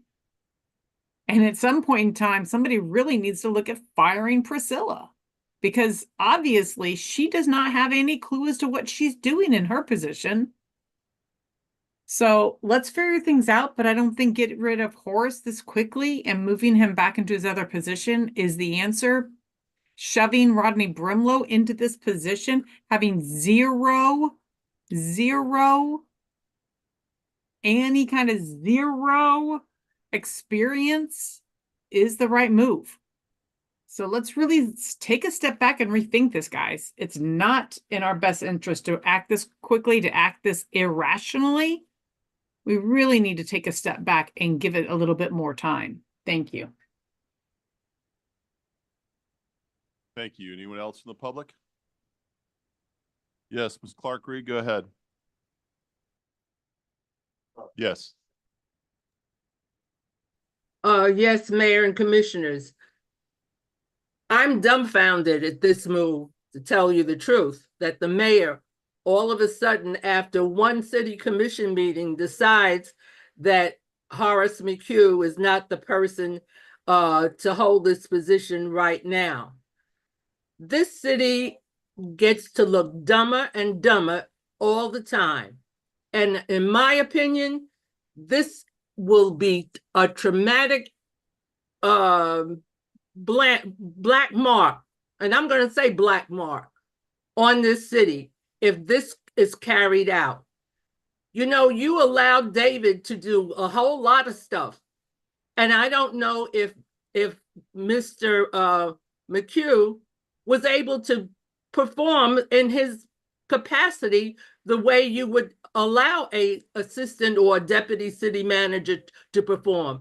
Because Mayor, I can tell you, I heard a lot about David Santucci's style of operating with this city and operating with the staff. So in my opinion, I think you knew you wanted Rodney. This is the way it looks to me. You knew you wanted Rodney before. You just went ahead with to go and get along and vote for Horace, but not giving him the opportunity with just less than 2 weeks in a job is absolutely ridiculous. It's unconscionable what you want to do. Thank you. Anyone else? Okay, I'm gonna close it to the public. It's amazing how somebody who's not sitting in this position, who doesn't know anything about what's going on except for what they're watching at home, to make an assessment on what I think is a job performance on things. They can have their opinion, but it's based on someone who's sitting at home watching a TV screen or asking questions that really don't seem to understand what the issue was. The difference between David Santucci in this situation is David actually interviewed for the job. Didn't realize we had a second internal candidate because Horace never told me he was interested in the permanent position. To my knowledge, we certainly didn't meet on it. Now, I told him immediately, you're the deputy city manager. It makes the most sense to move him up. If I wanted Rodney Brimla from the beginning, I would have put him in that position. One already expressed the interest in one of my colleagues had already wanted that. Easily could have done it and made the argument, but I chose not to because that's not what it was supposed to happen. We have a deputy city manager in the interim. That's what you put him in there for. With David Santucci, we interviewed. We saw what else was out there. We went through that process with him. We interviewed with him, and we decided to make a decision as a group to hire him in that position. And yes, in that position, you get certain leeway that you might not have in the interim position. This is an interim spot the way I'm looking at it. If this taints the subject, the situation, so be it. It's unfortunate. I don't think it needs to be that way. But I think where some of the conversation is going, they want to hand it to him. You don't get to see what I get to see. You don't get to do what I get to do. So you can trust my decision or not. I'm glad my colleagues do because they know what we deal with. We know what goes on up here. And there's a night and day difference. Someone wants to criticize the previous city manager. Some of these issues here are not Mr. McHugh's problems. He did not do these necessarily get us in those spots. But what I feel is he's not the person of this style to get us moving forward on some of these projects that need to get going. That's what it is. If you guys want to make him the permanent, Rodney the permanent, that's fine. And yes, I do criticize Rodney. I would criticize anybody. I for some strange reason, it feels like no one's above criticism. That happens. I don't know what the hell you do for a living that you think that your employees, that you're going to agree with everything you're going to do, otherwise you don't support them. That's really stupid. Really stupid. I'm going to criticize people. Anybody. I get criticism. Doesn't mean that it's not the right person for the job and you move forward. But no, you should be critical of people unless you wanted a bunch of yes men up here or yes women. And apparently that's what some people want, but that's not what I'm looking for. I'm just looking for a change in direction as far as it comes to the management style. That's what I think is the right thing to do. We have a motion and a second on the floor. Commissioner Preston, yes. Thank you, Mayor. I'm just going to ask my colleagues to just understand it from a procedural perspective, because as I said earlier, I believe that both candidates are capable of doing not a good job, but a great job for our city. However, in appearance, what this will seem like, that this was the last thing on the agenda and it was ramrodded through. And it's going to, even though I don't believe that's what happened, in appearance, that's what it will look like. And so I just think that the public should have, there's only a few people in here. I think it's only right that the city manager represents all of the people from all districts. And it would be the right thing to do to have them have an opinion, to be a part of the process. If we do it, we don't help ourselves. It's the right thing to do to allow them to be a part of the conversation. So I think that we don't have to make this decision right now. So I'm just going to ask my colleagues to consider, please, allowing the public to be a little bit more involved in this process as it moves forward. I appreciate that and I hear you. And it wasn't my idea to put it as the last item on the agenda. I had put it on the agenda, which tells you that I wanted to talk about it and take some action. So if I was trying to pull a fast one, I wouldn't have put it on the agenda. I don't believe you were trying to. I didn't say you were, but we have some fools that think I was, and that's not the case. This was something that I thought about it. It was telegraphed. I talked to Mr. McHugh previously about it. And he wanted to stay in the position he was and move forward to where we're at now. It's a change in management style at this point. If you guys want to stay with where we're at, then fine. I'll go along and we'll make do with what we have. If you don't want to, and you want to make a change, let's make the change. The public's going to come in here. The public doesn't work in the position that we do. There's one person that we directly can give orders to, and that's the city manager. That's it. Well, I've got people suggesting we should make a move to fire a department head. We don't have that authority to do that. The city manager does. That's the one person. You can consult, you can ask questions, but the only person you can give directive to is the city manager. I have always followed that and always will.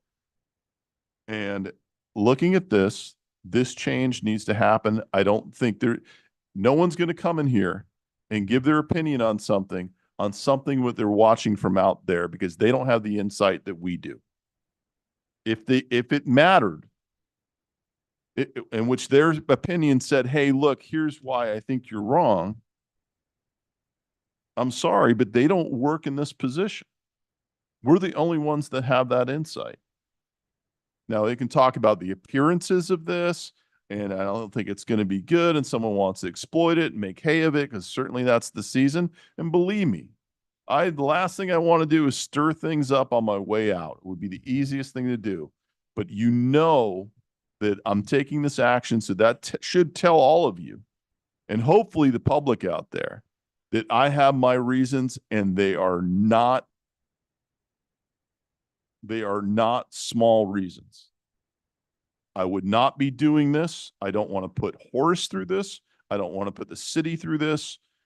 I certainly don't want to give fodder to anybody on this, but this has to change, because we're not in crisis mode, but we could potentially be soon enough unless we get things moving along. Speeding up this process to find a permanent person, to me, it is a Band-Aid that shouldn't happen.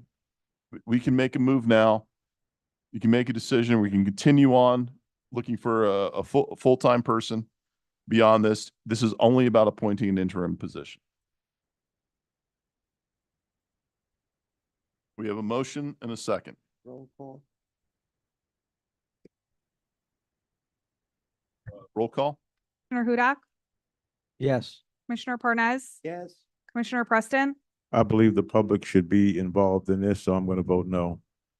Vice Mayor Drosky, No. Mayor Gans. Yes. We're now at comments by mayor and city commission. District 1. Thank you, Mr. Mayor. I want to say congratulations to Ed Dietrich and David Clancy, who have both been awarded the prestigious Stuart McIver Historical Award for their work on the Butler House and the Pioneer Cottage. So thank you both very, very much. I also want to congratulate Deerfield Beach High School's very own Xavier Restrudo, who last weekend set the University of Miami's all-time receiving record of 2,573 yards and is currently tied with Mike Harley for the all-time receptions in school history at 182. So good job and go Bucks. This Sunday, as city manager had mentioned earlier, is the Ryan Owens Memorial Run over at the main beach, and we'll also have a great Veterans Day celebration. So I hope to see everybody there. Thank you. District 2. Thank you, Mayor. I just wanted to say that I've been getting a lot of comments about the Tickner Center and the possible programs that can come out of there. Every time I drive by it, I'm so encouraged, and this whole city, and that has brought an inspiration to our city, and very enthused about that. And also, I would just like to say to everyone, sometime when we're doing things up here, it's very challenging. Don't lose hope. The intentions are, everybody's heart's in the right place. And so we'll get through this. We'll get through this. Although it's very challenging, we will get through this. Thank you, Mayor. Thank you. District 3. The election's over. Century Village is part of my district, and we have a wonderful custom. Election day, both sides are allowed to put signs up from the entrance to the voting booth in Century Village. I got a call from Master Management, who owns the property. Who is this Dan somebody running in March to put a sign on our property? So Dan, I'm going to ask you, whose permission did you get to A, enter the village, and B, put up a sign without the permission of the owner of the property? No answer? No, he's not allowed to shout from the audience. He's keeping decorum. Okay. Be it known this, your sign was removed by Master Management. They called me if I had given you permission, since I'm very active with the elections. And for 30 years, we've been putting up signs, Republican and Democrat, on the way to the voting site, not the night before, not the day after or a week, that morning, 6 a.m., we were out putting up signs. And then in the afternoon, I get a phone call. Dan Hertz, who's he? Running for president of what? No, running for mayor in March. On private property without the permission of the owners. Good start. I have to tell you, that's a good start. District 4. You'd sit through this whole meeting and no one would know I'm running for mayor. Tuesday, November 12 is the county commission meeting on the Mount Trashmore issue down in Fort Lauderdale. We now have a time certain for that matter. It is 1:30 p.m. So I know the city is offering transportation. We'll tie up those details in the next day or two and get that out to the residents. But the Mount Trashmore expansion before the county commission has a time certain of 1:30 on November 12th. That's all I have, Mayor. Thank you. Thank you. And just to make it clear so everybody understands with that, they're looking to take the height 100 feet higher than what it exists right now. This is a horrible decision, and it's caving into Waste Management's request that this is the only thing that if give them that, and then they're going to be able to ship a lot of the garbage to a different area. We heard what they said when they came before us, when Waste Management asked us for our permission when they wanted to expand. And when I told them, you have the ability to do all the things that you're asking to do now, why aren't you doing them? And the gentleman's response was, well, why don't you just give it to us? This is the attitude that they've been taking, and this is the attitude they'll continue to take. I encourage everybody to come out to that meeting to voice their opinions on what a bad decision this would be by the county commission. My intent is never to put the city in a bad situation. It's not a matter of, well, the public didn't have the opinion on this. This was on the agenda. Notice how everybody left. There's a few of you here, and for those of you who are here, thank you. The item on the agenda should have at least caught somebody's interest to stick around. They chose not to participate, not be involved in it. That's their choice. But I hope that we can move forward and be productive And I appreciate everyone's considerations tonight. That's it. Oh, I will be out of town for Veterans Day, just so you know. Motion to adjourn? Second. Motion and second. All in favor, say aye. Aye. Aye. Meeting adjourned.